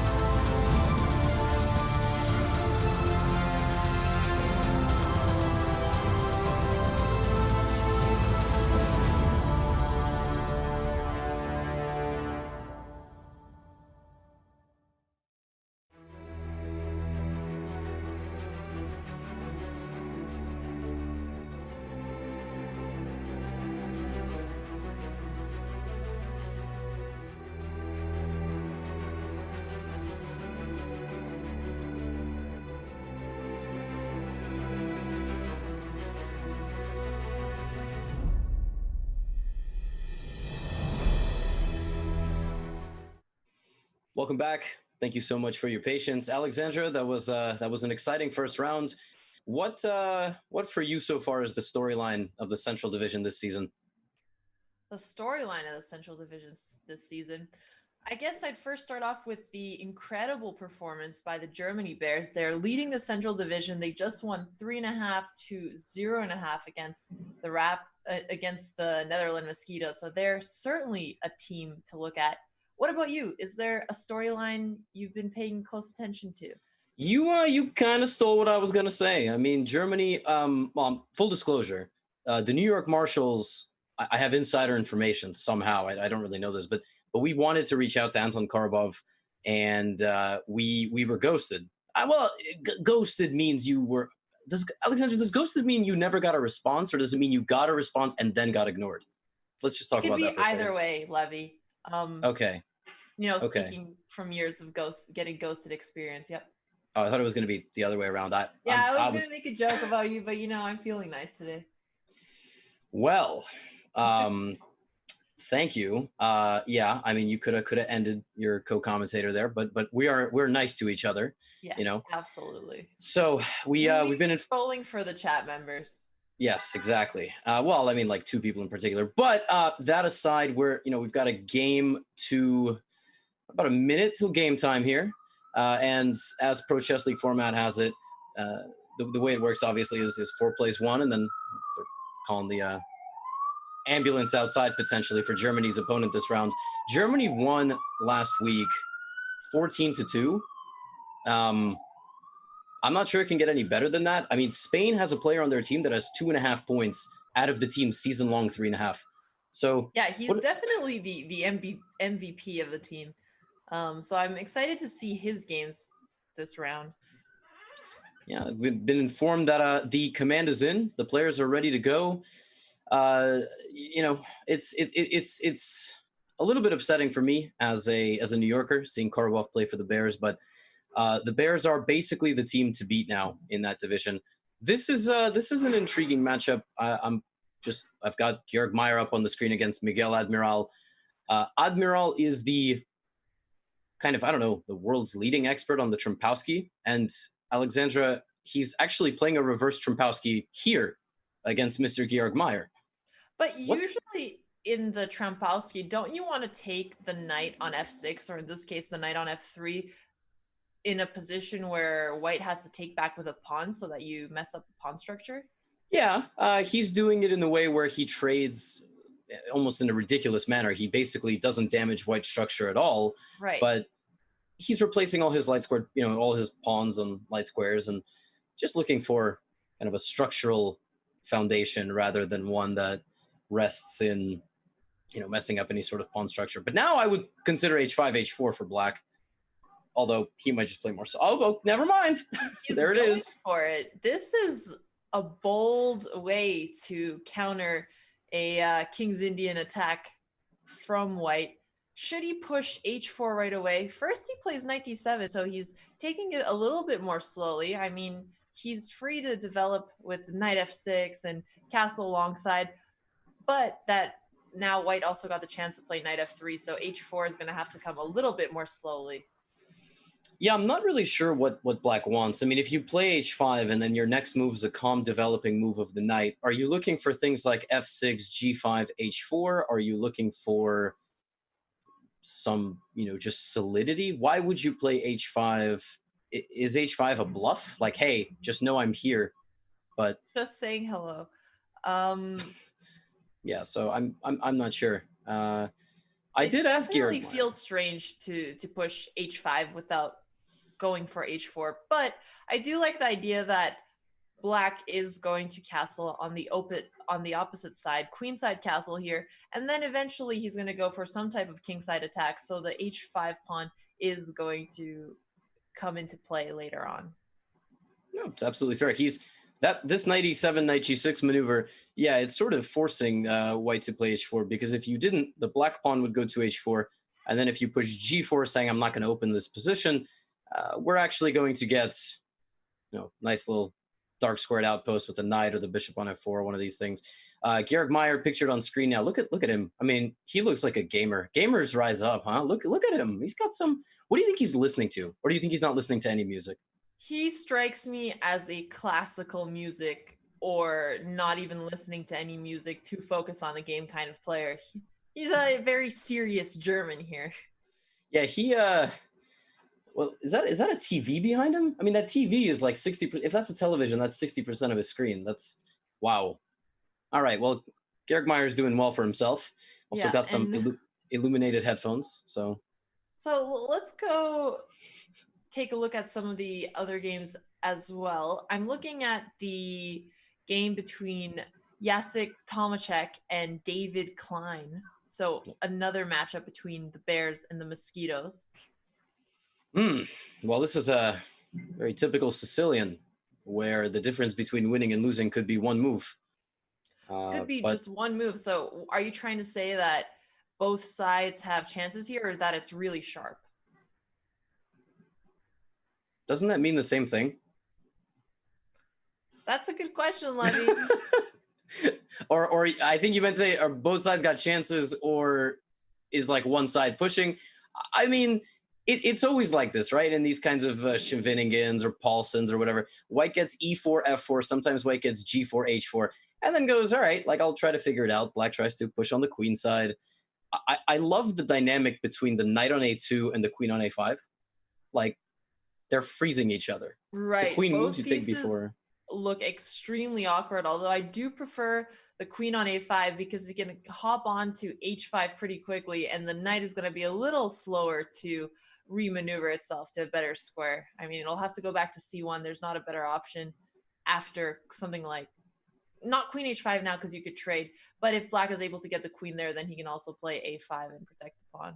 Yeah, he'd love that. If black got 2 moves in a row, he'd move his queen, play a5, and then, if he plays a5, he doesn't have to worry about b4, but when you push a pawn, you should always look at the corresponding square it just weakened, and obviously the bishop coming to b5 could be an issue. Doesn't look like it, because if the queen's on c7, if the queen's on c7, then obviously you always have bishop c6. At this point, we're looking at Tomaszek's time usage, time use as well. He's barely been thinking, right? He spent less than a minute. So right. Confidence or a bluff? Probably confidence in having experience playing these types of positions. Now he's putting pressure a second time on the b4 pawn, so there's no way for black to defend it. Instead, what black is trying to do is create some counterplay. He did that with e5, pushing the bishop away. Now he's taking on f4. So if queen takes f4, the b4 pawn is no longer under attack. But what about rook takes f4? What is black going to do about that b4 pawn then? Yeah, well, he has played queen f4. I guess I don't have to exist in hypotheticals. Rook f4 looked interesting. I was looking for different tactics on e4, playing d5. We look at the player cam. Jacek Tomaszek has gone through like 3 different emotions in a minute. So first he was really far away, and this is like we're entering the 4th one now. He was really far away. This is like chill. Then he got really up close and personal and twirling his mustache. And then he like put his like head in his hands and kind of looked stressed. So I don't know. I've got no idea what's going on if you just look at his emotions. Well, it seems like he's moving around a lot, and it's interesting because there was that, I think it was an ESPN podcast, and it was talking about how Magnus perfected his sitting stance during tournament games and even shaking his leg up and down to get the blood circulation going. So, maybe that's why chess players are so twitchy, or maybe it has nothing to do with it. And I'm just trying to give him some justification here. But getting back into the game here, I'm really impressed that black has been able to keep his b4 pawn. And now we have both the d6 pawn for black and the e4 pawn for white that are going to be weaknesses in this position. Who do you think has the better pawn structure here? Still got to go with white most likely, because e4 is very, very tough to get. The bishop on b2 and the queen on g3 are just annoying. I mean, how do you fight these pieces? The only way that black can move the knight is if black plays knight h5, or I suppose knight g4, because then you would just take it. But I'm saying you can't take in the center. You can't play knight d5. King h8 is fascinating. What does he want exactly? Does he want rook g8? Is that it? I don't know. This is starting to look pretty dangerous for black with the 2 white bishops pointing towards the king, they're much better placed than black's bishop pair here. His rook is now coming to f5, preparing a potential rook lift. He can't go to h5 yet, but he might be able to take the knight and do it later on. I think that we're going to see some serious attacking play from Tomacek here. Like you said, very sharp position.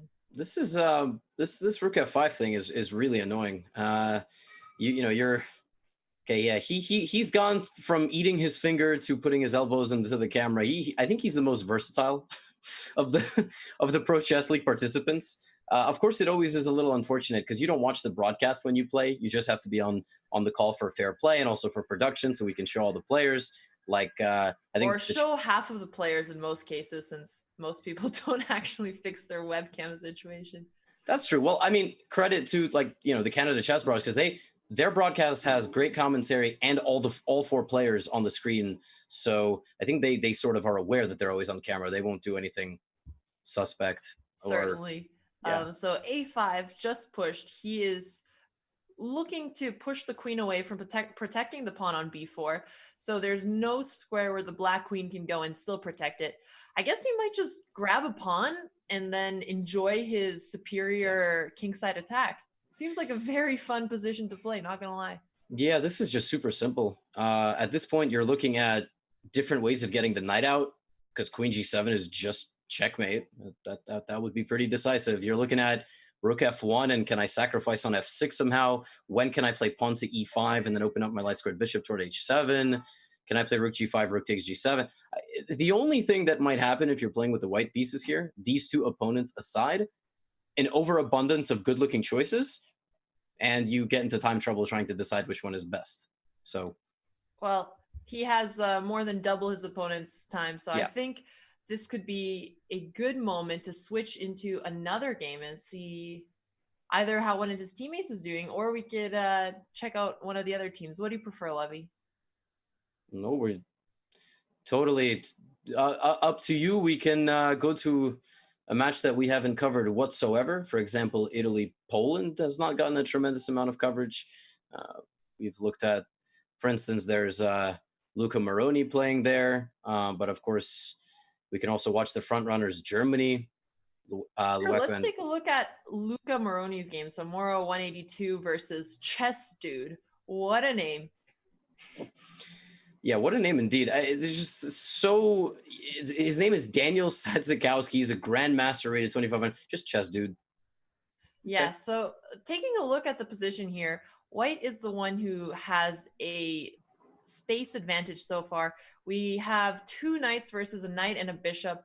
The black knight looks a little bit awkwardly placed on a6. It's not an ideal position for your knight on the rim there. The bishop on e7 usually wants to be on g7 and wants to be fianchettoed. So I am really liking white's position here.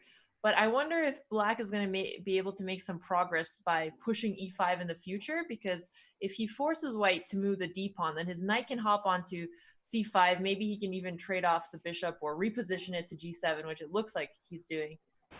What are your thoughts? Do you think either side has a advantage here? No, yeah, I mean, I think that's a very good way of thinking about it. What do you envision? It's like a strategic exercise. What do you envision as the best possible squares for your dark squared bishop, for your knight on a6? You got to look beyond the one move threats. Like if you ever consider a move like knight b4, you just got to go, well, is there any payoff there? You know, if you have knight c2 available in the future, you don't in this position. The a2 pawn is not worth attacking just for one move. So looking at e5 is definitely a good option. But we see Luca playing knight e4. Now that's an anti-bishop g7 move because d6 was hanging and f6 was. So there we go. He's put the bind. Can black play f5 here? That move supports, you know, the breakthrough strategy, because I don't think you have anything beyond that unless I'm wrong. Can you play king g7? F5 is a great way to keep protecting the d6 square and f6. I was gonna say maybe he's afraid of weakening his pawn structure. Probably why he played king g7 instead.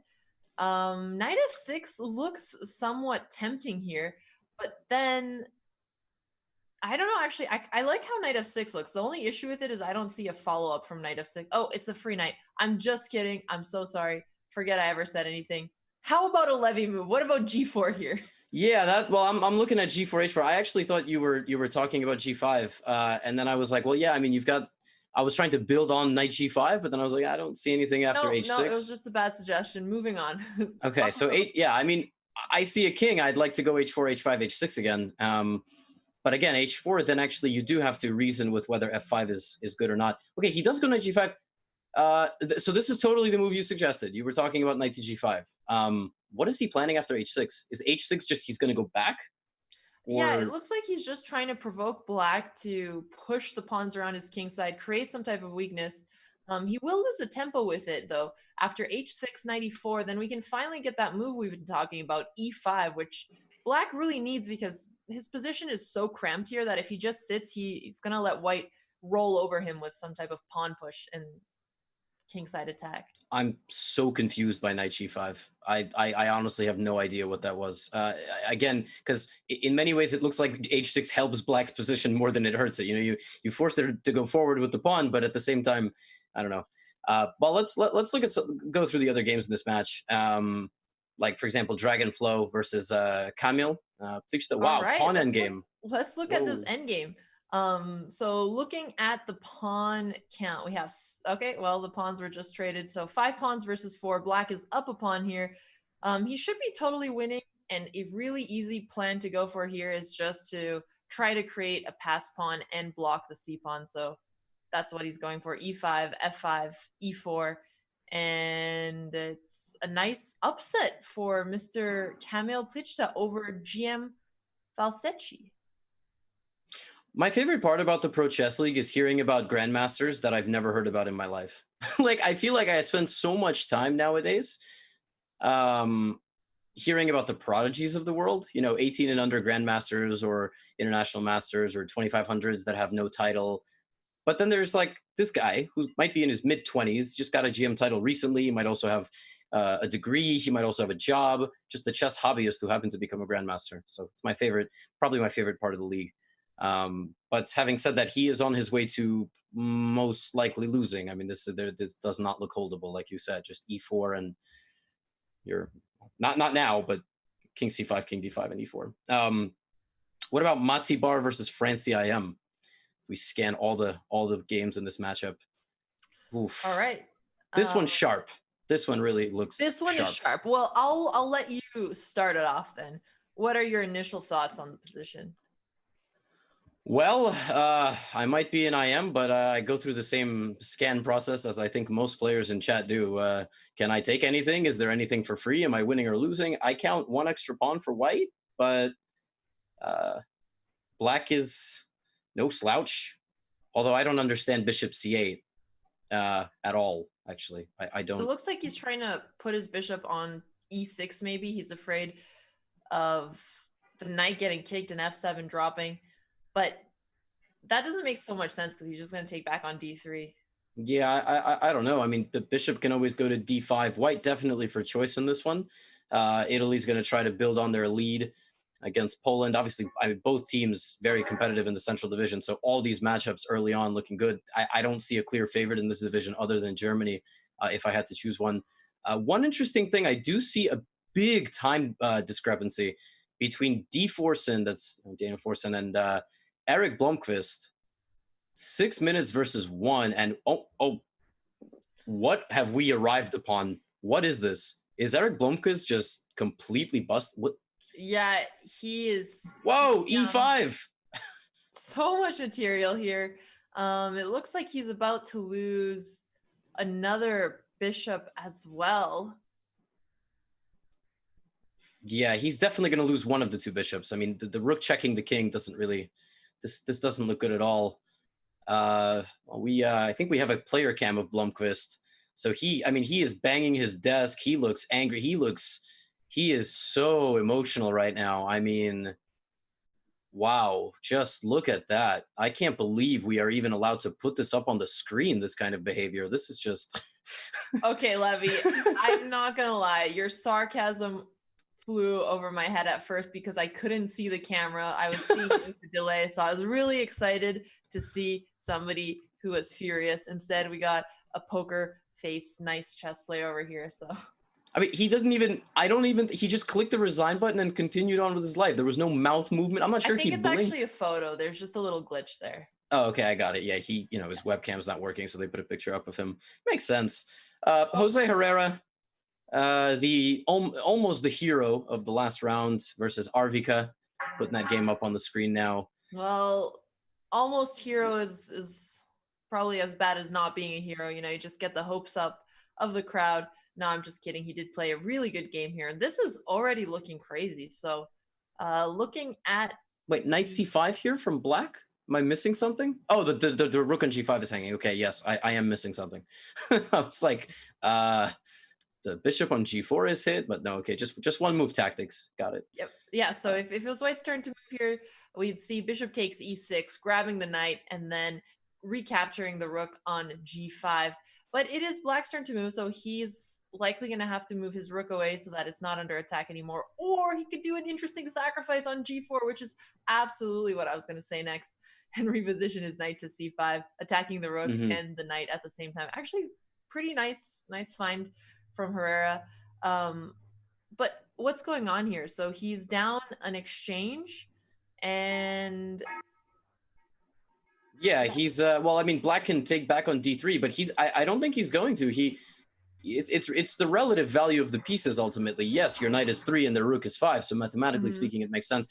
I don't know if it's the best practical decision. He might have just thought that if I take, I'm going to be down a pawn in an endgame. My opponent's got the pawn on f6. My light-scored bishop's not going to be active. So there are two ways to play losing positions.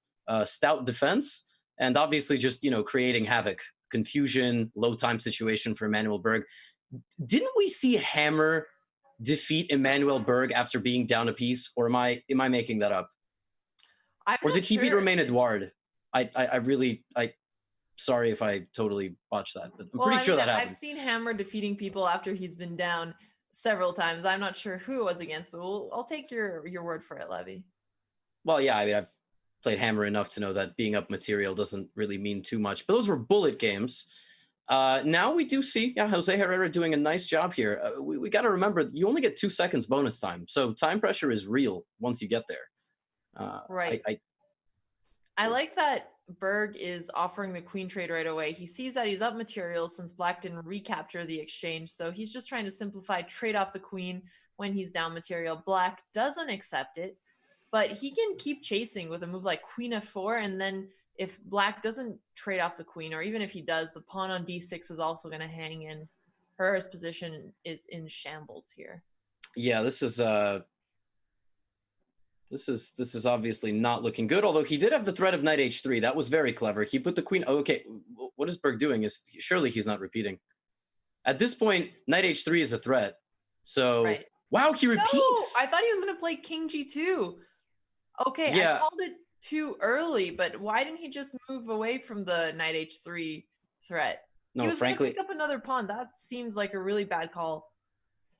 Yeah, I'm completely dumbfounded. Like I mean, the rook d4 even just gets in the way of the pin. That is so strange.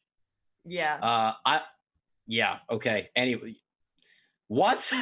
Just okay. Georg Meyer, Miguel Admiral. Back to people who won't disappoint me. The Dr. GM just flagged his opponent, although he had a better position. So.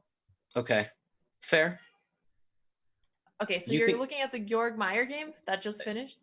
Yeah. Whoa. So his opponent just did he disconnect? What happened here? He just lost on time. He let his time run out. I guess he is in some trouble here. He's definitely on the verge of just losing all his pawns. But okay, that the flagging was kind of weird because we tuned into this game when he had a lot more time. All right. Well, there's Dr. Dynamic, which is Wouter. Right.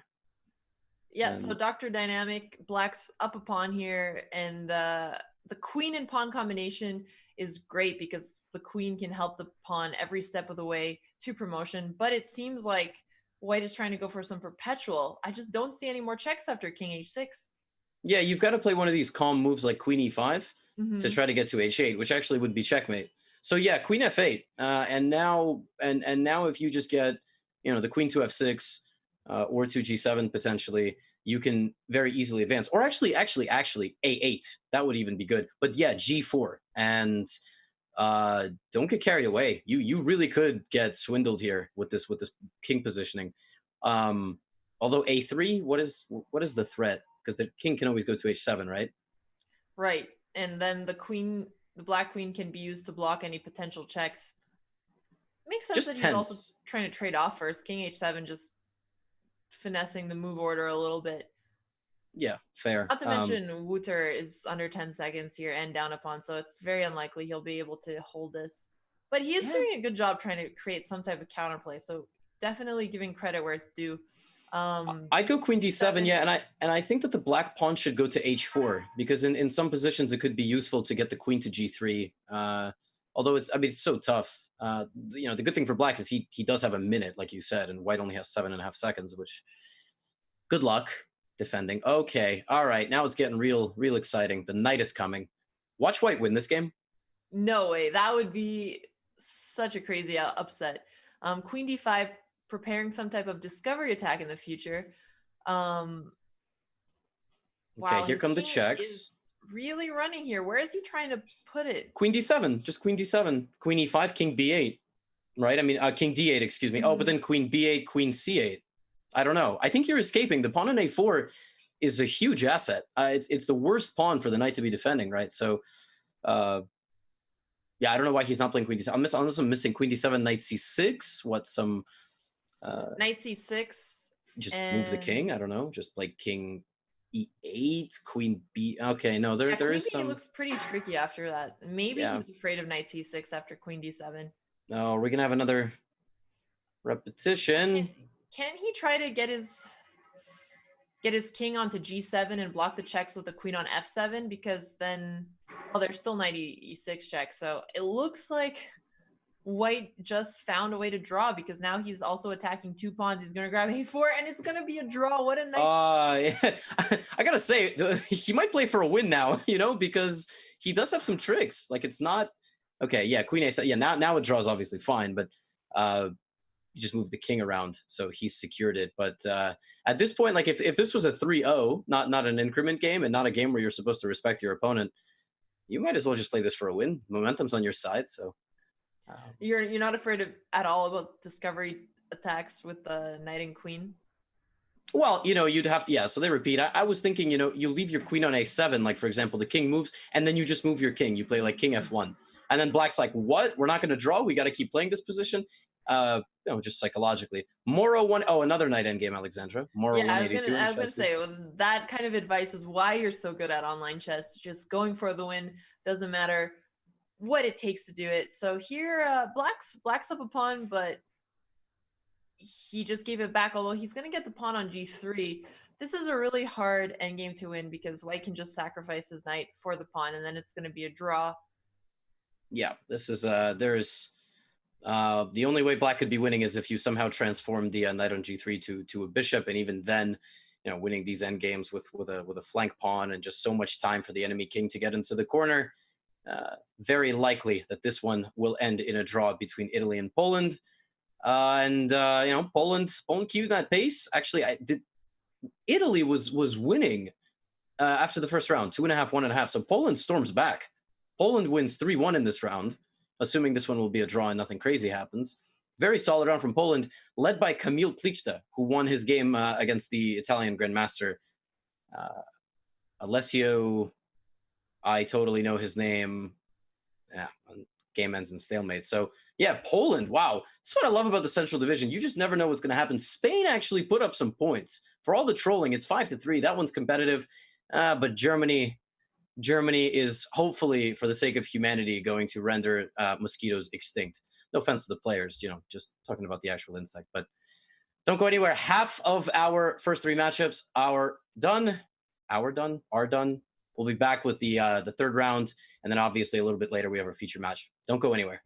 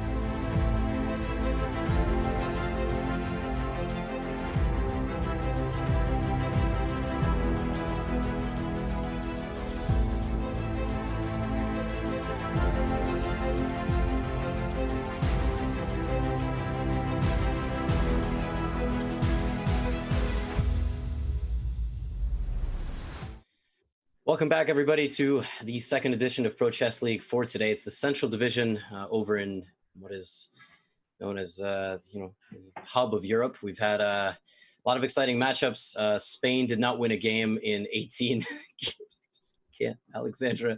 What do we? All right, back to professionalism. Well, do you think Spain has the current score for them is not so bad. It's 5-3. So they're definitely catching up. And we did have the daily question actually. So if we can just ask chat, in what city would you guys want to see the Pro Chess League hosting its 2020 live final? We've had it in San Francisco the last 2 years. We want to hear from you guys. Levy, do you have a preference? Please don't say New York.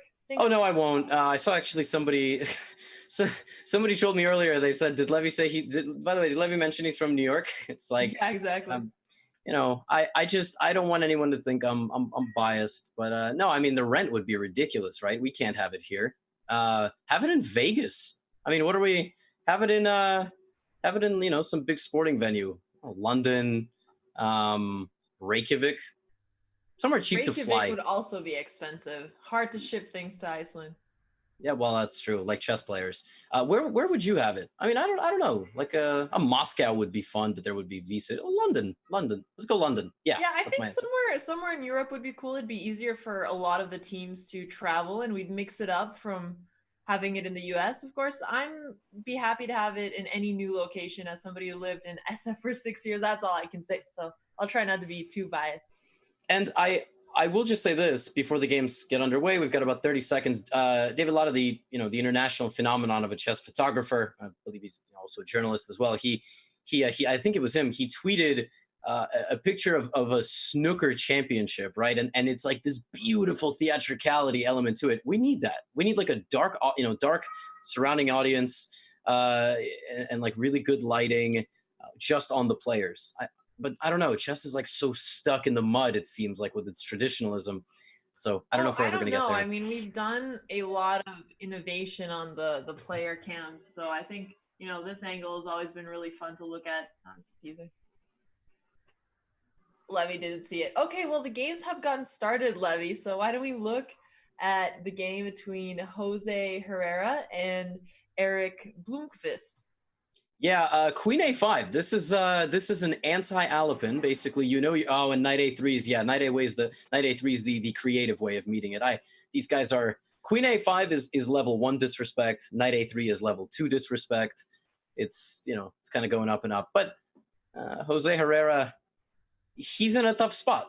He's outclassed. He's the board 4, and it's a match strategy thing. Do you try to mix it up against these GMs, or do you try to just be solid, like I said, against this first round opponent? I like his style, but he could get 0 out of 4. So, well, I do have a question for you with, the Alapin variation is kind of like an anti-theoretical line. For people who are learning how to play chess, they're playing E4 and they don't have a system against the Sicilian yet. Is this something you would recommend people learn? Is that a trolling question? I mean, no, I want to hear your answer. Now I just feel like it's a bad question. Thanks. Oh, no. It's kind of an inside joke on the Gotham Chess channel. Because I just recently made an E4 course. That's why I thought you were making fun of it. Because I'm sorry about that. Because it's an insider now. Your idea then, and then if people want more, they can go get your course. You see, there we go. Someone in chat. Yeah, so it's been a command in the chat. I feel like anybody who streams on their own personal channel but has made a course, it's difficult to draw that line. Like, I can say, this isn't my course, but I also can just, not say that. The Alapin is very good, but I find that at a scholastic level, a lot of those pawns end up with an isolated pawn position, and kids just are notoriously bad at, playing positionally, especially when it pertains to an isolated pawn. They want to attack. I like to meet the Sicilian offbeat ways, like B3 or A3 or closed Sicilian, different knight c3, bishop b5 systems. So why let your opponent have the fun? Now they have to read a book on the anti-Sicilians. Alexandra, were you a Sicilian player? No, I mean, Okay. I played it maybe my first year or two when I was a kid, but then I ended up switching to more positional structures. And, speaking of the getting an isolated pawn here as white, I'm actually really liking white's position here. E5 and D4 looks like white is going to get a huge spatial advantage here, and black is actually the one with the isolated pawn on a6. Do you think something went wrong in Herrera's defense? I just think Herrera's in a tough spot. He's playing somebody who, he might play something offbeat, and his opponent just knows it better. Now you're playing something that's bad, and you're at a disadvantage theoretically, but also your opponent's just a stronger player. Well, we'll see. I did make a comment that Jose Herrera might end up with 0 out of 4 with a playing style like this. That was in no way obviously supposed to insult him. I mean, I've been in that position before, but he did draw a GM last round. So let's leave him. Let's scan our matchup. Daniel Forsen versus Arvika, which is Emmanuel Berg. A Benoni. What do you play against the Benoni? Got any chat recommendations? I play a similar looking line. I also play it with Bishop F4. Any particular recommendations for chat here? I mean, I don't think the Benoni is that hard to play against compared to other more sharp lines. It just seems like a very slow opening. Black is a little bit lagging here with the development of his minor pieces. White has a ton of space. I mean, b5 is coming in at some point, but White is doing a great job at not allowing it here yet. Yeah, that's sort of what you do. You play a4 sometimes, but that might overcommit to b4. Black's got a couple of options in the Benoni with how to develop. White committed very early to putting the knight on g3, which is kind of interesting. Normally the knight's on f3, you play pawn to h3 to avoid bishop g4. Right. If you trade all the pieces and just leave a dark squared bishop, the f4 bishop will forever pressure d6. So White is happy to trade into an endgame, whereas Black with this knight e8 move is really asking for it. h4, some bishop h6 idea to maybe start some sort of attack. So we will we'll see what happens. Yeah, but I really like the follow-up idea here of bringing one of the knights to e4 to put pressure on d6. Of course, Black is currently defending the pawn, but if Black tries to kick the knight out with something like f5, then all of a sudden the knight can hop onto g5, maybe look towards e6 in the future, and try to trade off that dark squared bishop. Yep, exactly. E6 becomes weak when you play f5. So I don't know if Berg is I can keep track of all the players, but I cannot keep track of all of their opening repertoires. That is for sure. Emmanuel Berg is, just might be going for position a lot of pieces on the board, and he thinks that long term he's going to succeed in the middle game. Grigor Grigorov for Sweden versus Carlos Diaz Gamayonga, actually probably the MVP so far of the Spanish season with his ridiculous score. Interesting position here, but I think maybe, I don't know. Black is up a pawn. I was going to say White is for choice, but the knight is coming to d3 in a moment, so. Yeah, so White can make a decision to give up his bishop here, take on e5, and then recapture his pawn on c4. So at least he wouldn't be down any material advantage, but I'd also wouldn't want to go into an open position against the bishop pair. I don't see another good option for him, though, because the knight on e5 is extremely annoying. So I think probably one of the top ideas he's considering is to just trade it off. Yeah, because the knight doesn't even have to go to d3. It can, but if you do take on e5 and then take on c4, you get your pawn back. But it almost feels like you have, wow. Well, that is a beautiful move. It's blocking the queen from protecting the knight on e5. So bishop takes e5 is the threat here. Also attacking the bishop on e7. Levy, what would your options be here for responding as Black? Oh man. Well, I'm not sure you can do anything besides take, because frankly, if you play a move like knight g6, thinking, I don't know, I'm getting my knight out of the way, then you're not going to have the bishop pair. Actually, White will have the bishop pair and will take back on c4. But there is also, does bishop c7 trap your queen? So exactly, he's going for this. This is either like a desperate way for White to not have any positional deficiencies, or it's just genius what he came up with, right? So yeah, I mean, what a beautiful way to open up the position here. Now he has the option between taking the pawn on e4 and the pawn on c4. He's taking the pawn on e4 because the c4 pawn is overextended. It's going to be harder to protect. And now White can even consider f4. Levy, what do you think of that pawn push? Yeah, 4 f5 of course looks natural, because if the pawn was on f4 now and it went to f5, white would probably just be completely winning, because there's no convenient way for black to defend the bishop on e6. Maybe, if he moves it as well, there's bishop takes g7 ideas. So bishop g7, king g7, and then the bishop would be hanging on e7, which is an issue. So f4 is very natural. The only thing is it too slow? Like, can black play f5, for example, or g6 just simply? So I'm not sure. I'm definitely considering f4 though. So, or just go back to c3 with the bishop and take on b7. That also is possible. Yeah, bishop c3 does seem like a pretty solid move if white's just trying to equalize after being a pawn down. Yeah, I think bishop c3 might be the way to go, because then you get to, I don't know, f4 is the risky move and bishop c3 is the solid one. So it all comes down to what white wants in the position. There is a big matchup moving over to the, oh, he played just queen b7 without, so he's just giving away the e5 bishop for the e7 bishop. Okay, well, we can come back. There is a matchup between right now between Meyer and Wouter. That matchup is, I believe, one of the featured matchups of the day. So, well, a little boring though.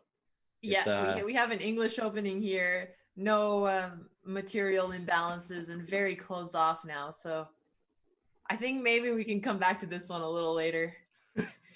Yeah, it's the quick analysis is these hedgehog structure positions from black are just very solid. They have survived the test of time. They can be reached in many different openings, and well, we'll see who's the more experienced player, who's the more crafty player. What other matchups we have in between these teams? Baby Legs and David Klein. Baby Legs is he is Eric Braun. Yes, that's Eric Braun. Mm-hmm. Well, he's not a baby. He's 2,600 FIDE, but yeah, I mean. Taking a look at the position here, lots of pawns still on the board, pretty close position. Well, not a close pawn structure. It's more open, actually, since white has the bishop pair. That is important. Currently, white is putting pressure on h5, so he can win a pawn by grabbing the knight and then taking on h5, but then black would get rook h8, attacking the bishop. When the bishop moves, he'd be able to recapture, so that doesn't sound like a good idea. I do like white's position. Maybe he can just continue playing solidly, reposition his knight from d2 to f3, and try to trade off the knights and open the position a little bit more so that black can actually feel the power of his bishop pair. Yeah, he actually took your advice. He played knight f3. I'll be very oh no, stop it, you two. Don't repeat moves here. Come on. Stop it. I am going to flip out of okay, thank you. There you go. Knight g5. Well, you could go knight f6, knight f3. If knight f6, knight f3 happens, it's so knight g5 is a very curious trade. It's designed against any sort of advancement on the king side. So if knight g5, h g5, you're not going to be ever getting any pawn storm attack. White's got the two bishops. So Alexandra, you're regarded for not valuing your bishops, right? That's the meme that you. That is the meme. That is the meme. Yeah, because I couldn't remember if you always like your bishops or not, but I know that I don't have a huge preference. But here, this is looking like it's going very much in white's favor. The dark squared bishop now has no counterparts, so right. David and Klein... now the h pawn is going to have to trade off. Otherwise, it's going to be lost in an endgame if white is able to trade off more pieces. Yep. So yeah, I'm getting a word from the chat that the Luke Vanueli and Jacek Tomaszek game is heating up. So maybe we should take a look there too. Sure. They're some of our highest rated players today. Luke and Psalm 2310. Who said that? Who said it's heating up? Yeah, because this is pretty lukewarm. Oh, you're not a fan of this position?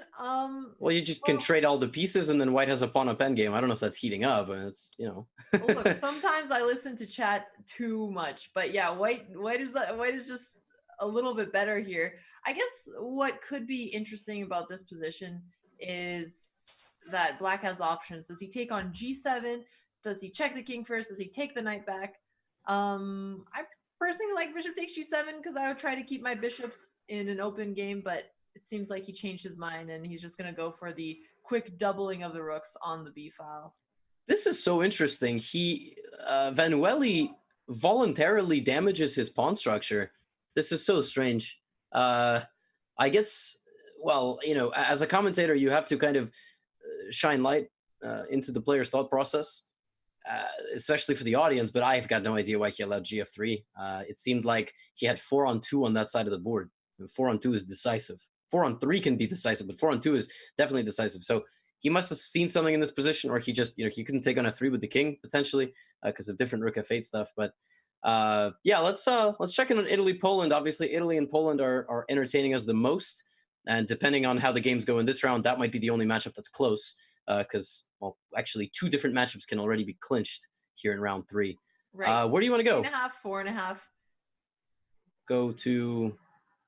We've got for example, Daniel Sadikowski, Chess Dude versus Didici. This game looks like someone's getting mated soon. Maybe we should hang out here for a little bit. Didici versus Chess Dude. This game is definitely a fun one. White's turn to move.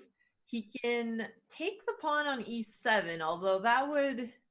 Well, rook takes e7 looks a little bit scary. Does black have any counterplay? He has queen b1 check, so I guess white has to be a little bit careful. Queen b1, rook d1, because white's king is also in some trouble here.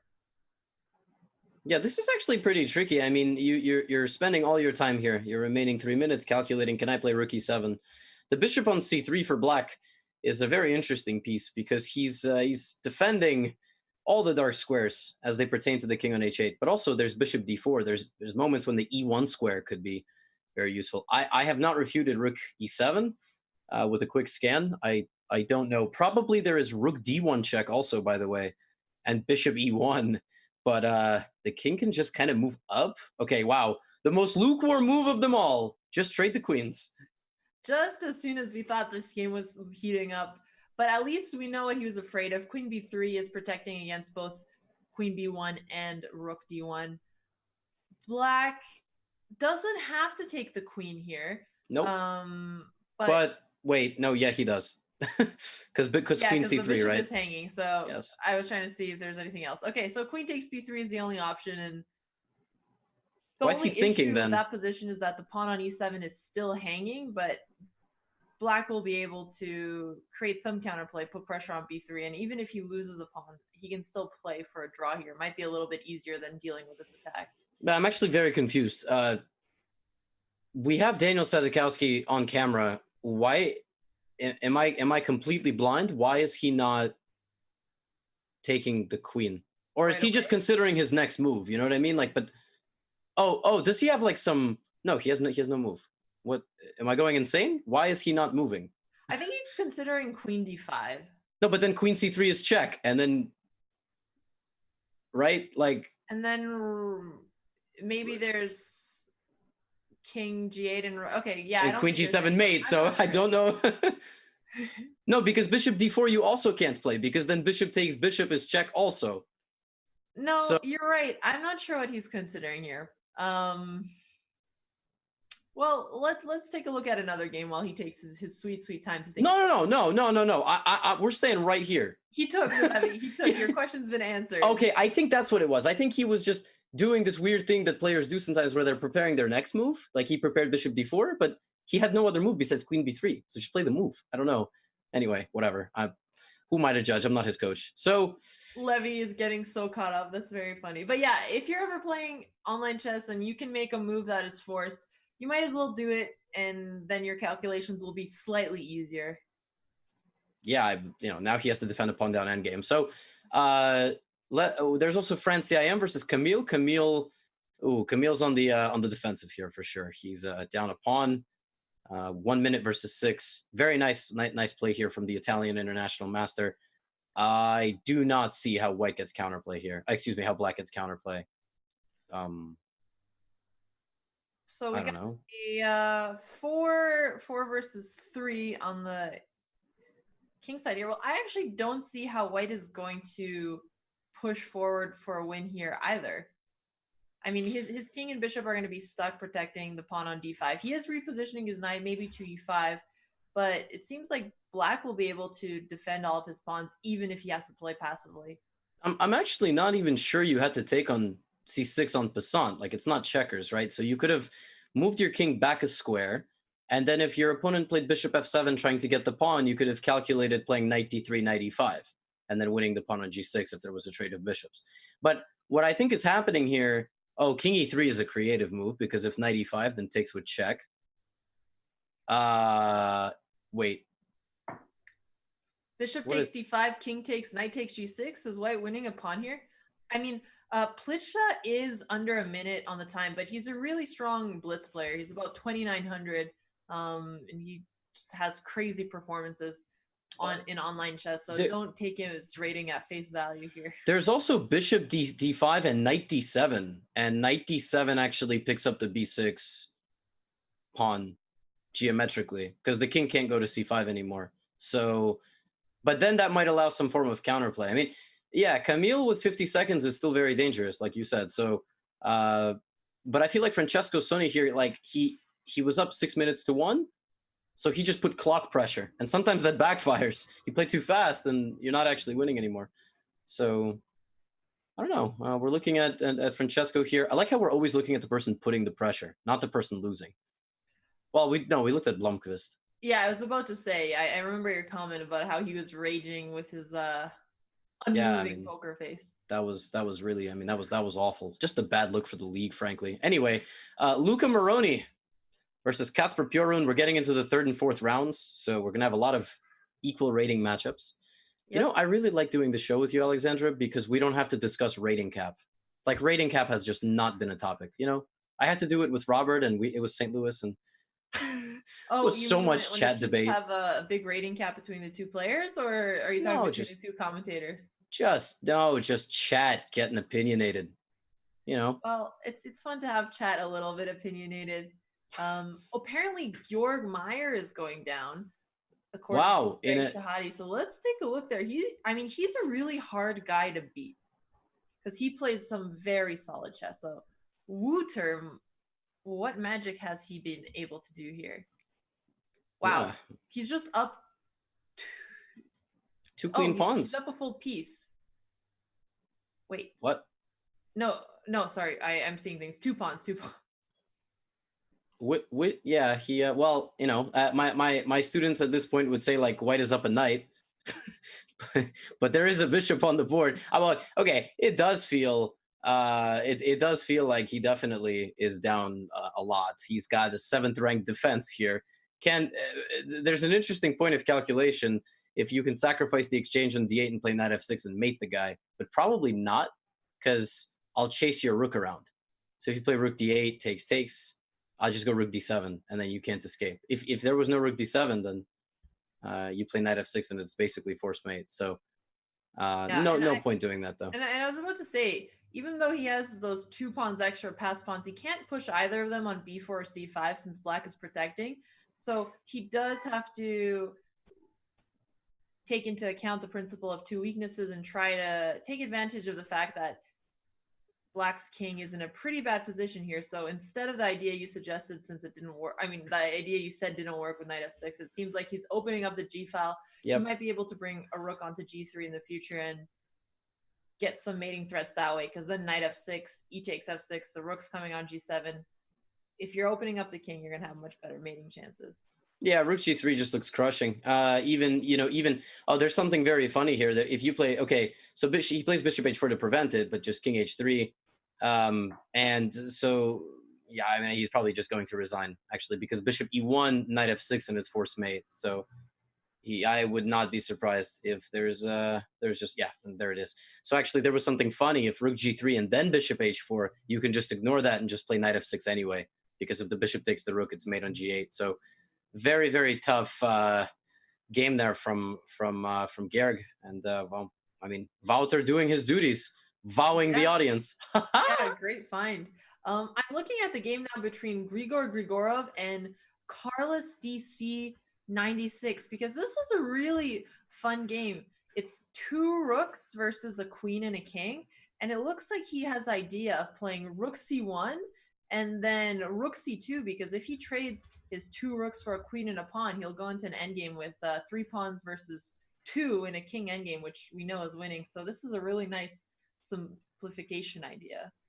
Well, we know is winning is a strong. I mean, we got to remember. What's the average chat rating? By we, I was referring to you and I, Levy. I feel like we've spent enough time on this board game that it feels like a 3 versus 2 pawn.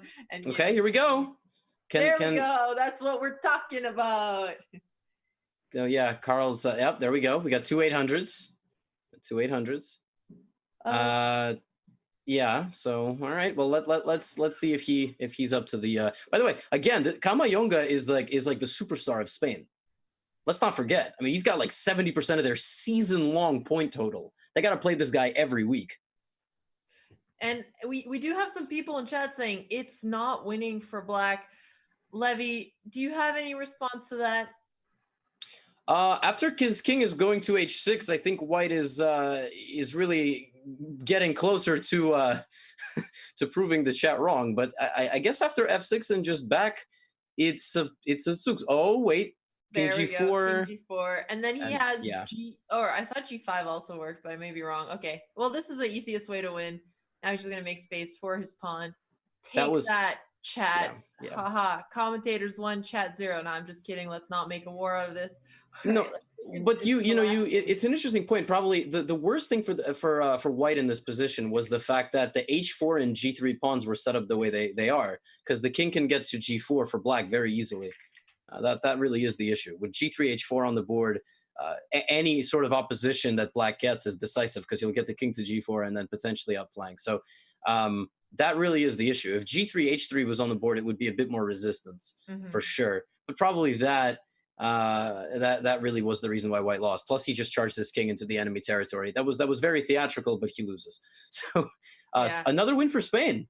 Yeah, and we have one more game, the Francie IM and Camille Plicita game. It looks like it's going to be a draw. It's a knight versus 2 pawns. And knight g4. Oh, that was a check. Okay, sorry. Heart attack. Yeah, knight g4 did not allow promotion. So, there's the draw. We've got results coming in. It's currently a clinch. It is now a clinch for Germany. Wait a second. Has Germany clinched a win? Yes. Before round 4 both weeks? Yeah, I mean, they had 14-2 last week, so they had to have clinched it. And they just did it again. The Germany Bears, they are not messing around. Sweden Wasabi is also just half a point away from winning. But the Italy Gladiators and the Poland Hussars are much... How do we say that? You know, no one paid me and enough to know how to say that word. I'm going to look it up in the break. Guys, don't go anywhere. I want to say that... I was just going to say, before we go, we also want to say that we are squad streaming because Sweden Wasabi is getting commentary by Pia Crowling and her daughter. So you guys should go check them out as well, especially while we're in break. Go say hi and then come right back. Yeah, definitely come right back. This is where the party is. So we'll be right back, and we'll come back with round 4 coverage here of the Central Division before our featured matchup. And we'll see what happens in the Italy versus Poland matchup.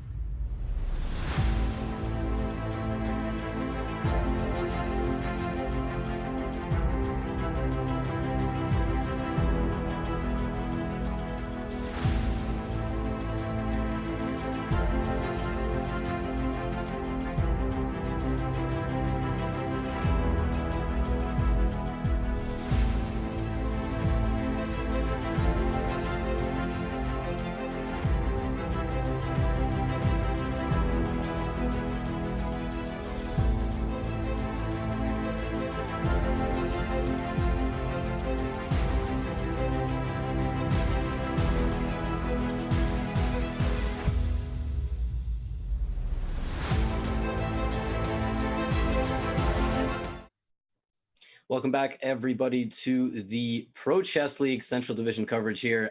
It's round 4 of our first batch of matchups.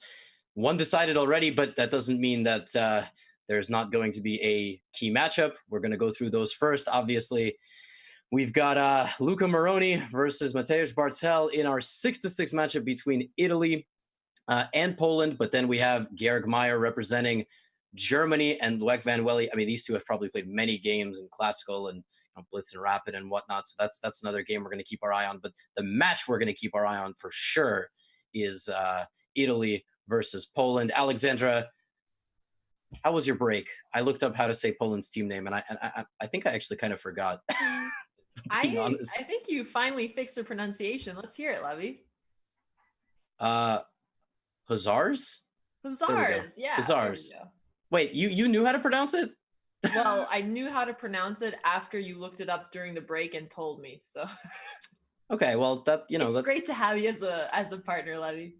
Yeah, there's a lot of team names that are like, I think Wasabis and Hussars take the cake for sure in terms of their creativity. I'm not gonna lie though, even though you told us the story behind the Wasabi team name, still doesn't totally make sense, but I think the rest of them do, so I can get behind that.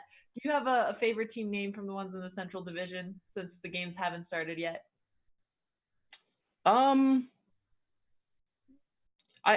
Let's go with Netherlands Mosquitoes. So did they name themselves the Mosquitoes because the Netherlands are known for mosquitoes, or because they're calling themselves annoying? Like, I don't.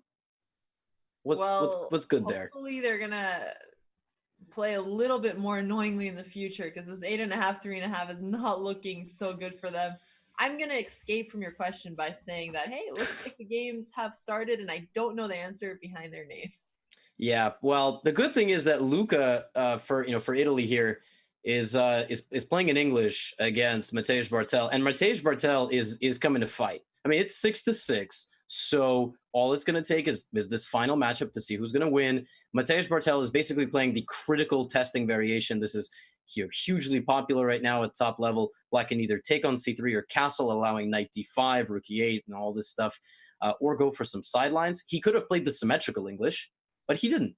He didn't do that. He wanted you all to have fun. Now a very fun line is rook e8, queen f5. That's a very exciting line. Queen and F5, I have just been. And what's the idea behind that? Yeah, so Queen F5 is a move that you don't consider unless you kind of know the theory here. Queen F5 is basically designed for Black to be forced to capture on D5, for instance, rook E8. I can put it all up on the board, and this kind of a structure would be nice. You're never really scared of getting hit with the bishop on C8. You'll just move, and the pawn on D5 is very annoying. I can already start kingside attacking ideas like bishop D3, knight G5, etc. But Black plays bishop e7. I had a game like this over the board. My favorite move to play here is knight to g5, which almost looks like Black loses immediately. But Black then plays g6 and h4. So we'll see if Luca goes for that. He doesn't. He just plays a3. He's just trying to chill. Knight g5 is kind of how you go after your opponents. But and another thing I noticed is that White left his knight hanging on d5 for a little bit longer than I expected, because it was giving Black the option to take back on d5 and double his pawns, but then I guess he would have had to retreat the knight into a really passive position. Yeah. But why wasn't White interested in taking the bishop on e7 and getting that bishop pair here?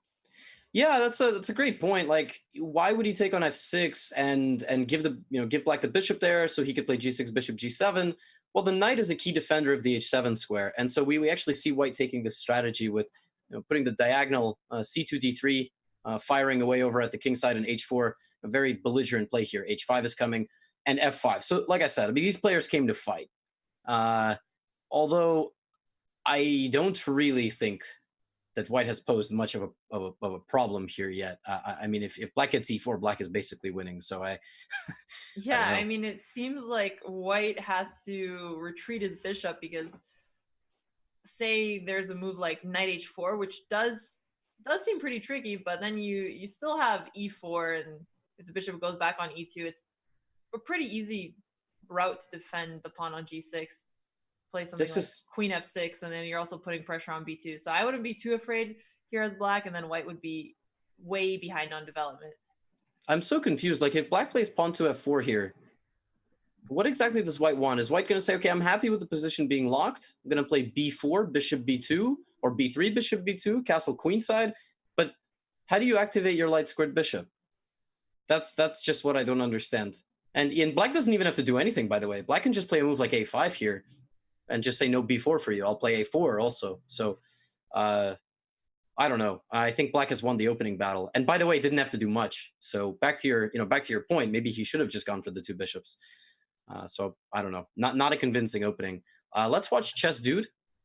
This one's also exciting. Wow, this is a great match. Wait, how did they draw? So how are they on 43 moves?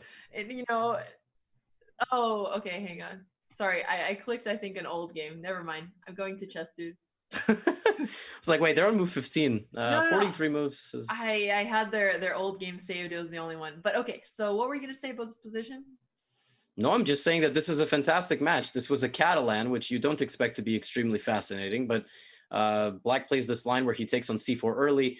I generally am of the belief that the only critical way to test the Catalan is to take on c4 and then challenge white's authority to get it back. But black played like super aggressively here. I mean, he took on d2 and played b5. So he's allowing the opening of the queen side, and he's also allowing white the two bishops, and he's allowing white. Look at this, Alexander, look at this play by white here from Sezikowski. h4, h5, and g4. So I play like this in Hyperbullet, but he's playing like this in the decisive match in the Pro Chess League. So, well, that is true, but I mean, I would say the position right now is pretty level. Both sides have chances. White's king hasn't castled yet, and even castling on the queen side would give black the option to try and open it up there. But he still does have pressure. Bishop takes g4 is a threat in the future. F takes, rook takes, and then once you open it up, castle and double up your rooks, it does look pretty challenging.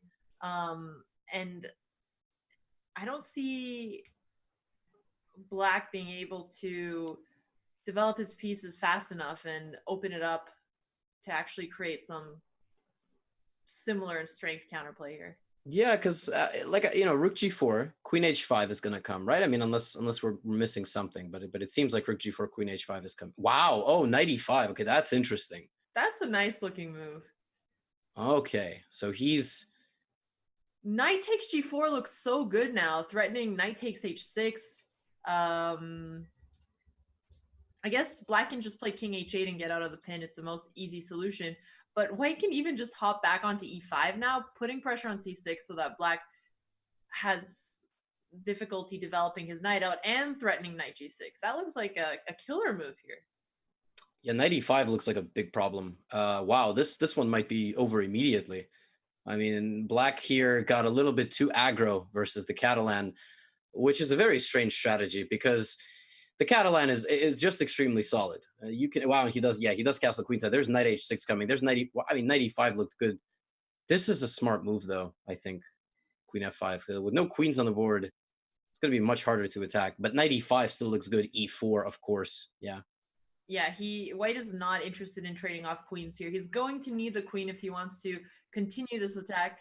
Do you think it would be worth it for white to sacrifice one piece for two pawns at some point here on h6? I'm not even sure you have to take a second time. You could sack on h6 and just play like rook h1.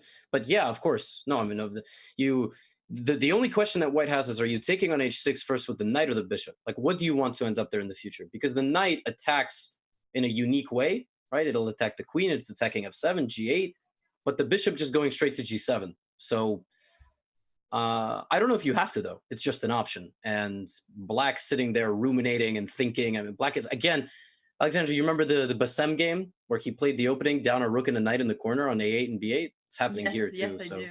So I mean, it's very bad. Well, it seems like black is sitting here and thinking. He realizes he's in hot water. I think this would be a good moment to switch to another game, and then we'll come back and see how this unfolded. Yeah, sure. By the way, knight h6 here before we go. Knight h6 oh and yeah, rook knight h1. h6 looks amazing. Yeah, knight h6. I mean, even knight e5, knight g6, just devastating here. So he's just got to clean it up. That's it. He's got to put on his best, his best latex gloves and get to work.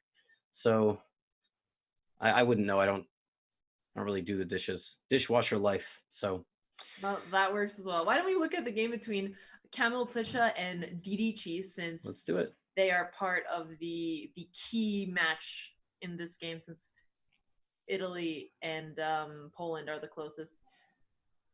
All right, so we had a Spanish game here where both players played knight c something to e2 or e7. Fascinating. This is a much calmer game than we had. Well, knight h5 is actually an exciting move. Yes, for sure. Black can't take back because of queen takes h5, and then there's no good way to stop queen takes h5. Although I guess you could play f5. Yeah, but bishop takes is a problem, and yeah. Then okay, you can try to. Nah, it's probably all lost because bishop f5. It's probably lost, but not mating immediately. Yeah, not in one move. Right. In a few. But okay. What really is the threat here? That is exactly what I was going to ask you. I mean, if we were to let white make a move from this position, at first I was looking at knight f6, but after knight takes f6, I don't see an immediate threat. We don't want to take back with the pawn because then rook takes e1 and we're going to grab the pawn back on f6. So I think that's a huge point here. There is no immediate threat, and white is going to need to bring more pieces into the attack. Yeah, exactly. Right now, another question is, can you take on h5 this second if it was black's move, or do you just leave the knight there? For instance, queen f3, and if gh5, just queen h5. But probably there it's not working anymore since black can play h6. But if h6, there could be some, queen g4 check, queen f. It's a little dangerous. You can consider queen g4, but you always have to be suspicious of the bishop on c8. There's always tactical opportunities like knight e5, right? Knight takes e5. Okay, he does play queen g4, so must have worked something out. Like knight e5. I don't know. Yeah, I'm not. After knight e5, we can't take back. Like you said, rook takes e5. So we're going to have to move the queen, maybe to g5 or to g3. But if that's the case, then h5 hangs. We lose the h5 knight. Or knight just takes d3 is hanging, and then h5 hangs. Yeah. Oh yeah. Sorry, I thought you meant after the trade. So I'm curious what just he plays king h8. So both players might have seen something. I'm gonna cheat. No, knight takes e5 was completely winning. Knight takes e5 was -5. So I don't know what the players missed there. Maybe it's just tired. Yeah, I mean, I did not see a refutation of this move, so I cheated. But all right, but that's good to know. Of course, we're not going fully crazy. Yeah, I mean, that's so weird. Looking at things over the board and having an engine to turn on and check is very different. So we can't discredit Ladici too much for his move. But at the same time, in some ways we can question it because it is a move that that threatens the maximum danger, right? Like you always teach your students, checks, captures, attacks. Like the queen is the second most valuable piece, so or the most powerful. King is most valuable, however you want to break it down. But I'm looking when I see king instead of king h8, I'm looking at pawn to f5, which obviously doesn't work, and I'm looking at knight takes e5 or knight f6. So it's so strange that he didn't come up with it. But excuse me. Was that a cough or a sneeze? That was a sneeze. Okay, bless you. Still, king h8 is a very legitimate move though, because it does attack the knight on h5. I think that is a threat now. Yeah, and if white retreats the knight, then e5 is still hanging like it was before. So does white have any offensive ways of defending the knight by creating some type of attack? Do you see anything here? Offensive ways of defending the knight. So just ignoring it and potential. I mean, I'm looking at knight f6. I don't know. Well, knight f6 probably runs into the. No, knight f6 is terrible because knight takes f6 and rook takes e1 and you lose a queen. Right. So not that. Yeah, that's an issue, right? So knight g3 is probably the only way. I don't know. I could double my rooks, rook e2 or rook e3. Rook e3 with ideas to maybe rook lift. That's something here. Because maybe black actually can't take on h5 right away. Because say we looked at your move rook e3. If black takes on h5 right after, queen takes h5 is extremely dangerous. I mean, he can block the queen takes h7 mate threat by playing something like rook g6, but then he's just giving the material back, and f5 looks suspicious because it's just a free pawn. So yeah, okay. Well, so here, yeah, bishop g5 is definitely a good move as well. But so you cannot play pawn takes h5. With the idea being that, oh, if you take my queen, again, like, you know, chess players will sometimes think, oh, I take on h5, he takes my queen, I take his queen, I'm good. No, but he's not going to do that, right? I mean, they're going to take on h5, and now you have to deal with checkmate and a threat on your queen. So, man, this one's tough. Can you play queen b6, queen e8, or bishop e7? Those are the three moves I'm looking at. Is bishop e7 worth a consideration? I have not found a clear refutation of it, but it's such a tense position, you know, like the pieces are all looking at each other. I don't know, bishop e7 and then knight f4. I almost want to just pause here and say, you know, they don't pay us enough to deep dive. Okay, bishop e7. Let's go to the other matchup. We've looked at 3 of these boards, not all 4, right? So yeah, sounds good, Levy. The final matchup here is between Kacper Purun, right, and Dragonflow. Whoa! Oh my gosh, every game is crazy. This is the best matchup, I think, of the season. This one right here. So the most even one. Which is the best. I mean, lead, yeah, like demolished by accurate play as well. Of course, but it's just yeah. Of course, best game could be dominance, but best match meaning it started with one team winning, it switched to another team winning. Now another team might win. So I can't even keep track of who's winning and who's losing on which board. We're just gonna have to see it play out. So all right, well let's take a look at this position. It's crazy that there's no material imbalance yet. Black just sacrificed. He can take on e3, f takes, and queen takes g3, and he has at least a draw. But the question is, does Black have a forced win here? I mean, we always have to ask this question when you're about to remove all of the pawns in front of the king.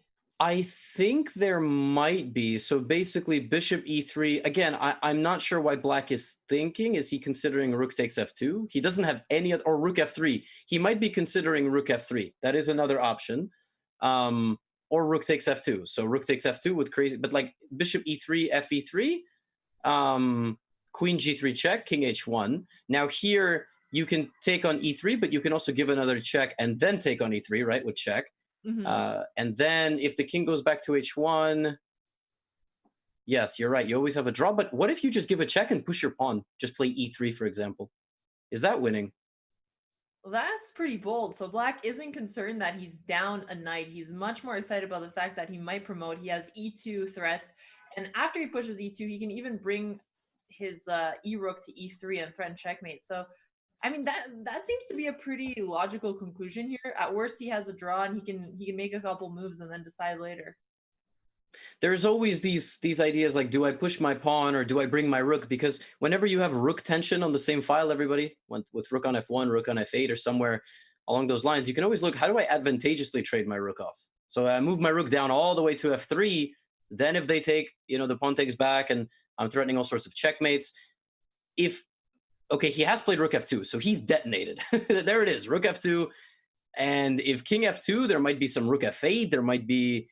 I don't see what the follow-up is after rook f2, but he obviously... Oh, excuse me, king f2. If king f2, king f2. Rook f2 and bishop takes e3, it seems like he can gang up his pieces on the pin, right? With queen takes e3 and rook f8. So king f2, I guess, is my question. What is the...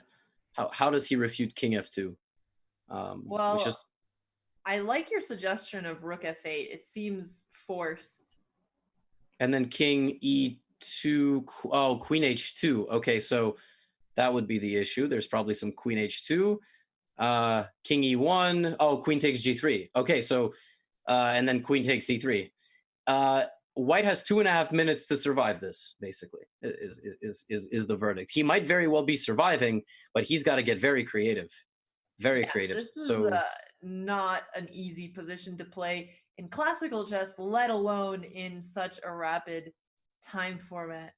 King f2 is the only move, though. Like you said, rook f2 is the only one. Yep. Rook f2, bishop e3, and there's just too much pressure. Even though, so he has played king f2. Now Black has to find the right win. So this is rook f8, and okay, no moves, right? You have to play king. Although, is there a difference? Probably king e1, right? Because why would you allow king e2 and queen h2? So there's no point in allowing that. So go king e.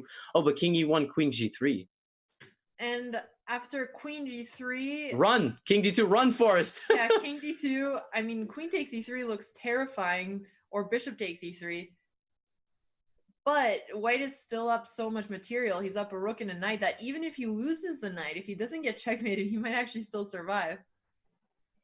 Yeah, this is nuts. So he actually can take on g3 with check, but he can also play maybe rook f1 and like some crazy geometric position where the king survives. But I mean, the king is under fire, but he's not trading any pieces. He is down a rook and a piece, so he's down 6 points of material. He has 2 pawns to show for it.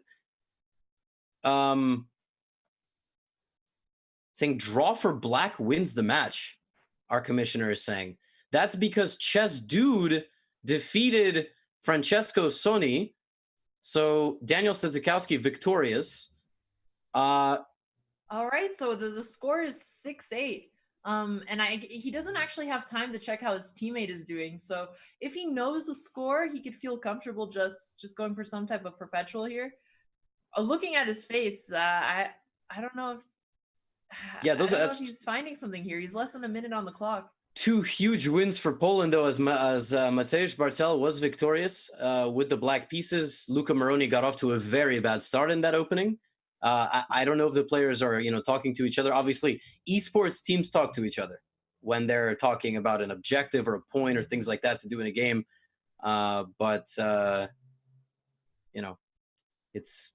It's different here because in chess we don't talk to anybody. That's a fair play concern, and it's a little bit tricky. So yeah, for sure. I don't know. Okay, so white did get out of it. There was no checkmate. He's now going to recapture a bishop, and now he has a knight for 2 pawns. Although it still looks like black might have some perpetual checks with queen c3 or queen a3. What would you do here as black? Would you go for the perpetual, or would you get really ambitious? Well, I would love if my teammates had told me that all I needed was a draw, but you just have to try to play the best moves. I think that's just the only way to think about it. It sounds like a bit of a cop-out, but there is no strategy here. You're just focusing. You're trying not to lose because you might not know the exact match score. But probably if he's playing, he has all the games open, on the top right of Chess.com or bottom, depending on the size of the screen. So he has seen that his team is succeeding in this round. Oh, but this is big. Italy just got a game, so it's 8-7. Ooh. So Pyorun has to not lose. Wow. And I don't know if he's completely lost, frankly. But queen d3 is a problem. Yeah, that's a problem. Now queen c3, or maybe even queen a3 check. Right. So he's just holding the e1 square so that black can't promote. And white is going to win this. We're going to see a tied match. Well, don't jinx anybody, but yeah, I mean, Kacper's got 7 seconds. Queen a6, and he's just got to get to a point where he's comfortable giving away the pawn. So essentially, if e1 queen happens, but yeah, I mean, there's no clear way. If you play queen b7, e1 queen would check, and how do you win? Also, by the way, you can play something like queen f4 check and try to trade the queen on c7, and just rely on the fact that you have 2 connected passed pawns on the king side. So I don't see a clear way. We might be in for some crazy plot twists here. So if white was somehow able to get his queen onto b7, and then he would be able to checkmate on d7. So queen b4, the idea of queen b7, I thought looked pretty good here. Oh, this is also good, though. I guess he's just trying to go queen b5 and queen b7. Flag. Okay. Yeah. He hit 0.5 seconds and then he got it there. I guess he's just going for the symbol. There it is. Wow. There it is. And now, short of a miracle, well, you know what? I don't know. Like, never say never, but it is the pro chess thing. But queen b7, c7. So I would say never here, Levy. I think I would challenge you. Yeah, now it's done. He does lose on time, and oh my goodness, what a match! 8-8. Can we just hold on? Can we make 2 featured matches or something? This is unbelievable. I would stay for more of this. Just switch all the colors. Like this is great. 8-8, the final. Poland 8-6 in this one. jumped out to a huge lead. Not all of our games are done. We do have some games remaining, but wow, that is. Hopefully, some of these upsets and some of these wins between these two teams helped you all in fantasy. Alexandra, let's watch the doctor. Let's watch the doctor conclude All right, his study. heading over to the doctor's game. Wow, but I mean a little bit of a letdown. I would have loved to see a decisive result. But hey, sometimes both teams play equally well, and we have to be happy with a fair result, even if it's not decisive. Yep, Rasheed Wallace did famously say in his interview, both teams played well about 10 times in a row, and then he got fined by the NBA. So that's hilarious. But we can say both teams played well. Was Rookie 2 hanging a piece here? Yeah. Oh, okay. I think it was. Oh no, he's gonna lose all his pawns. Come on, Doctor. You have to win an endgame up a piece. Who are you, Emmanuel Berg? Ouch, ouch. Too soon, Levy, too soon. Yeah, right. It really might have been too soon. Esteban is playing this great. He's bringing in his king to help to recapture some of the pawns. If he gets his king to b4, he'll be able to take on a5, but that won't be enough to get a draw. I love this. Look at this. This is king coming to the rescue. Rook d1. Rook d1 is a move that just demonstrates the importance of the king in the endgame. Such an important piece. Wow, fascinating position. This is like a fortress. Neither pawn can be taken by white, but white just doesn't seem to be able to make any progress here. White is probably going to have to play rook b1 and rook b6. Yeah, that looks like something. Rook b1 and rook b6, that's a great find. Black's not going to be able to protect. Oh, I should be 2685 right there. That's for all you international masters in the chat. Say I am if you're an IM. That was for you. Even you can be 2700. I don't know how many you think we have in the chat. You guys are a pretty rare breed, Levy. Yeah, I know. Like on Twitch, there's the resignation. Great day for Bassem. Great day for Sweden. 10 wins on the board. I think maybe 11. Our final is updating. Well, congratulations to our two winners thus far, Germany and Sweden, doing very, very well. And I mean, a huge congratulations to Italy and Poland for a super, super exciting match. The standings don't do justice. Poland came to fight. Italy right now, before this matchup, was the second team in the Central Division, posting a 27-40 performance, but Poland took everything out of them today, and they all fought back viciously. I don't know if we're going to take a quick break here for a moment, everybody, but we're actually going to bring on a special guest. Should we surprise them, Alexandra? Should we not tell them who it's going to be? Let's surprise them. We're going to go to break. We'll be back with a special guest interview, and then we have the Norway Gnomes versus the France Roosters, so stay tuned. All right, be right back.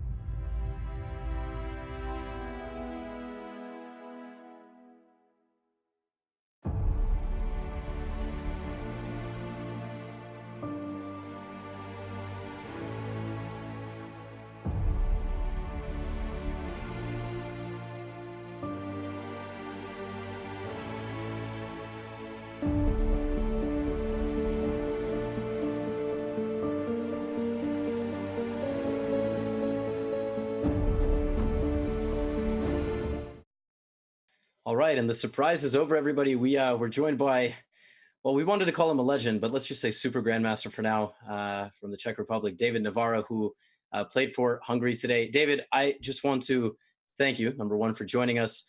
My first question to you is: you went perfect this week. You won all your games, 4 out of 4 after starting, 2 out of 4 against Armenia. Did you make any specific changes to adjust to the format or anything like that?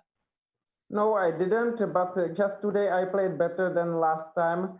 I played some training games in the morning, but my play was not really good, to be honest. But with 3 minutes per game, it's a problem for me. I mean, I panic when I get really short of time.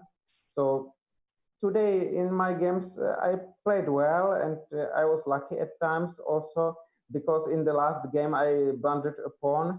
My position remained playable then, but perhaps worse. But then Peter Michalik made some mistake. I mean, he let me activate my rook, and then I found a nice combination which he had overlooked.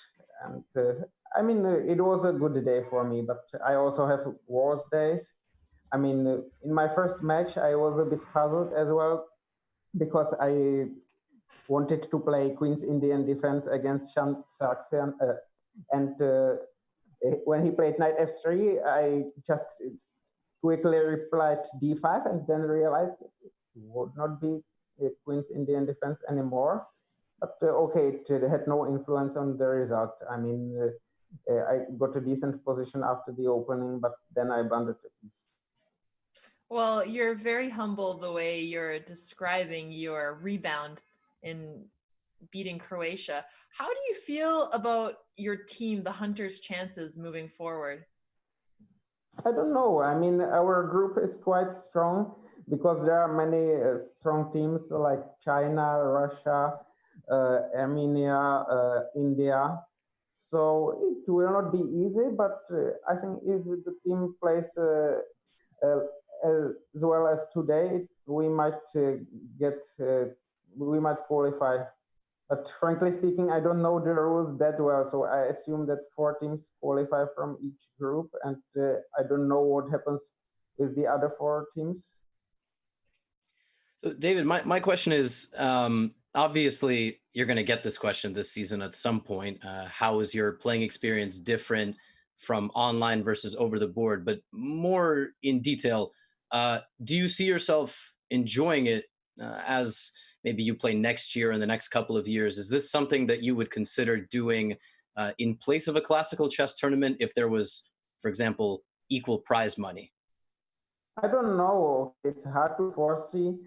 I mean, I feel more comfortable playing on classical chessboard like this because okay, I can make moves a bit quicker when I'm playing online, but not that much quicker. And when I'm playing a normal game, I can see what my opponent is going to play, what my opponent is about to play. So it's questionable whether I have more time or less time when playing online.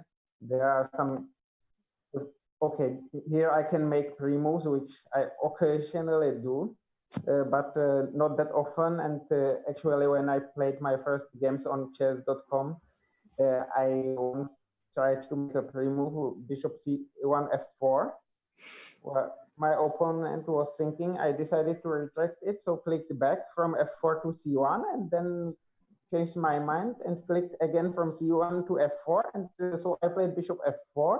After some move, a bishop c1 back, and then bishop f4, and my opponent took a bishop on f4, and I was not very happy, to be honest. So I became more careful about this now, and okay, I'm not used to playing online because I had not played much or almost at all until this year when I accepted an invitation to first to Banterblitz Cup and then to Pro Chess League to popular chess servers.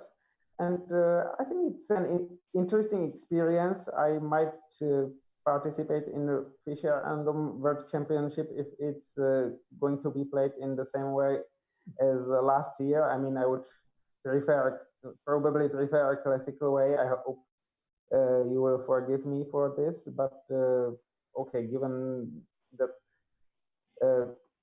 it was scheduled as an internet tournament, I might play maybe next time. Well, that was I think that's a great point of view. I'm very excited, but I know I like to play 1 minute and 3 minute. Alexandra's like a 1 minute specialist. So why don't we say one final question, David? Just, you're playing India next week. Will you prepare as a team or do you all prepare individually? How do you see that match going? And then we'll let you go.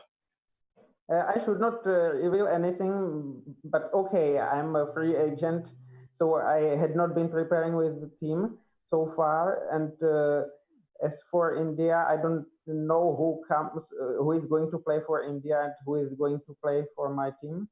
We will see, and I'm not going to reveal anything in this respect.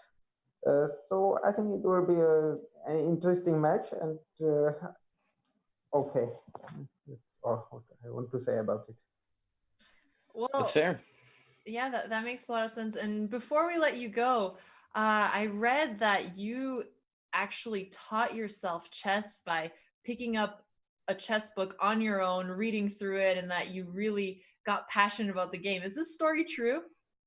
Basically, I indeed learned the rules from the book, but okay, then my parents let me go to some chess club together with other children, and I was quite lucky because there was some children circle for complete beginners, and then for players who are not complete beginners, and there were about 8 people, and an elderly trainer. He was, I think, maybe 1,800, maybe nowadays it's 900 rated player, maybe back then already less because he was an elderly man, but he had a big talent because pedagogic talent because I became a grandmaster and 2 other players of those 8 became international masters actually. So wow. It's remarkable. And then I had personal trainers later on, but okay, I was reading quite a lot since I started playing chess. Okay, nowadays I'm more working with a computer, even though I'm still reading various chess magazines. I'm subscribing to New in Chess, to Russian 64, Schachmatное обозрение, to German Schach, die Deutsche Schachzeitung, and to 1 or 2 chess magazines. Well, David, I think I think this is a pretty inspiring message for folks in the chat. They don't necessarily have to have a goal of being 2,700, but I know we have a lot of people watching, probably close to 5,000, and I doubt that we have many at your level. But this is inspiring for them to reach their own goals. We can't thank you enough for joining us. I know your match finished maybe 2-3 hours ago, but thank you. We are going to move on to our coverage of France versus Norway, and hopefully we have another interview with you in the future this season. Okay, thank you. Thanks have a so much, nice David. afternoon or evening, and goodbye.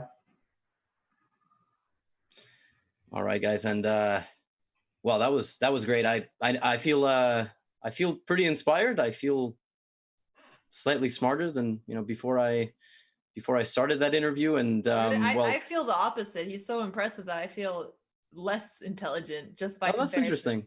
That's interesting. I look at him and I go, I want to do that.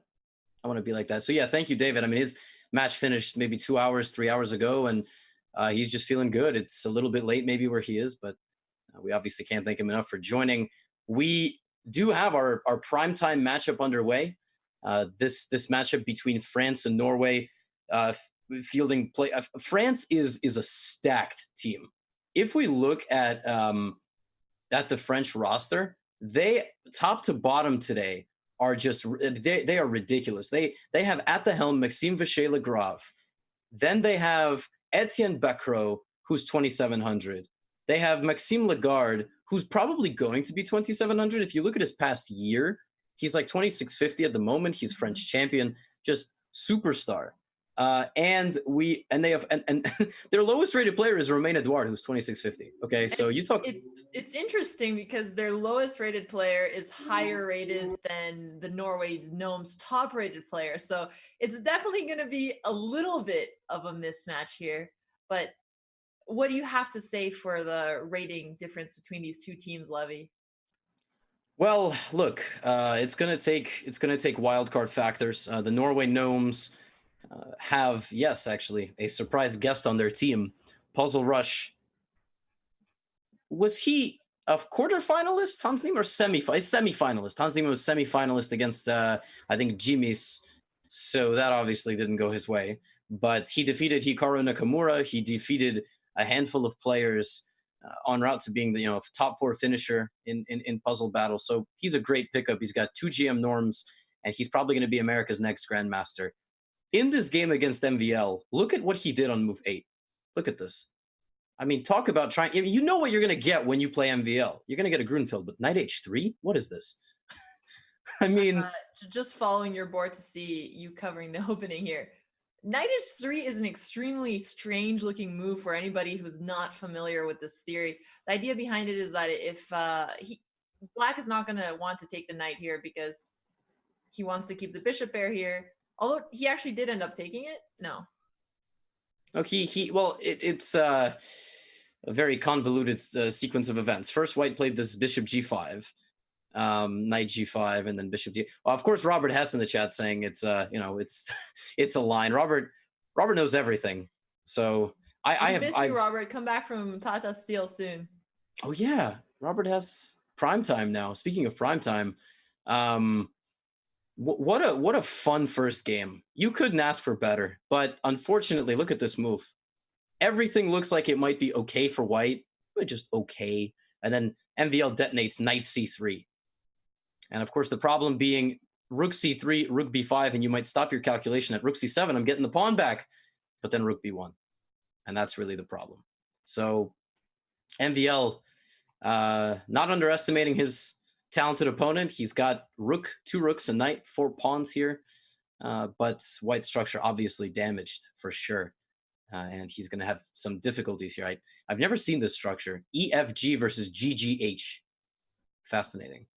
Right. And the other issue in the position here is that with MVL to move, he can play something like rook D2 and go for grabbing the extra A2 pawn, giving him a pass pawn on A5 and also continuing to put pressure on G2. White is going to be okay for now with his light squared bishop, but I don't see a way to save the pawn after rook D2. No, yeah, of course, rook D2, very natural move that you're looking at to swarm over on A2. I guess my question is, what is the issue? If you take on A2 right away, I guess there is G5, of course. That is the natural move, and there's nowhere convenient to put the knight. So what exactly is the difference between rook D2 and is it the fact that after G5 there might be, well, I don't know. Is it knight D7 and then the fact that the rook is not blocked, right? Because if the rook was on D8 and you play knight D7, that's miserable. But I don't know. We just had a quick change of events. So we had the G4 pawn push. Black traded off his knight for the G4 pawn. White was able to get A5. And now we look at the current position. White has been able to maintain equal pawn structure, but White still feels like he's on the defensive, especially after a move like rook G5. It seems a little strange to have a passed A pawn and to have neither of your rooks behind the pawn trying to support for the push. No, for sure. If the H2 pawn was moved to F2, the game would obviously be much more in the balance. The structure is beneficial for Black. He's got a passed E pawn, and the pawn structure is very well put together. MVL would not have gone for this, I don't think, if he thought he did not have winning chances. Rook D2, activity is great, and Rook A4 is coming. It's going to be very difficult to defend, and I think in a perfect world, Black sees a position where he has maybe E4, F5, active king in the center, pushing the G pawn as well, all his pieces working. Hans counterattacking on F7 now, and there we see F5, and King F6 will come next. So with that in mind, do you think it would be better for Hans to try and trade off one of the rooks? There you go. f5 and e5 is going to be less threatening since he only has to protect against one rook there. No, I actually think rook takes f2 is completely fine, because trading off a pair of rooks and then you have the one dominant rook, you put it on a square like a4. Second rank defense, horizontal defense by rooks is like the worst because you will run out of mobility. I actually think rook f2 would have been fine. I just think MVL is keeping the rooks on the board because he has nothing to lose if he does. But no, I actually thought that in that case it would have been, well, I don't know. He didn't think so. So well, that's some good insight. I've been trying to find plans for white to try and hold the position here. Is there any idea you see might help white with now the very aggressive e4 f4 idea coming? No, I don't see anything. I think my biggest question here is does black have a winning plan? Like I said, this is exactly what I had mentioned a couple moves ago. I said this light squared pawn diagonal, and oops, I clicked f4. That is not what you want. I don't know. White might look for little counter shots like g4, trying to trade a pawn, but what's going to happen? You're going to trade g2 for f5, right? And black's just going to get a replacement pawn. So it's going to be E and F versus A and H, but A and H aren't moving. So it's bad, obviously. MVL is putting in that super GM work. Alexandra, I have a question for you. I'm going to put you on the spot. Go for it. Do you think that MVL should get the wild card? Do you think the rule of giving the wild card to the countrymen should be done with? Well, I think it's funny you asked that since we have 4 American teams in the PCL. But yeah, in general, I mean, we should be giving the wild card to the most qualified player regardless of the country. It does make sense to try to honor the country who is hosting the championship, but that would be my preference. What about you, Levy? Yeah, it for me, I was arguing it's completely fine that Kirill Alexenko got the wild card this year because it is tradition. It is the rule. You have to change the rule. You can't just. I'm curious what what Chad is thinking. Robert Hess is saying Hans blundered. Yeah, Hans. It's very tough to play this position because. Yep, I was gonna say it doesn't really seem like a blunder. I mean, he was just getting grinded down, losing that pawn. He didn't have much of a choice. He didn't, and the pawn structure is not advantageous. There's a passed e-pawn. Again, if you move the e-pawn to h5 and you have this 3-on-2, then like you said earlier, these 3-on-2s, well, actually earlier you had mentioned in the king and pawn game, pawn end game, it was a win, which is in that one was accurate. It would have been easier for white to draw that, but here it's looking tough. G5 f4 probably is next. Yeah. Well, I think we should also take a look at some of the other games. We can come back to this end game. I'm looking at the Gnomes top board because Hammer lost. Yeah, Hammer just lost against Romain Edouard, their 4th board. But like we said, he is actually higher rated than the Gnomes top board. But what happened here? Let's rewind a little bit. Yeah, sorry. I did just notice that Maxime played a really ridiculous move. He played a rook b3 check instead of rook to g2, which was just winning on the spot. I did notice that right before we had left because he was simply winning there. But Hammer's got a tough one because normally, the top seed is supposed to play the 4th seed. Their 4th seed is higher rated than Hammer. Right. So, yeah. Hammer, wow. This played okay. D3. This is quirky. This is D3 move. It's a move actually recommended in a book, a very recent modern English book, I think by Kirill Georgiev, that's his name, D3. And you almost are trying to set up like a reverse Sicilian. So white plays this very strange bishop b2 kind of a setup. Hammer got aggressive and must have blundered quickly. Wow, look at what white is doing. Bishop a1. And okay, I guess Hammer just underestimated. Well, he must have missed something. His position still doesn't look completely collapsing. Oh, I guess, is this a blunder of one move? Just a b5 and... No, I guess he's already in severe trouble here after rook b5. Yeah, it seems like he had got outplayed in this game, which again is not the worst thing in the world since he was playing an opponent of pretty equal strength. But I think we should go to the games that are still going on right now so that we don't miss their ending, and then we could always look at the post mortem afterwards. Yeah, I think. Hey, that's a great show, by the way. Postmortem. So all right, let's go. Why don't we look at Lagarde, Ricky Keats? All right. So what is a Ricky Keats? Is that an animal? Like what is? It sounds like some type of noise, but there's not a lot of noise going on in this position. So we have equal material here. The bishop pair versus the bishop and the knight is obviously preferred, but I think black should be able to hold this position, which is why I was actually looking more at the games between Lars Haug and Etienne Bacrot. That one seems to be more imbalanced, as we actually have some type of material imbalance. So black is up a pawn in this position.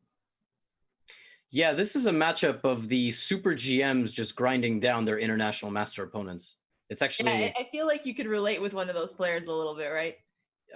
Well, I usually just lose by move 25. That way I go back to my room and go, well, I didn't have to spend 6 hours. You know, again, this is an end game where with white, you keep a hope and a prayer, and you just go, maybe he'll mess it up. I'm going to keep fighting back. And then in the 5.5 hour, you succumb and you go, you know what? I could have just lost instantly. It's the same result. Okay. So, black again, actually, very similar situation on this board as in the Hans board.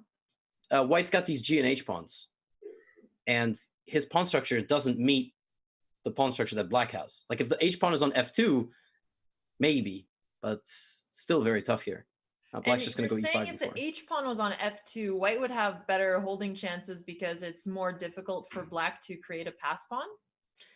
Yeah, potentially. Of course, well, I mean, this is a very drastic example because black just has 4 pawns. So we had a moment in that Van Welly game a couple of rounds ago. I don't actually remember how the game ended up, but he damaged his structure, and he would have had a 4-on-2 if he hadn't.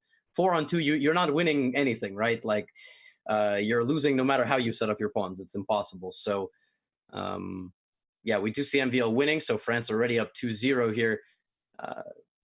Who knows? This could also be losing even if the pawn is on F2.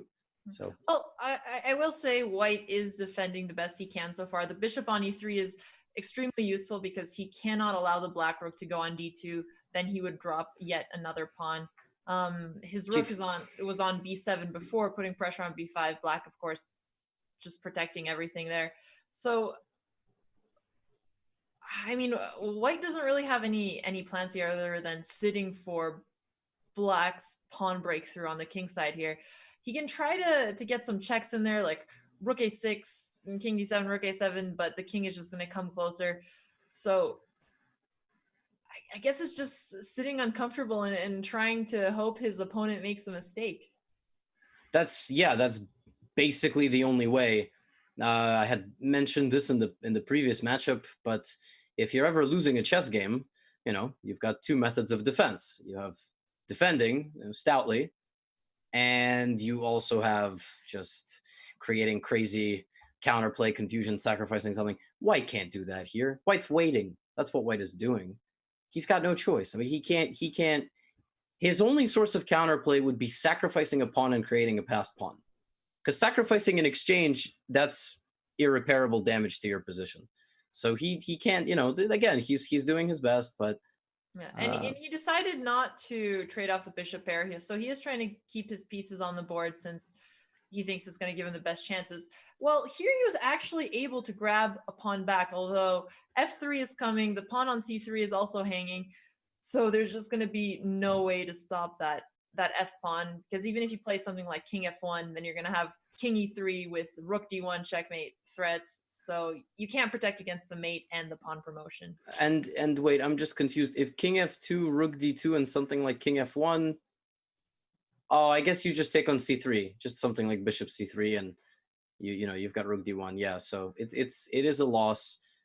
Wow, France, the Roosters, just cackling out of the gate here. 3 is that what they do? What do roosters do? What's the word to describe a rooster noise? Croning? I think I just made that up. Croning. Isn't that like a currency? Krona? Yeah, that too. Crowing. A rooster crows? Yes. Does a crow rooster? I mean, that's just, what even is that? Who made that up? You know, the English language is an interesting one, Levy. Yeah. All right. Let's go look at Rikikis. Maybe Norway will not lose on every board. Nope. And I just see that a Oh, it's a draw, was 3.5. offered and agreed upon. Okay. Got it. All righty. Well, this is so sad. That's all I have to say about that. The Gnomes were not able to get a good start, but hopefully the super-powered lineup that France fields can take a couple of hits in the next round. Is this one of the biggest rating mismatches that we've had? The rating difference between these two teams is 161 points. Yeah, this is definitely the biggest mismatch we've seen, at least in the Central Division. So it is going to be a really tough match, but we've seen teams come back from really rough starts, 3-1 starts. Okay, I have a point isn't the best, but hopefully they're not going to lose their morale here. I know that the Gnomes have a pretty big chess culture, so at least they have the passion on their side, They do. I also was wrong. Earlier this week, St. Louis versus UK, St. Louis outrated their opponents by 170 points. Well, listen, if you're not happy with that, you can donate to your local team. You can donate to the team that you want to see, compete at a highest level, and they'll get all the talent in the world. But for the meantime, a rough start for the Gnomes. Yep. 3.5 half. Hopefully hopefully the second round will be a little bit better. They can get their first win of the match. We definitely this is the hardest one because it's a mismatch on a lot of different boards, but we'll see as rounds 2 and 3 develop. Don't go anywhere. We'll be right back.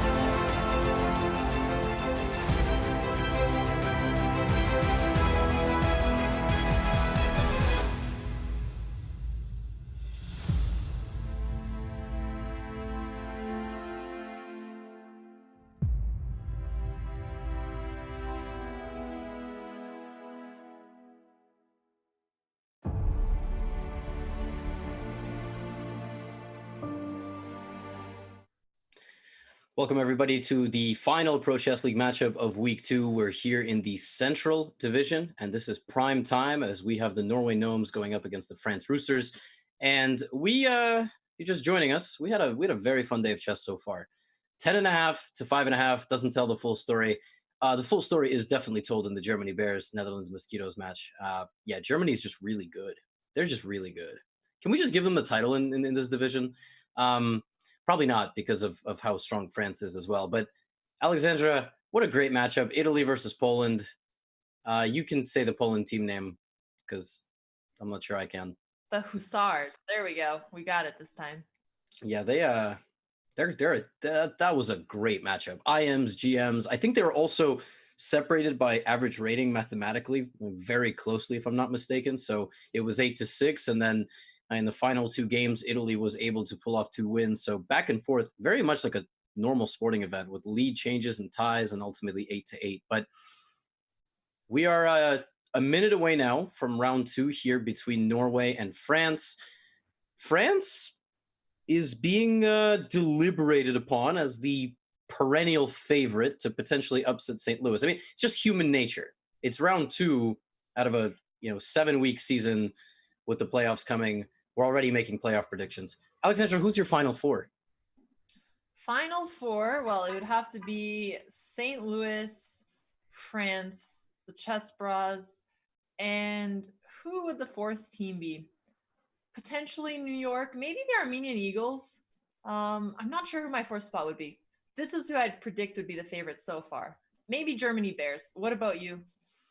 Oh, it's so tough. I was very happy to learn that, with 3 divisions, it's not a spot where you're going to get just 1 or 2 teams from a division going into the playoffs. It's like a whole, it's obviously a whole different system of counting up total scores. For instance, if you have the 3 highest scoring teams in one division in the entire league, but they're all in the same division. So yeah, I agree. I would pay money to go to a final live event between Canada and St. Louis. I'm giving my unbiased take. I love my New York team, but those teams are stacked. France is stacked. Germany's got Korobov at the helm, and India's interesting as well. And we can't take away Armenia. So there's 6 teams that probably have like my full attention, and there's maybe 2 that I'm like, all right, it's going to be those 2 teams. I mean, Canada is just so stacked. Got Eric Hansen as the board 4. Come on now. What even is that? I mean, same with the France Roosters, right? We have Romain Edouard as board 4. We have Danya as board 4 for the California Unicorns. I mean, with the new regulations for PCL this year, you're seeing this on a lot of teams. Yeah, but you got Eric Hansen on board 4. Like that. I'm not talking about no. He might hear you eventually and pop up in the chat. Well, that's such a good team. I'm so excited to finally see, because once Tata Steel is over, obviously we're gonna get Giri, we're gonna get Ali Reza, we're gonna get Grishuk. Oh, that's so exciting. When is that? I'm gonna start looking ahead. Do they play in week 3? They don't play in week 3. Well, never mind. Speaking of playing, the games have started. Yeah. So I am taking a look at the game between Etienne Bacro and Hans Niemann. So Hans Kuhl Niemann and Baki 83. We have an English opening. You love this. Please explain a little bit about the theory here. Well, the theory ended on move 3 when White played H4. H4 on move 3, and just no respect towards the IMs here. Yeah, wow. I'm gonna just go. I'll just be very honest. H4 is a message. He's saying, you can memorize as many puzzles as you want. I'm gonna play H4, and I'm gonna win. That's what Etienne Bacro is saying. So Hans just disregards it, and then they just left it there. The pawn is still on H4. They decided to have a normal game of chess after that. Pawn's still on H4. Yeah, I mean, sometimes you see a really unusual move early on in the first 3 moves or so, but then eventually it transposes into a regular looking opening. Would you say that's the case for the current position? No, of course not.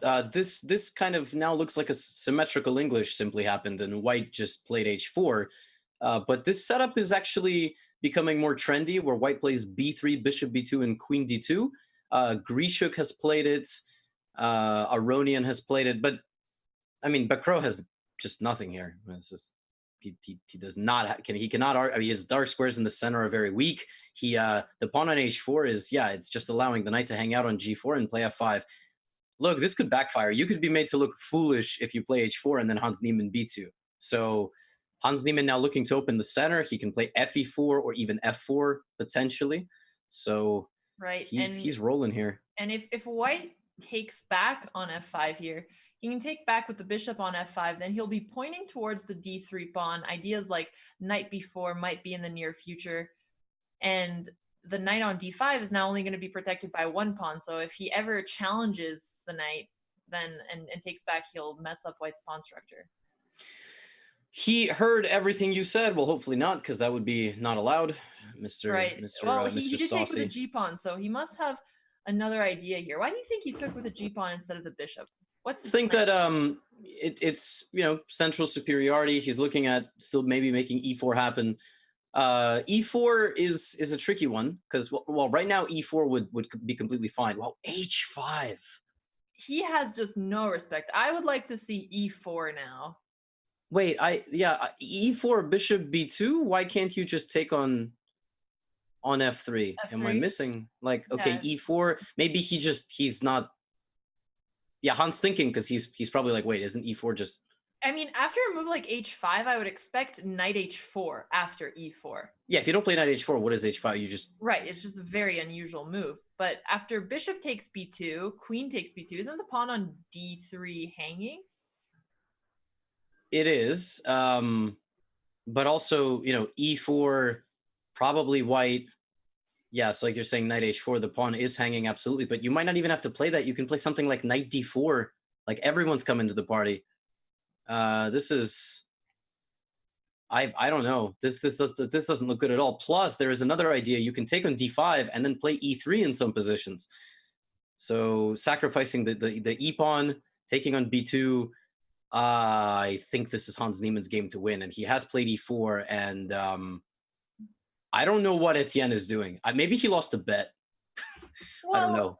I mean, it seems like he's definitely confident going into this game, and he probably is either realizing that his plan went astray, or he thinks he's going to get some compensation, and he's just going to show us what's up in the next couple of moves. But let's get back to this game. Let's check back on how MVL is doing. He's playing against Larzo, or Lars Hog.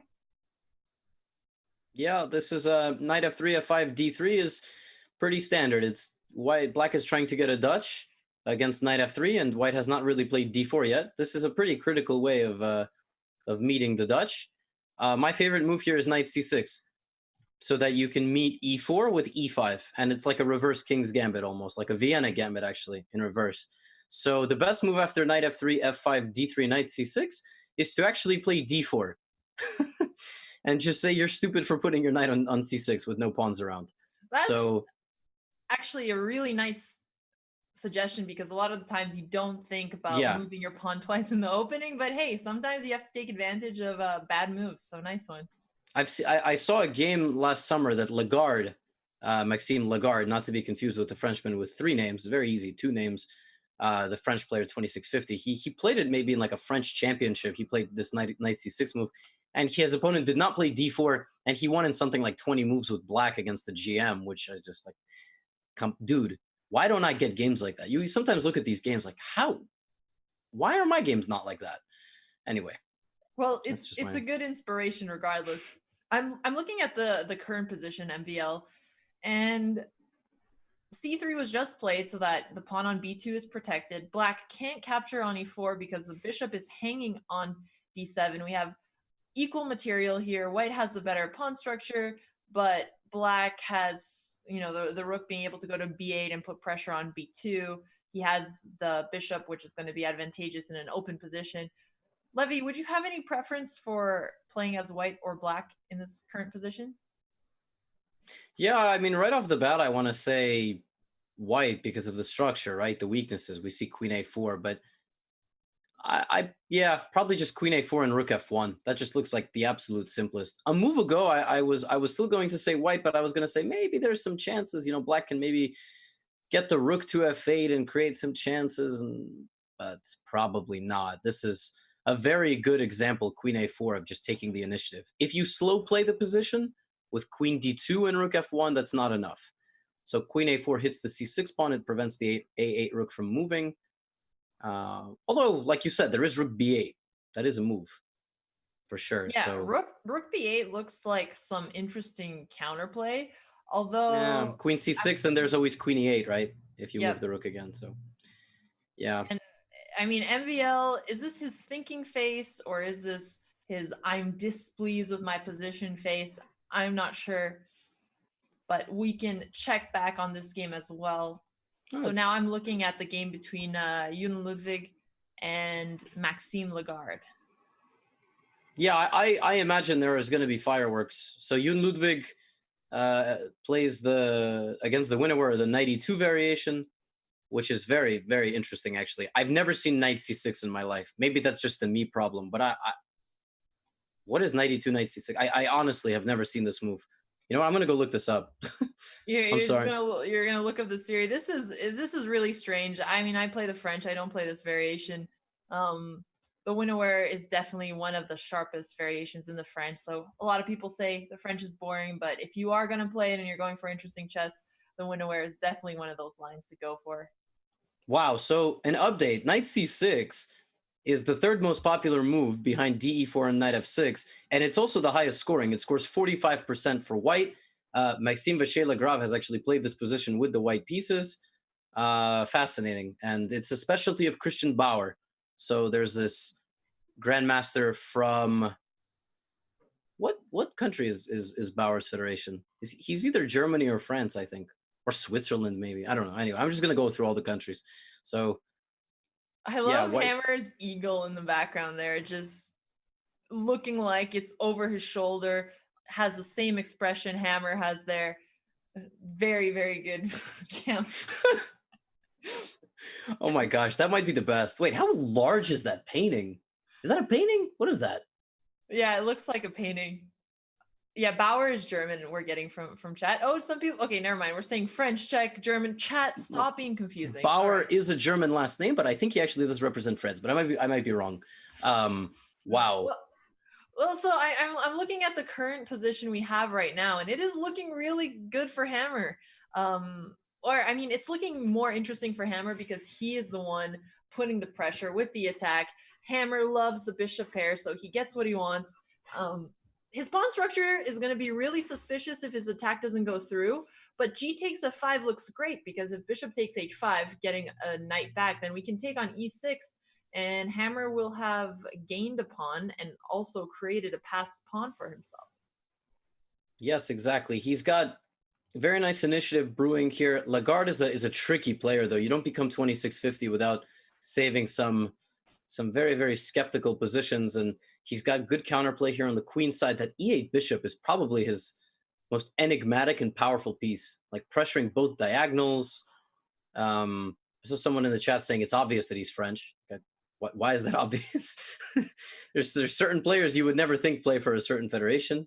You can't just look at the names. But what is the next move here for Hammer? Something is obvious. I'm a little suspicious, so don't worry. Suspicious of everything they say.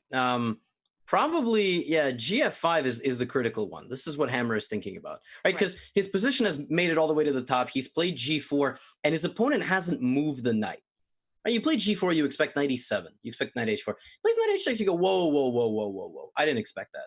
So he just went into the critical line, and he traded off the bishop pair here. So also creating a structural weakness for Black's pawns here.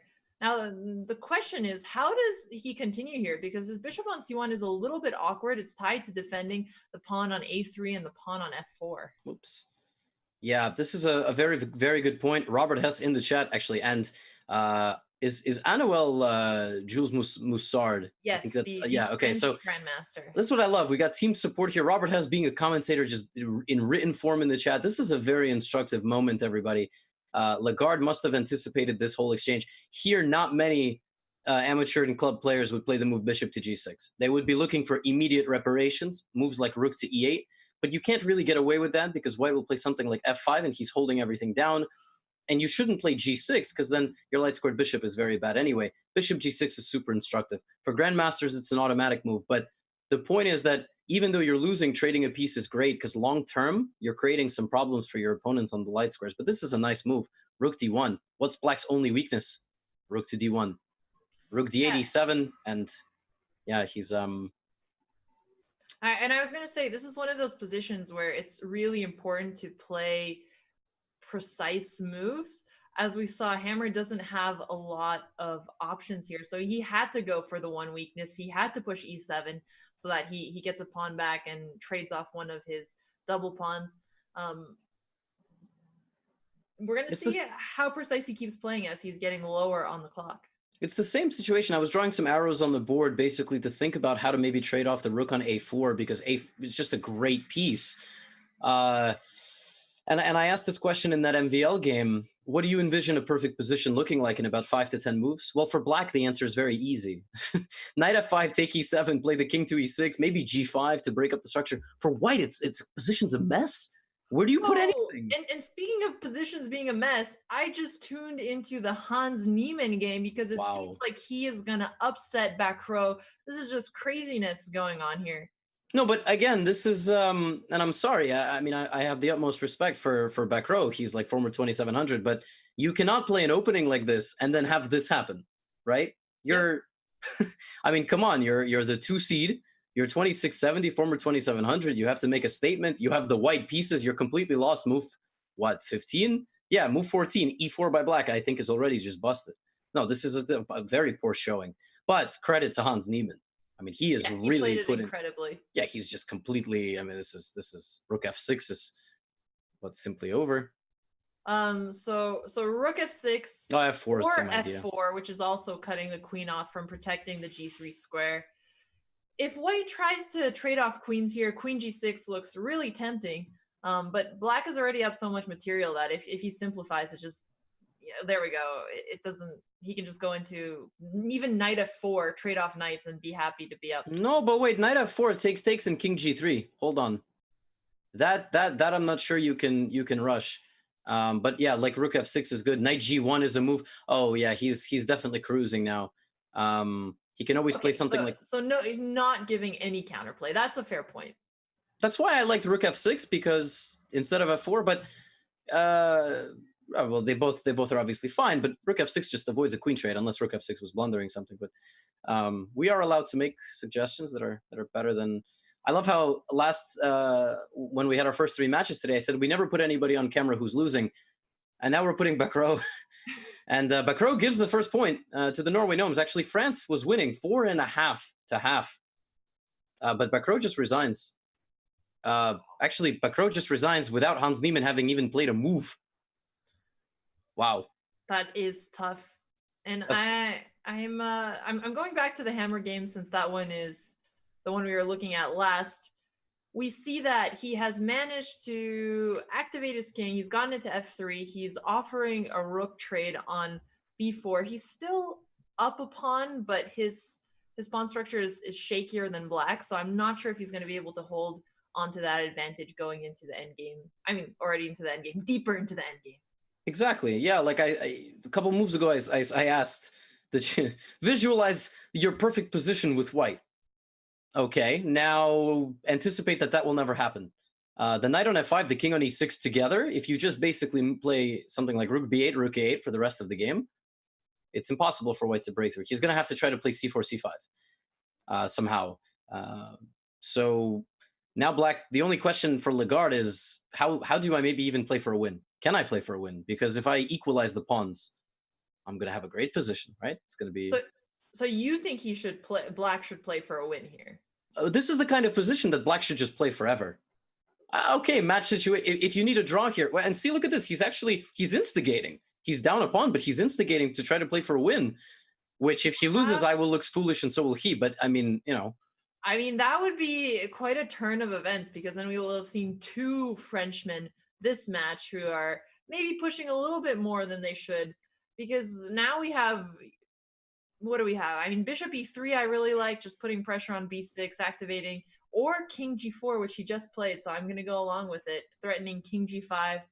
White actually has winning chances now. Yeah, king g4 is interesting. That might have been an underestimated resource. Why not just play king g5 and king g6, right? Like there's, but of course, even if you get that far, you still cannot break through with the rook or the king. So it's a ridiculous position. He might have, I don't know, I was going to say, he might be better off searching for an invasion with the rook. Yeah, this is something. The Frenchmen might get overzealous here. Both of them, not really respecting the opposition a little bit. But of course, this is looking very, very good. Rook c6 is possible. c4 is possible. Has Hammer moved his dark squared bishop at all? Oh my gosh, wait. That's a great question. I'm not sure because we kind of just scrolled towards the end of the game here. Hammer has not moved a piece in 38 moves. I actually really want to know if there's any record in the history of chess for, I mean, of course, beginners games, but any game where a 2600 plus player did not move a dark squared bishop for 38 moves. It's funny because, Hammer has coached me before and he always yells, develop your pieces. Well, I'm going to have to show him this game and remind him that. Yeah, I'm going to be like, Yoon. Break the rules once you know them. Yeah, like, dude, what are you doing? 39 moves.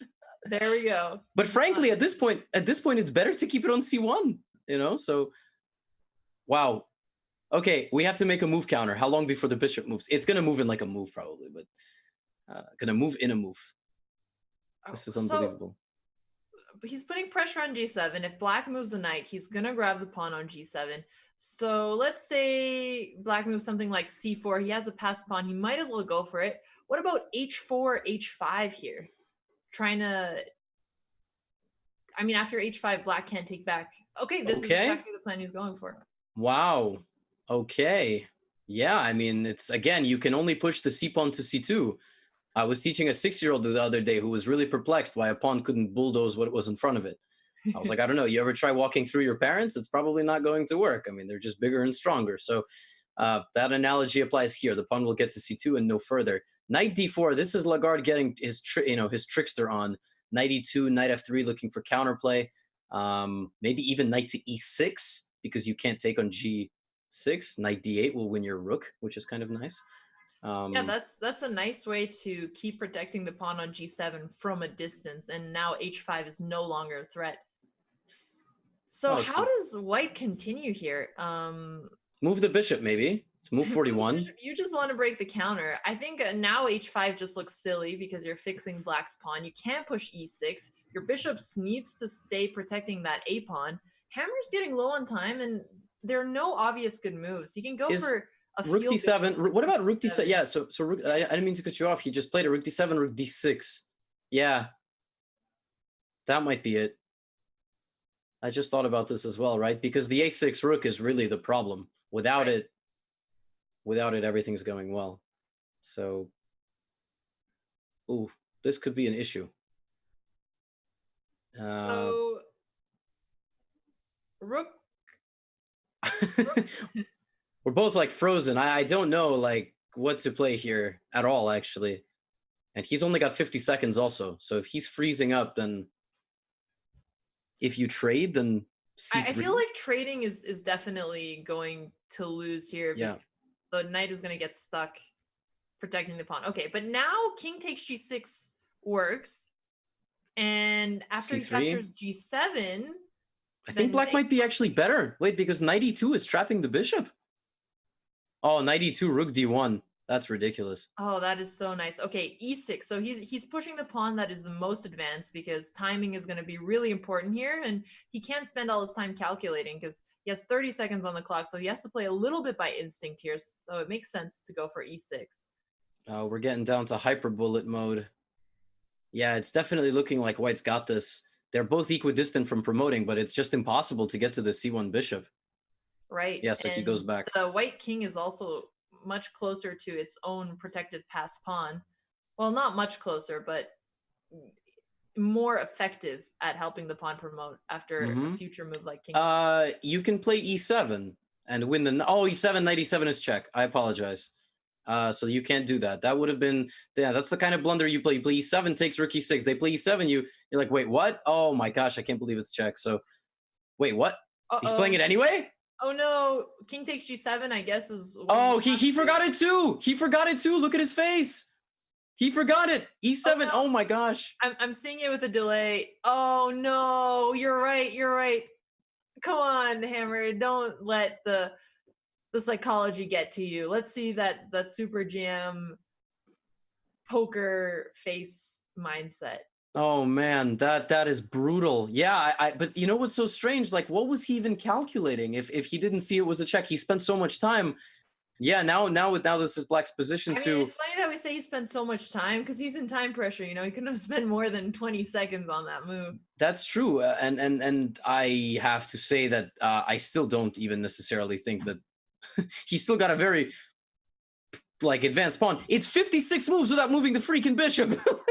Well, Levy, I'm glad you have something to be excited about here. I think he can still hold the draw, actually, because f7, f8 is coming. So Black is just going to have to keep the king in checks here, and they're going to get a draw after a very hard-fought game. So nicely done to both players. I am curious, how is Black supposed to actually win this position? You know, once you blundered, there actually no. There's a game remaining with 5 seconds versus 15. Oh my gosh, what an endgame! The bishop pair against a rook and a pawn. All right, well, I think it's fair to say we'd both prefer the bishop. So if White can get some type of perpetual, he should go for it. He should, yes. And then there it is. Wow. Okay, so 2 very peaceful resolutions here. If Black had won the b5 pawn, 2 bishops and 3 pawns, all the winning chances in the world for him. That was exciting. Hans Niemann, the upset of the round. Man, if Hammer had gotten that half point home, they would have really made a match out of this. I think right now the current score is 5.5, 2.5. Norway did get 2 out of 4 this round, but missed opportunities. And of course, the biggest surprise is, well, Mr. Niemann getting the win over Backrow. We will take a quick break, and we'll be back with round 3. Looks like Norway's back in it.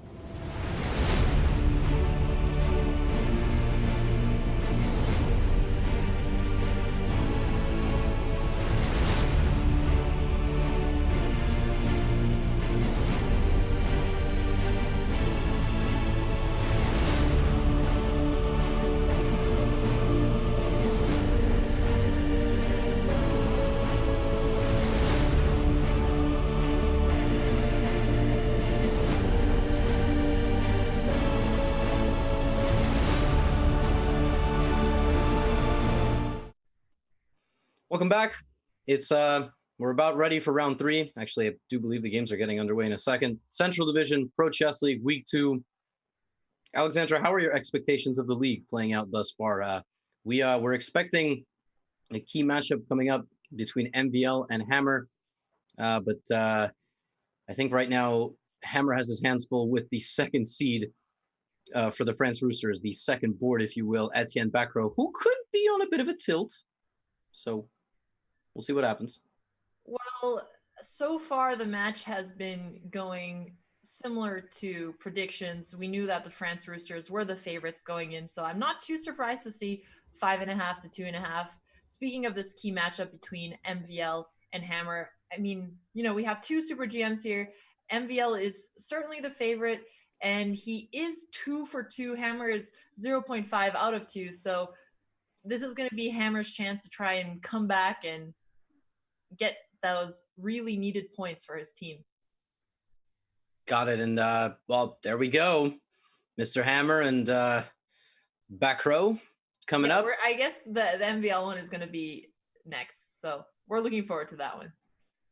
Yes. Well, I mean, he's got, when you play the French at their full capacity, does Hammer not know it's his move, by the way? Oh, he was just deliberating what to play. Okay. I don't know if we're going to put him up on the screen. All right. I want to see who's going to surprise who in the opening. All right. A Petrov. Fine. Kind of ironic. Norwegian playing a Petrov. We're going to play into the classical variation here. Yeah, here's the biggest moment. Oh, first of all, you can play knight c4 and knight d3. These are like creative, crazy ways to play against the Petrov. All right, knight f3, knight e4. And now the big question, what do we play? Queen e2, d4, d3, knight c3. All right, looking like classical. This is the classical, right? Yeah, the classical attack according to Chess.com's knowledge of openings. So there's an American player, international master Justin Sarkar, who's made it a life mission to play a recorded game in the database in every eco code that exists. Jeez, that is fun fact. Yep. Honestly, a ton of work. I mean, that guy either has a lot of time or he's really efficient with his time. So good luck to him on his mission. Yeah, he frequently posts on his various games, and sometimes the opening experience goes awry. But all right, well, this one's quickly gone symmetrical. Hammer just trying to be solid with the black pieces. And, who else? Well, Hans Niemann will be an interesting matchup. Wait, what is this Hans Niemann game? What is going on here? We'll just skip to his game then. Well, this one is a lot more exciting. We have a pawn on e6. Bishop is pinned, so he's going to have to get rid of that bishop first. And after knight takes b5, there's the option of getting the queens off the board. Getting the queens off the board this early for such a big rating gap, what do you think about it from Hans's perspective as the underdog? I'm gonna back it up to move 1, 2, and 3 real quick. I know you can't see my board, but what is this opening? Can anybody tell me what this is? Because did the French just make a decision to try to embarrass Hans Niemann in the opening? Because somebody should have told Maxime Lagarde it didn't go very well last time. Hans just playing completely normal developing moves, and I'm not sure why they keep playing these. It's garbage. What it is it's garbage. I mean, it can't be I'm so confused. Hans just gets a slightly better position, right? Oh, okay. Right. I guess there's some tricks, right? Because now the knight on b5 is a bit offside. It is. Yeah, and the king on f7 is slightly better placed than the king on d1 because he's not going to have to deal with rook checks, putting the rook on an open file with a tempo. So yeah, because I mean, other than the isolated pawn is going to be annoying going into the endgame here, but you're right. The knight on b5 is a little bit awkward because where is it going to return without messing up white's pawn structure as well? Yeah, exactly. With the knight being on b5 is standing there. I'm just more speaking about the general kind of decision to play like this in the opening. Go ahead, Levy. Give me a real opinion here. I guess I'm wrong if it pays off and black equalizes and gets a normal position, but why not just play normal stuff? I mean, you're 2650. right? You can still play something that gets him out of preparation, but is a bit more along the lines of normal chess theory. Yes, he without question, he's got a completely fine position now. But then if he wins this one, then obviously it pays off. But why? Like, well, I mean, I think this strikes me as one of those more repertoires specialized for rapid chess. So, I think maybe we shouldn't jump ship and say that they're just toying with Hans here. But then again, I look back at the position, I thought it was going to get more tricky, but White shouldn't have any problems here. So, never mind.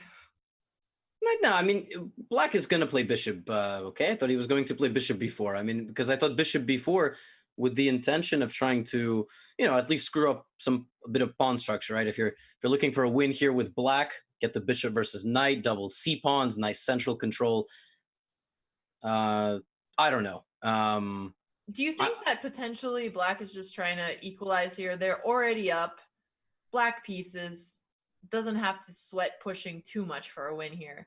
Someone in the chat saying Neiman 4-0, let's go. I hope you just arrived late, because Hans actually did lose the first game to MVL, and MVL played a completely normal line. Yeah. I'm not sure. JA928 brings up a good point. Until the Pro Chess League can offset the prestige or potentially the prize money that's involved in a traditional classical event, yeah, maybe you don't want to debut your best stuff, but okay, you don't have to play knight c6, d6, knight e5, right? There's a difference between your best stuff and what was played here.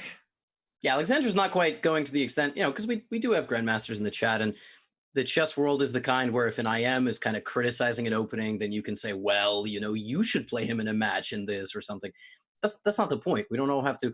We can all agree Maxime Lagarde has a fantastic opening repertoire. That's why I'm just so surprised why go for this. But okay, we can see what happens. Enough. We do see Hans there. I think that's his live stream. I think actually we do have a camera vision of his live stream. He's currently streaming on Saucy is it Moki? I think it's Moki. Yeah, Saucy Moki or Moke, however you pronounce it. Well, I guess we could check back in with Hans. We haven't looked yet at the game between Larso and Muxi, or Lars Haug and Romain Edouard. Romain Edouard has grabbed an A2 pawn. That's the first we see in this position. He's up a pawn, but there's some questions about whether he's going to keep it, because knight b4 is just going to give it right back. So, yeah, I don't know if he missed knight c2 or he just thought that maybe he was. Oh, maybe he was trying to play a5, maybe a5 and knight b4, but that wouldn't have worked actually because of the pin on the A file. Well, rook a1 is just forcing Black to give the pawn back, as well as putting pressure on a7 and getting the rook on a semi-open file. I definitely prefer White's position here.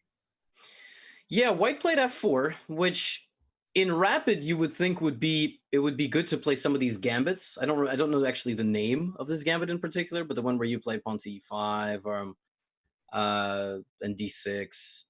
So you can play like that, but Black just played solid. It's kind of a Dutch, right? White plays this queen e1, it's like a reverse Dutch. That's that White is going for, and I agree with you. I very much like White's position. I think once the knight on f3 moves to either d4, e5, the bishop on g2 is going to be good. So I can't. And really... I even like knight takes b4, c takes b4, not capturing the pawn on b4 since a7 pawn, but taking on a7. But okay. The IM disagreed with me. He took with his queen. He's putting pressure on the d4 pawn as well as on a7. Yeah, but you had some great positions against IMs over in North American Open, I think. You yep. You know the secret to beating IMs at this point? More like drawing IMs, but we'll go with that. Well, okay, you got to, it's good starting somewhere. Knight g4, and now it's going to be this kind of dynamic fighting for the dark versus the light squares, or giving away your a7 pawn, because he didn't want to lose d4, of course. Well... Now I think we're going to see Black try to create a little bit of chaos, because Black is down a pawn here and e5. Yeah, there we go. That's the chaos. It's the chaos we're looking for. But what about just h3 by White? Just h3 and don't do anything. Okay, yeah, whatever. Well, why are we even suggesting moves? Let's just let them play. I actually really liked h3. it seemed a little bit more forcing, and it would displace the knight, so he can't take back with a knight on e5. But here, white can just grab another pawn. Is there an issue with knight takes d4? Yeah. Of course, knight takes d3. Knight I think takes d3. Okay, that makes a lot of sense. Knight d4. Well, I guess it depends which way you take, maybe, because if you take with the c knight and then knight d3, you're not obligated to take back. You can play something like queen c3 because you have to protect against d4. But yeah, there are tricks. So you are playing for tricks. So he just takes on e5. Is he going to go bishop d5? d5 here, though, putting pressure on f7. Okay, or rook f2. I guess just protecting e2 first is also fine. Knight on bishop c2 d5 has to come at some point in the future. Black can now consider a reroute. So, for example, bishop f8 to c5 looks like it kind of glues together the dark squares. But if the queen ever moves, then you have to anticipate b4. Maybe black can play b5. Not right now, because f7 would actually be hanging. But b5, like bishop e6 and then b5 creating counterplay. I don't know. Tide might turn very soon. Bishop c5, for example. Yeah, I mean, it seems like he is following the plan that you just suggested. Queen d2 implies that white is considering switching his queen to the other side. If black plays bishop c5, of course, he has to take care of the threat on a7 first. But queen f4 is also something that could come in the future, not right away because of rook f5. But that open f file is going to create some... No, Alexandra, you're onto something, because if queen f4, rook f5, queen b8. So right. No, you're right, actually. Queen f4, and probably black just has to go bishop e6. This is the kind of position where amateurs would definitely like suffer, because they're trying to make there is no way to play for one move tricks here. So it's a long-term process. You might land a piece on a square and it looks good, and all of a sudden it's not, and it's too late to kind of come back from that. I think that's maybe why Edouard is thinking so long on this move. I don't actually, you can play bishop c5, but then the rook goes, and then what? Like b4 is coming. Yeah. So I'm not sure. He's definitely sinking into his time here. It's big time disadvantage. Yeah. And Lars speaking of sinking into time, I'm looking at the game between MVL and Narayanan, because there's also a time imbalance there as well. Although black is actually up a pawn against MVL here. Yes, MVL is defending for sure. I remember he had that game against I don't remember her name, but she was playing for last season. I remember that game where she was winning. Yeah. Was it Germany? It was no, it wasn't Baden-Baden. No, it was a snowball. Sorry. No, I think it was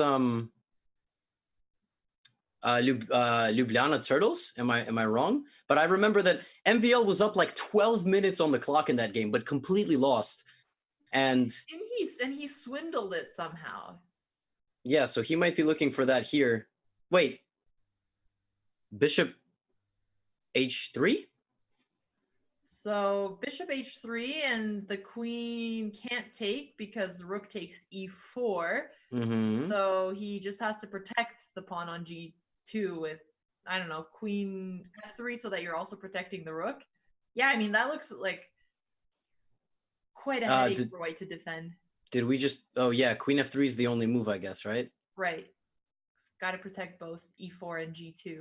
Oh, okay. So what? Very nice. It looked okay. Very nice. Yeah. So what about same idea, but bishop d5 or bishop f5? I don't know.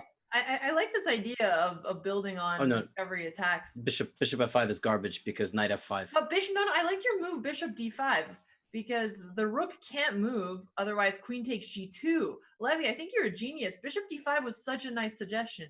Well, I think we can thank the chat grandmasters for that one. I can't take credit for it. Shout out to Jamil, Mr. Last Samurai, who's also a streamer on Twitch. He streams in English and in Turkish. And actually, bishop h3 has happened, queen f3, and the rook takes e4. So okay, why? Just here. Does he? Why? Okay, he just goes back. What did you not like from what black played? I was interested if you could play bishop takes g2, queen g2, but it doesn't It doesn't look like it. It doesn't look like it works. Okay, so if you can't play that, bishop d7, yeah, maybe he's just saying, look, man, like, it's all good. I think c5 is a threat. Yeah, c5 and bishop c6. Oops. That's a problem. c5 and bishop c6. That's such a slow plan, and it looks counterintuitive because you're putting your pawn on a dark square and blocking one of your own bishops, but your attack is just so strong that there's nothing to do. So I guess what white has to do is move his rook off of that huge pin, because you don't want to have your rook, your queen, and the g2 pawn all on the same diagonal there. Yeah, rook h4, exactly. Rook h4 is a possibility, but it's all like a bluff. I mean, your bishop on b2 is aligned with h8, so there's always little tricks on g7 and h6. But the bishop on d7 is a defensive piece as well. It covers rook g4. Yeah, okay, this is what you have to do. Of course, MVL is calculating much deeper than you and I. He's fully focused, and a fully focused 2780 player is coming up with deeper ideas, a few moves, but... Well, I don't know. I feel like if you add our rating together... No, I'm just kidding. Yeah. Yeah. I don't know. So h4, I think you've been repeating this theme throughout the match. When you're slightly down, you either play stout defense or you get a little bit wild. And I think it's the latter he's going for in this position. He's trying to create some type of counterplay. He smells his opponent getting into some time pressure. Yeah, and this is just solid here by his opponent trying to trade the rooks, but that might be a little bit too solid. It seemed like maybe the coordination for white there you could take advantage of, but as the clock is ticking down, you've got 2 minutes, you're playing MVL of all opponents, but queen b1 is coming, and MVL swapped those rooks off so quickly, it seemed like a confident move, but again, it could just all be a bluff. Maybe he was considering knight f5 in this position, knight f5 setting up ideas in g7, but... So question for you here. Do you think MVL should go for a queen exchange here, since he's been the one who's had to be on the defensive? No, I mean, okay, I'm about to say a bold statement, and I hope he doesn't refute me. I really hope he doesn't play something like queen f5 or just look for a queen trade. I think he's going to use his queen as an asset. He's going to try to get black a bit scared. And he plays king h2, which does none of the above. Well, I don't know what that move does. It's just a move preparing for queen b1 in the future. So you are correct that he is keeping his queen on the board. I mean, he could have played the move you suggested, queen f5, to stop b1 instead. So... Oh, well, I guess actually no. There was a reason. Knight f5 attacking g7. That might have just been bishop to d7. Let me just point that out. Actually, I did think about that. But in my head, I stopped here, and I thought king g8, knight e7. But you allow a move with check, and then you just go king h7, and somehow you're just losing material here, it looks like. Wow, that's crazy. How your pieces are just totally stuck. Unbelievable. You bring the forward momentum to a pause. So h5. h5 is a beautiful move because it forces the black queen to move away from protecting the f7 pawn. So queen takes f7, still protecting the pawn on h5, and I don't see anything serious that wouldn't allow him to take on f7. Which is probably why he just played it. All right. Yeah, there you go. Because d4 is hanging, but then bishop takes, the bishop is also hanging on d7, so... Yeah, so this is I can't tell if this is all right. Well, there go the pieces. Now black has a decision. Does he take on d4? He gives a check first, fair. Then he takes. And if queen takes, there's queen d1 and queen h5 with the perpetual. I think we're gonna see black be happy with the draw against MVL here. Even if he had those winning chances, MVL managed to squash them away. Is MVL... Well, black can always just play queen d1, queen takes b3. He can also try to somehow figure out a way to play for a win, but it's probably not possible given all your weaknesses. I don't know what he's thinking about. Is he checking all the other games? All the other games are still going on, by the way. Let's go see Hans Niemann. What's going on with our boy? Hans Niemann's just up a pawn. He's just up a pawn in an endgame. So take that. That you have to play serious openings again. Yeah, that was, I'm going to go back. I'm going to go keep being harsh. So, you know what, what is this? The team should hire you as their coach. You send them these notes after the game. Tell them to start playing some serious openings because we are done with this. I don't think MVL is gonna listen to me, but maybe I can teach the 2600 guys. Yeah, Hans just winning another pawn. Yeah, that's I don't know if that was a blunder or if that was deliberate, but I don't think potentially gonna trap the knight. No, because king e6 allows the knight to go to c5. b4 is coming to help the knight get to c5. No, it's just lost. It's just lost because whoa. Okay, so he didn't want to go b4 immediately, I guess, because b4 knight c5, maybe the king is getting to the b pawn. So Hans just moves his knight and and also MVL drew the game, so black went for a draw there. Okay, so MVL does draw. No, Norway's coming back. Let's all right, knight h3. This is Hans Niemann, baby. You got to believe in him. This is all Hans right now. I mean, I watched him. I was just playing a tournament in Vegas. He was playing there too. Knight c6, knight b8. What a play. Okay, wait, knight c6, knight b8 was just winning, right? I mean, Hans just bringing the king act. Yeah, he could just go capture the a6 pawn. No, you're correct. But okay, so he has so many ways to win here. This is 2700 performance so far. He beats a 26. What I don't know exactly Etienne's rating that we see on screen, but 2650 win. Okay, he's probably going to try to trap his knight here, but knight and 4 pawn. You can probably even go king e4.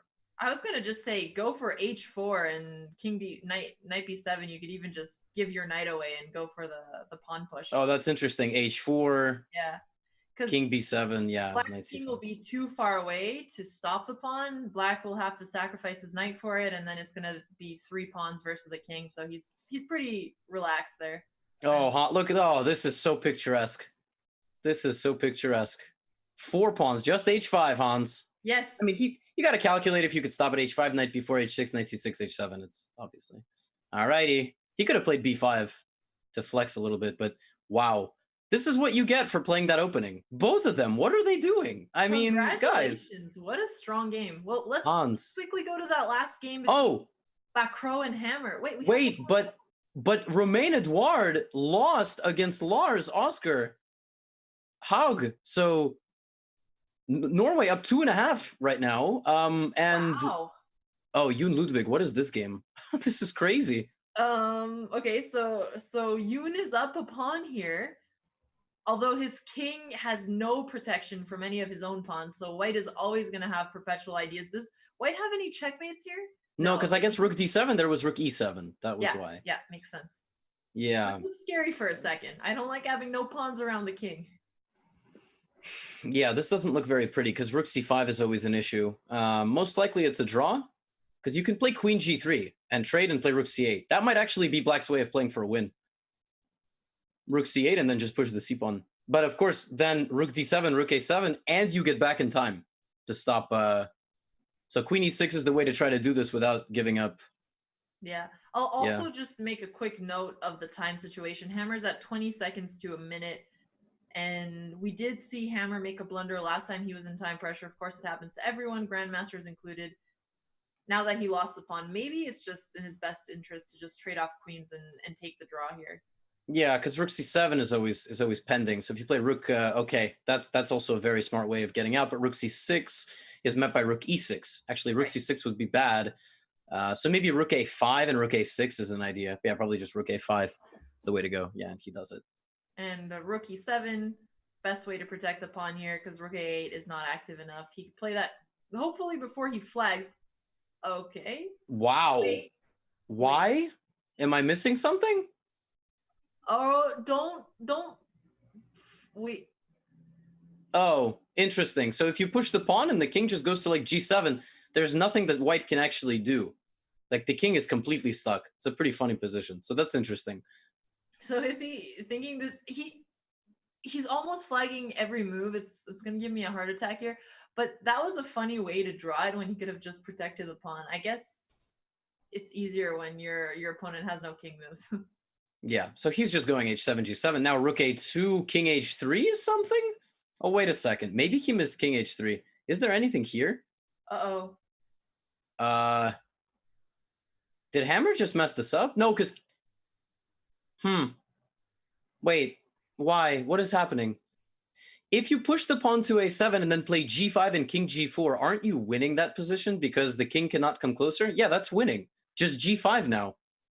G5 or okay, or that, yeah, okay. This is a decent way to play it for a win, but I mean, wasn't G5 just winning? No, I think you found that clearly they must have missed it. I mean, they're playing so quickly and they have a ton of pressure being the last game here, so some things are going to be missed. Now it's 2 versus 1. The Black King is very close to the pawns that are trying to promote, so Black should be able to fight for a draw here. I mean, it would be easier to fight for a draw if there was only 1 pawn versus a 2 versus 1, because White can try to grab the extra pawn. We have a competition of young talented players. Yoav Milikau, FM from Israel, and Nihal Saran are playing Guess the Move on this game. That's so cute. H5 is the way to go. You'll trade, and then the F5 pawn is going. King G2 is Oh man, from being Oops. a pawn up to and he doesn't even take. That's so interesting, because if you take G and H is actually a draw. Excuse me, not G and H. G and H is a win. F and H is a draw. You have to know how to draw it, but this is really smart. Hammer totally missed King G2. It looked like he was forcing his way out, but now, yeah, Hammer just busted. This is a losing endgame. Wow, that's a big half point that they're going to lose. That's rough. Oh man, and we see the dissatisfaction on Hammer's face as he realizes that the game is now lost. This is really tough. Now Hammer's going to be 0.5 out of 3, and he made 2 blunders back to back. And you forget the worst part. He's got to play MVL. Oh man. So, but obviously the story of the match is Hans Niemann. He's holding it down with 2 points out of 3 against the top 3 seeds. And now he's got to play the 4th seed, which is no slouch. It's a 2,650 rated player. Match is much closer, actually, than we thought it might be. It's 7-5, and we'll see our primetime matchup in our primetime match of the week coming up next.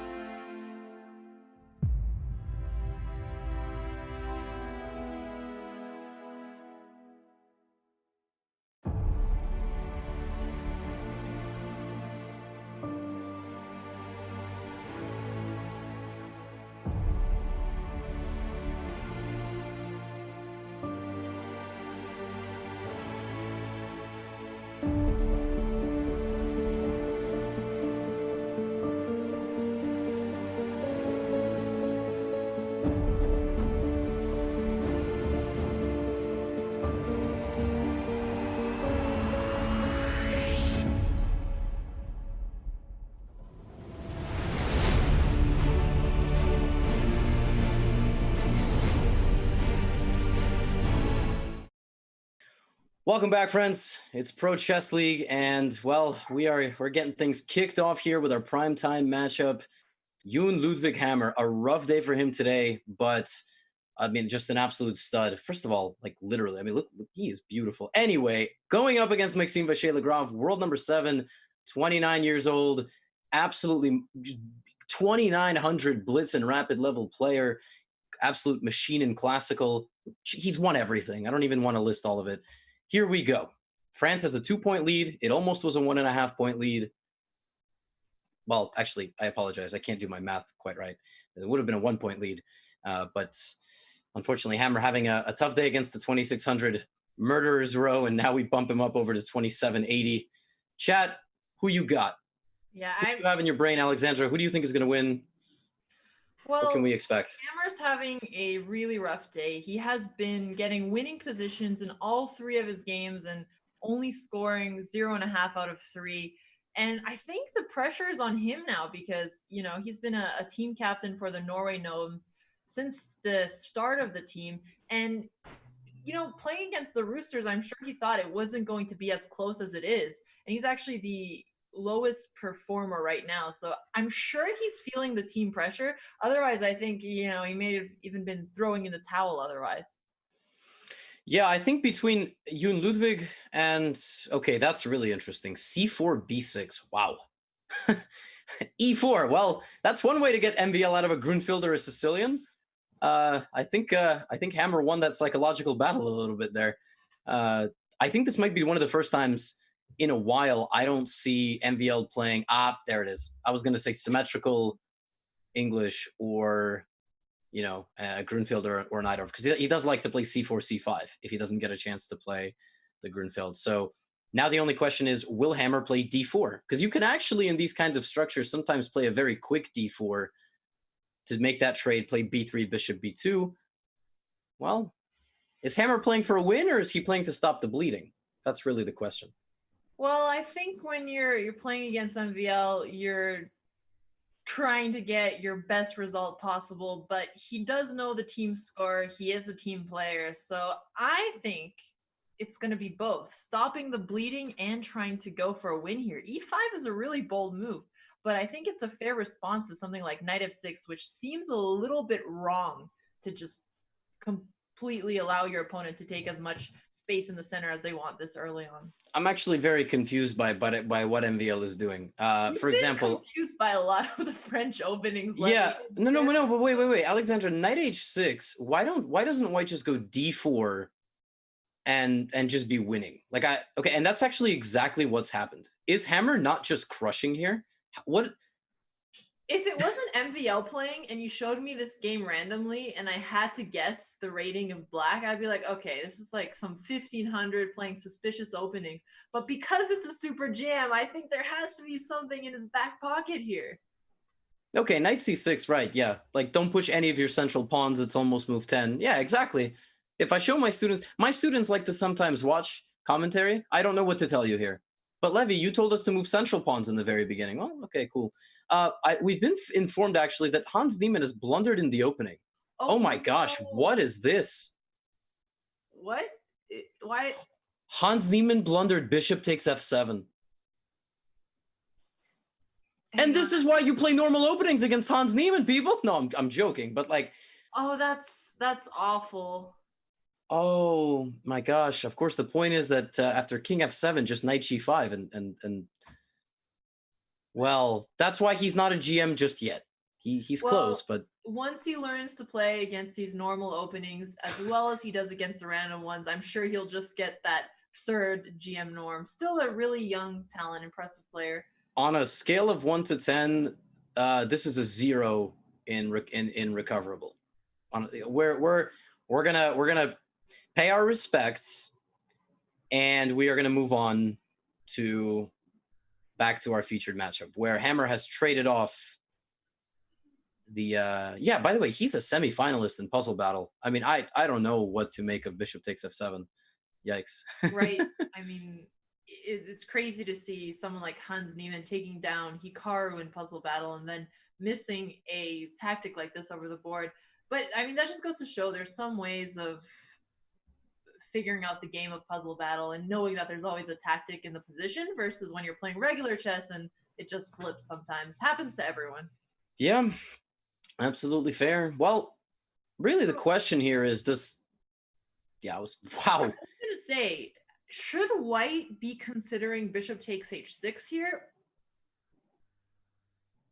Yes, and should black consider bishop takes g2? Oh my gosh, he's gone for it.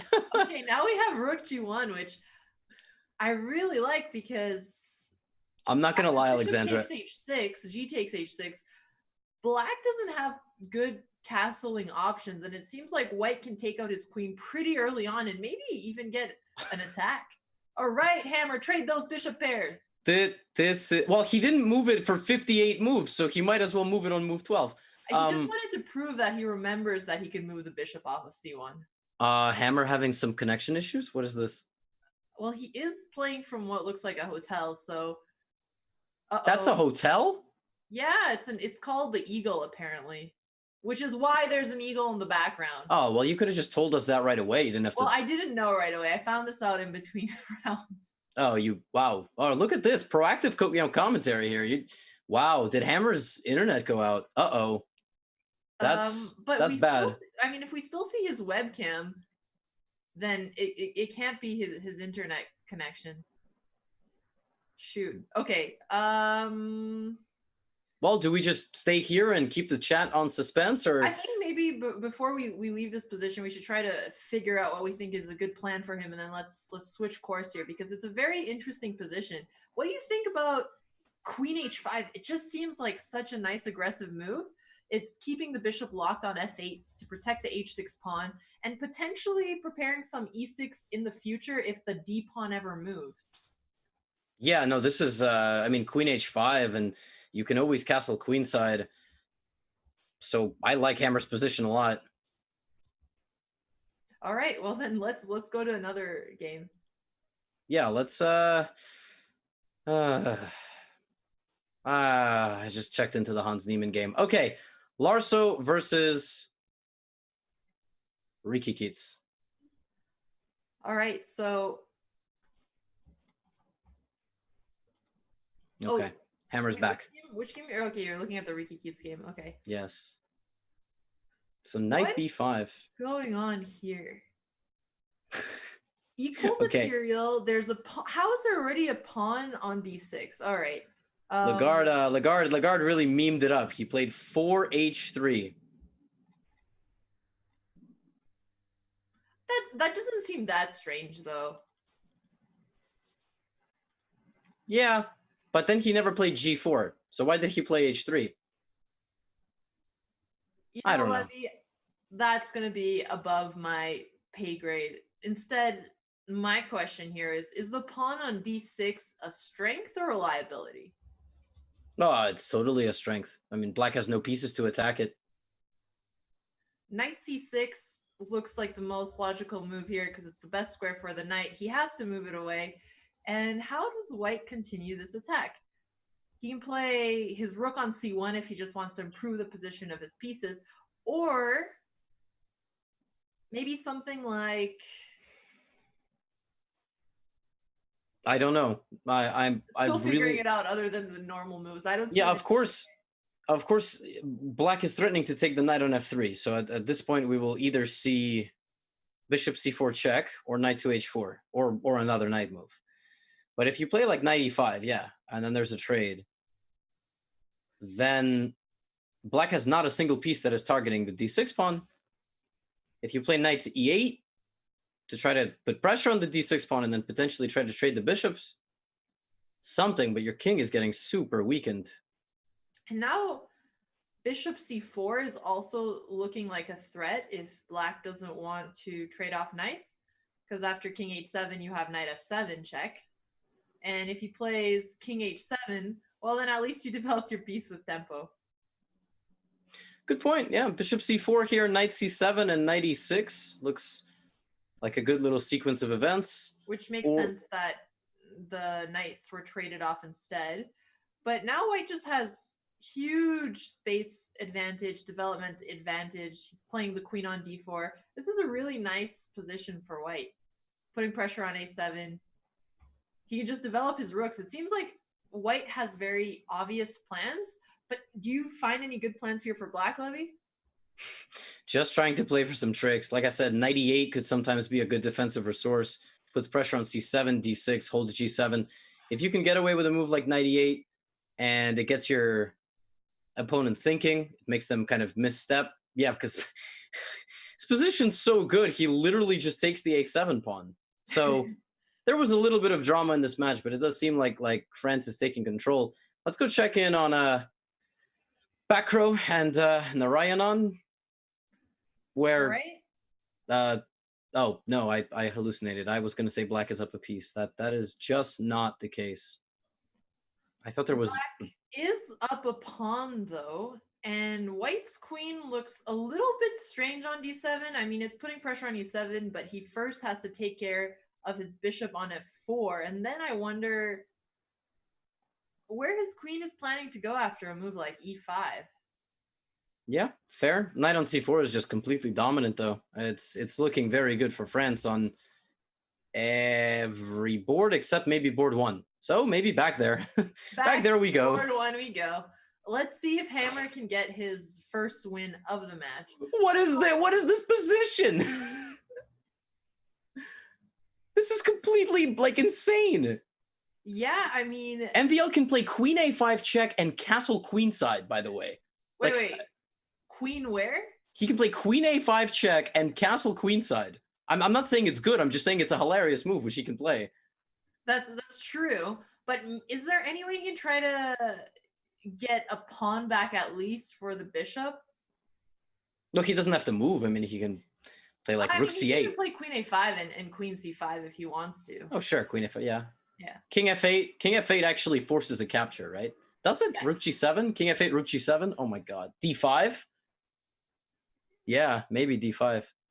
Queen h5. That's something. Rook g7 is an idea with d5 and then queen h5. I mean, that's I don't know. Whatever. Okay, well, he did play king f8, so he is forcing the capture. Taking with the pawn or taking with the queen? It's not really going to matter too much because black can get the queen trade regardless. But going into an endgame here, do you think black has to be concerned about his double pawns on the h-file?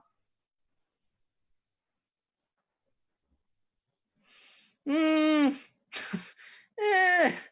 don't know. Well, you mean, does he have to be concerned with the fact that he lacks winning chances?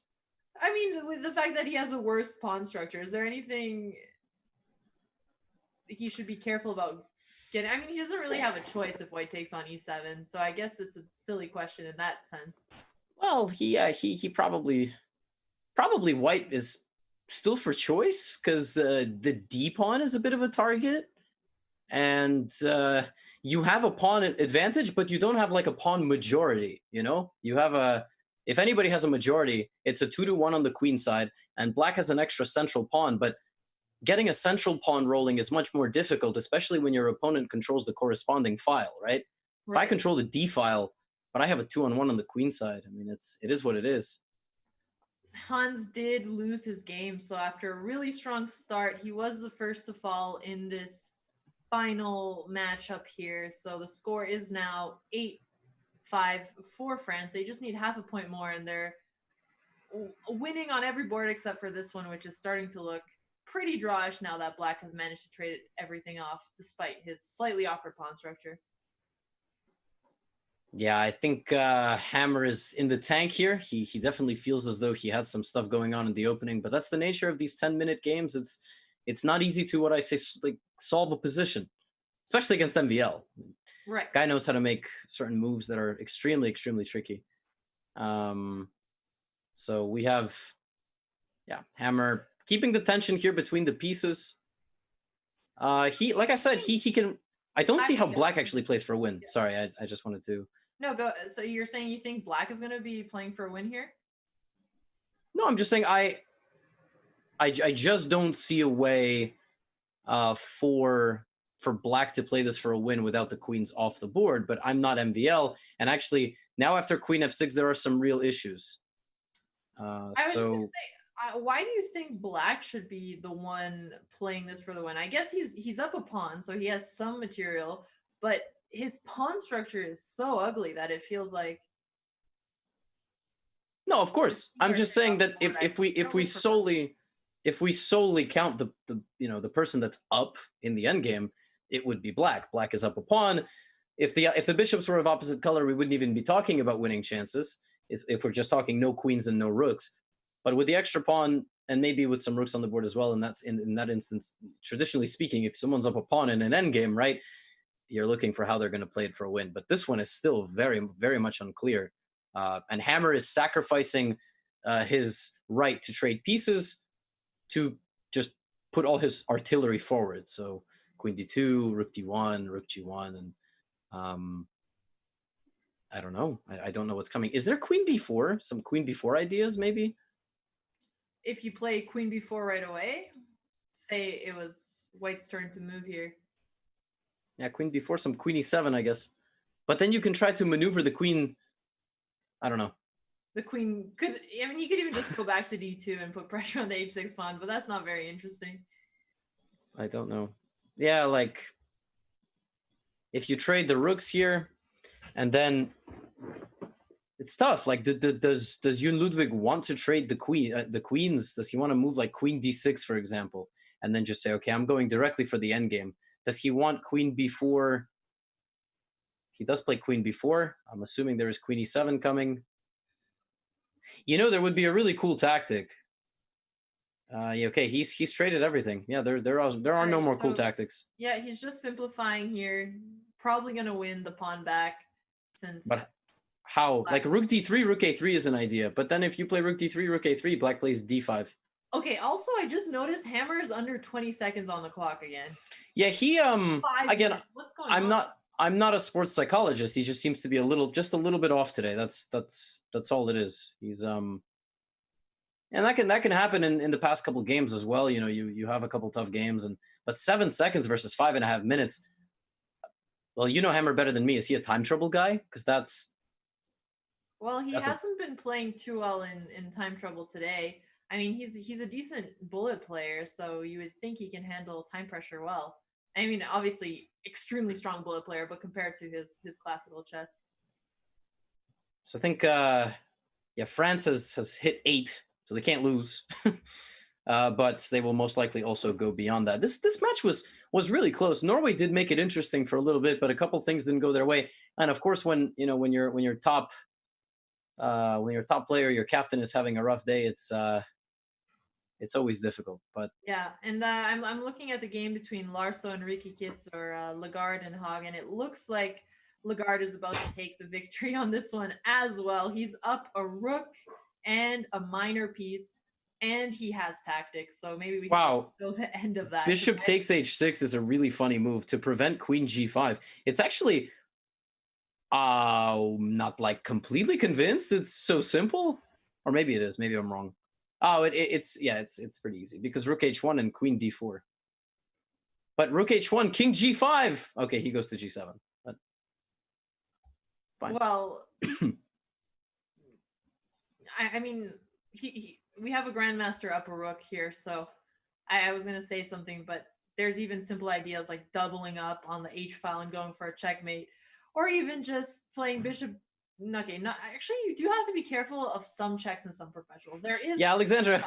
I'm usually the one that like jumps to conclusions and then everybody yells at me. But here, Queen G5. I don't know. This is still Knight G3. Hello, Queen B5. Wait, Queen B5 is King E1, and then, oh my gosh. You're right. I was counting it over a little bit too much. Started thinking of plans for Black, and it's frightening. I mean, it's not frightening, but with 40 seconds on the clock, it would be easy to slip up. Maybe he just doesn't have enough material though, because now you're looking at Knight G3. You know, you're looking at different ways for White to mess up. But somehow it feels like if he just walks his king to E1, it's just a bold decision to make. But I don't think Black also can't move the rook, which is a huge help. Right. And if he does move his king to E1, there's only one check left, Queen A5. You could block with B4. Yeah, so this is probably just over. The knight is hanging. There's also rook h7, king takes, and queen takes rook. And yeah, so black has to move his knight now, otherwise he's gonna lose it. Knight g5 looks good, threatening the bishop and a queen fork. Let's check in on Mr. Vachier, who, if he wins, Hammer lost the game. I didn't see the ending there because it seemed like he might. I thought he was going to be able to hold. It was difficult to hold the draw, but I thought he had drawing chances. That's surprising. Wait, did Hammer just blunder a full rook? Or was he already lost? Oh, I guess his rook is just somehow trapped. That's crazy. Wow. Ouch. Yeah. Really tough last game for the Gnomes here. Well, let's just keep an eye on our last game then. Yeah, I think we're gonna pull up a player cam of Vachier, but France wins. The Roosters are crowing. That's still the stupidest anyway. So what's pretty funny is that before this matchup, France was only the 4th place team in the Central Division. But with today, Italy and Poland, fighting, actually every team that was in the top 4 won in the Central Division. So France is going to win. Sweden won. Italy didn't win, but like they didn't lose. They didn't suffer a big defeat, and Germany won. So even though Poland won, they might still be on the outside looking in. They might still be a 5th place team, and all the other teams lost. So that division is pulling apart from each other. A similar thing is happening maybe in the Western Division as well, but the Western Division does only have 2 teams that have lost both matches, whereas in this division we will now have 3 teams that have had unsuccessful trips. Yeah, so rough, but it is what it is. We have another unsuccessful result for the Gnomes. So Lagarde did just win his game. We were expecting that. It looked maybe like it was a little bit tricky under time pressure, but he pulled it off. It does seem like they will at least get half a point here. Maybe not. Yeah, well, you can play this position forever. Although you can also checkmate yourself by mistake, especially in no increment bullet. But Vachier just should, offer a draw and move on. But, yeah, I mean, he's extremely low on time, and he's just about to lose another pawn. He should be pretty happy with a draw here and a good result for the team overall. He's up a pawn. He might as well keep going. So h4, and now Vachier's got checkmating ideas of his own. Knight f1, rook e1, these kinds of things.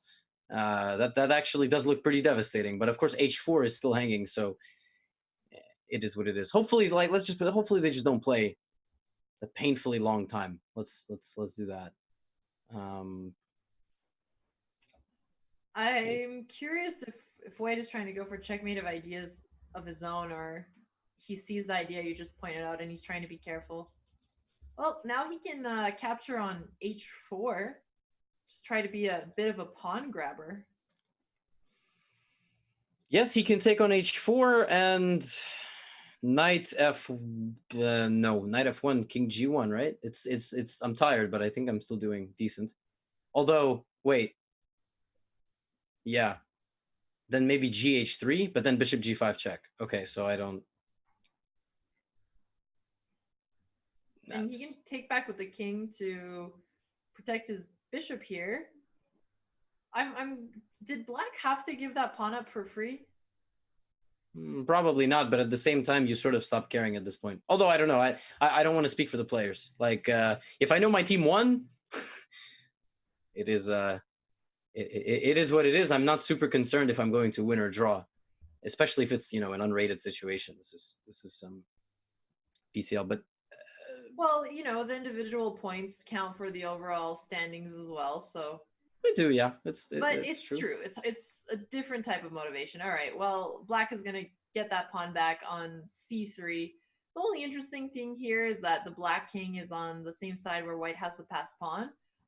So white can try and create a situation where there are mate threats, but hard to trick these top GMs into falling for those. Yeah, we're definitely getting an exciting finish. Bishop e5 and rook b7 with pushing the g pawn. Actually, if you put a bishop on e5, a pawn on g6, and a rook on b7, it's going to be very difficult. Well, now just king g6, right? Okay, I don't know. I don't know what's happening. I don't know. So now he wants rook b6. Ah, okay. All right, fair. He's going for the draw. White is the one pushing since he declined that rook exchange. I mean, maybe ideas like bishop e5 and g6, if we could make 3 moves at a time, then there would be checkmate in 3, but of course we don't have that option. He can still go for the idea. The problem now is that he has to sacrifice for b2. Okay. Now it's a pawn versus a knight. Oh man, well, he can just take the knight. Oh. They're calling the police outside. And okay, the game has been drawn. Yep. Fair enough. Well, draw because the black king is on the promoting square and it's a G pawn, so there's going to be no way to squeeze the king out of there.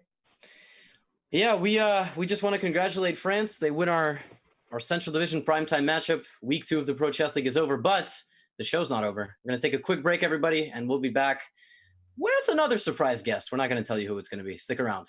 Stay tuned.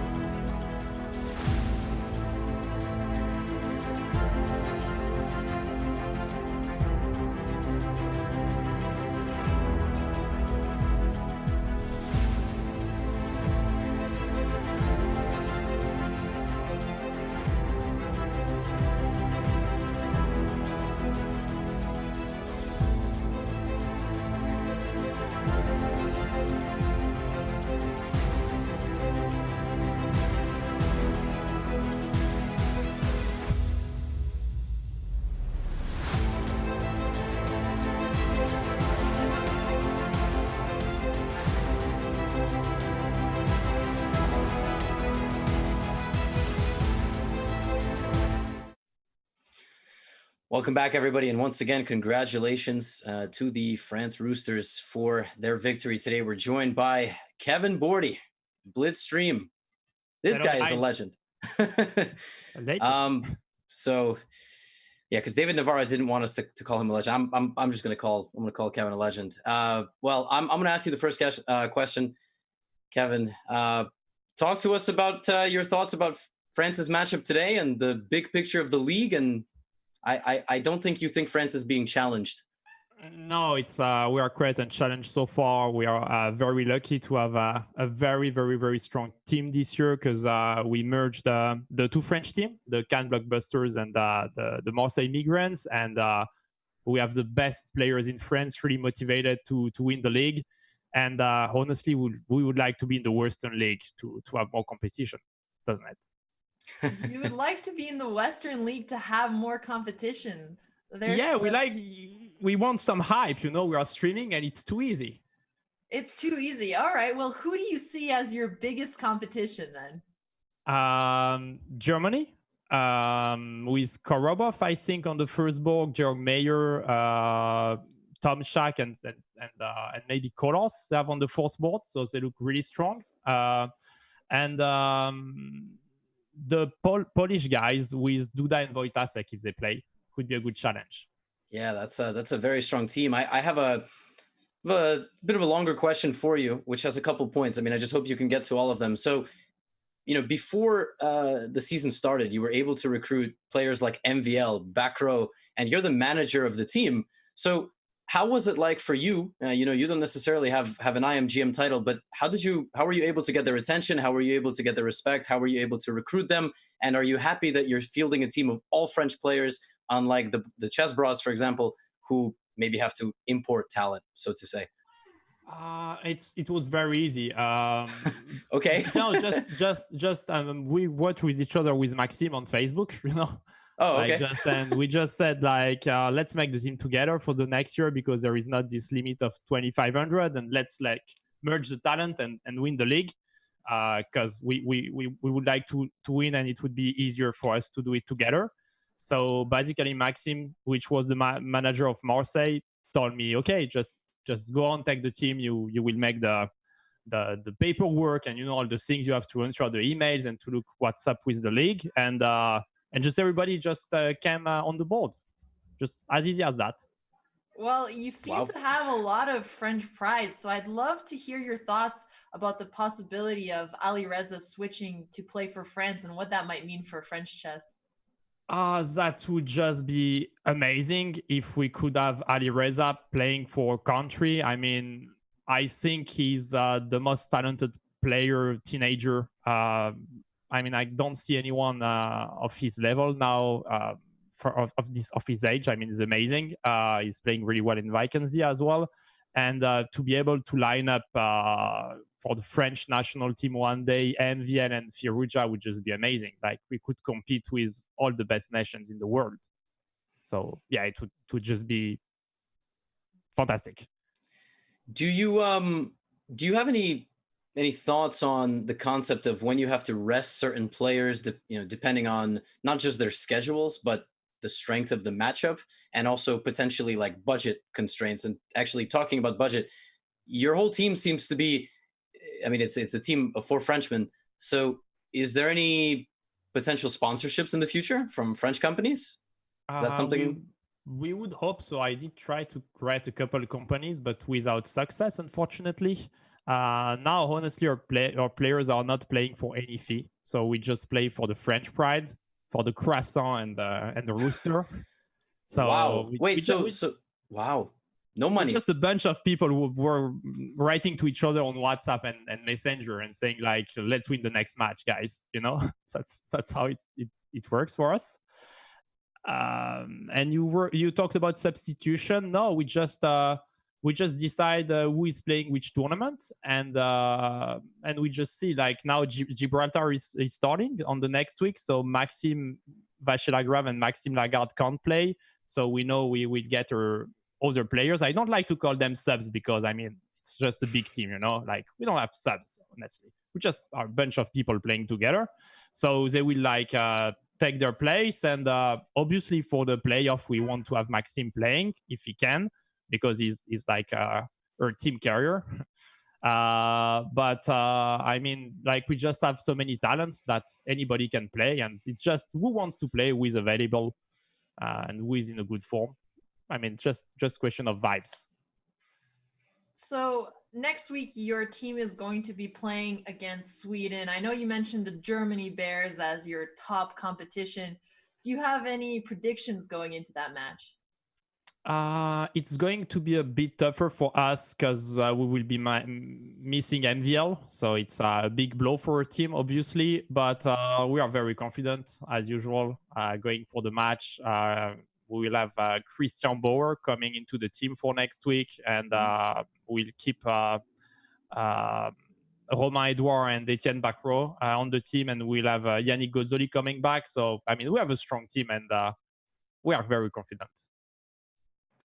I may have gotten that gist from what you've been saying throughout the interview. Yeah, I'm still completely shocked that that there is no money involved, which is really the main argument by fans around the league, is that removing the rating cap is going to have these issues. But long term, I think it would be. I still am very much of the belief it would be incredible, because you can actually get sponsorship and you could play for money, and this would be a fantastic opportunity to actually pay the players and all this stuff. But Kevin, one last question.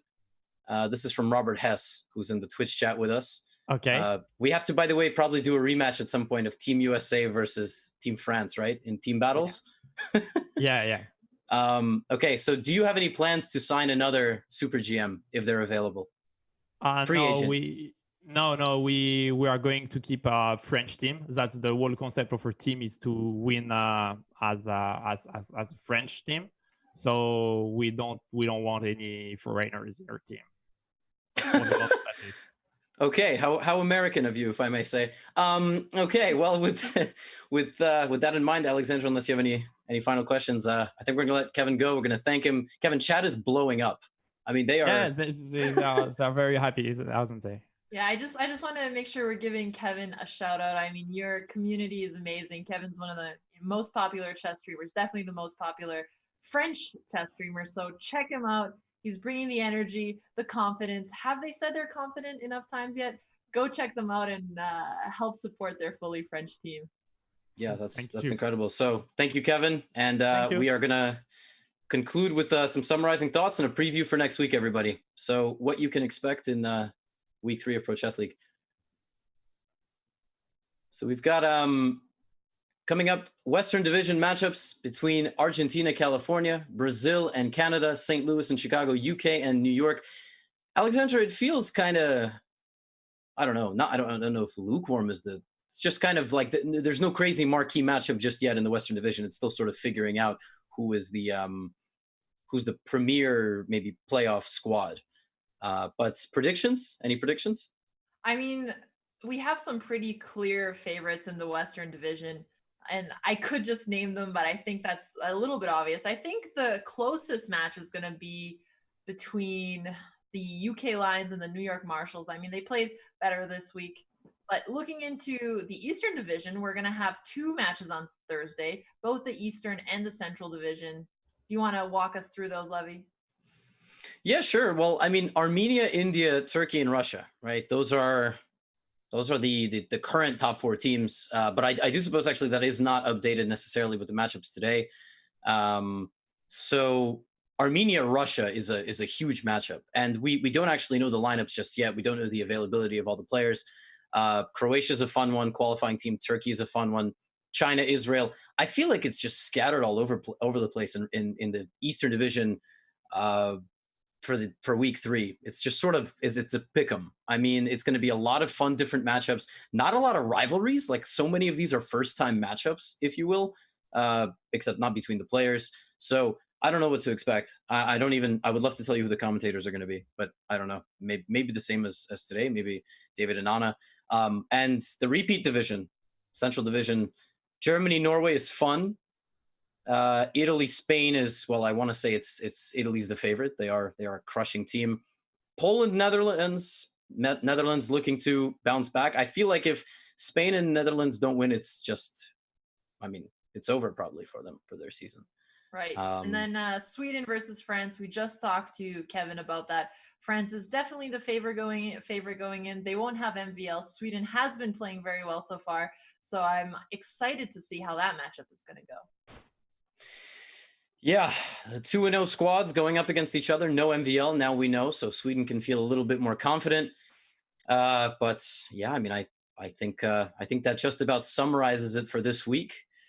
And Levy, it was really a pleasure doing commentary with you. And for those of you in the chat who enjoyed the show, we are actually going to be rating the one and only Levy Rosman, who's actually going to show us his crazy stamina and continue streaming, and not just a regular stream, but a charity stream. If you want to share a bit more about that before we switch to your channel. Yeah, it's kind of rare that the host can self-plug after the show, but I'm doing a stream today. I was actually not planning to do this coverage with Alexandra, but I was asked yesterday, so thank you. Bless up to Chess.com staff. But we're going to be doing $2,000 donation gold charity for multiple sclerosis and donating all of it to the National MS Society. Obviously, with all charity streams, there's goals. So if we hit certain goals, I'll sing or I don't know, do other stupid things. But it's been awesome. This is a lot of fun. Why did you decide to donate to MS before we give you that raid? Oh, I was asked. I actually have a viewer and a tier 3 sub who has been watching me for over a year. He actually asked me if I could help him set up a stream for it. I said, I'll do it. I'll just do the stream. So yeah. I think that's about it. I guess we'll see you guys back here on Monday with the Western Division, and we're signing off.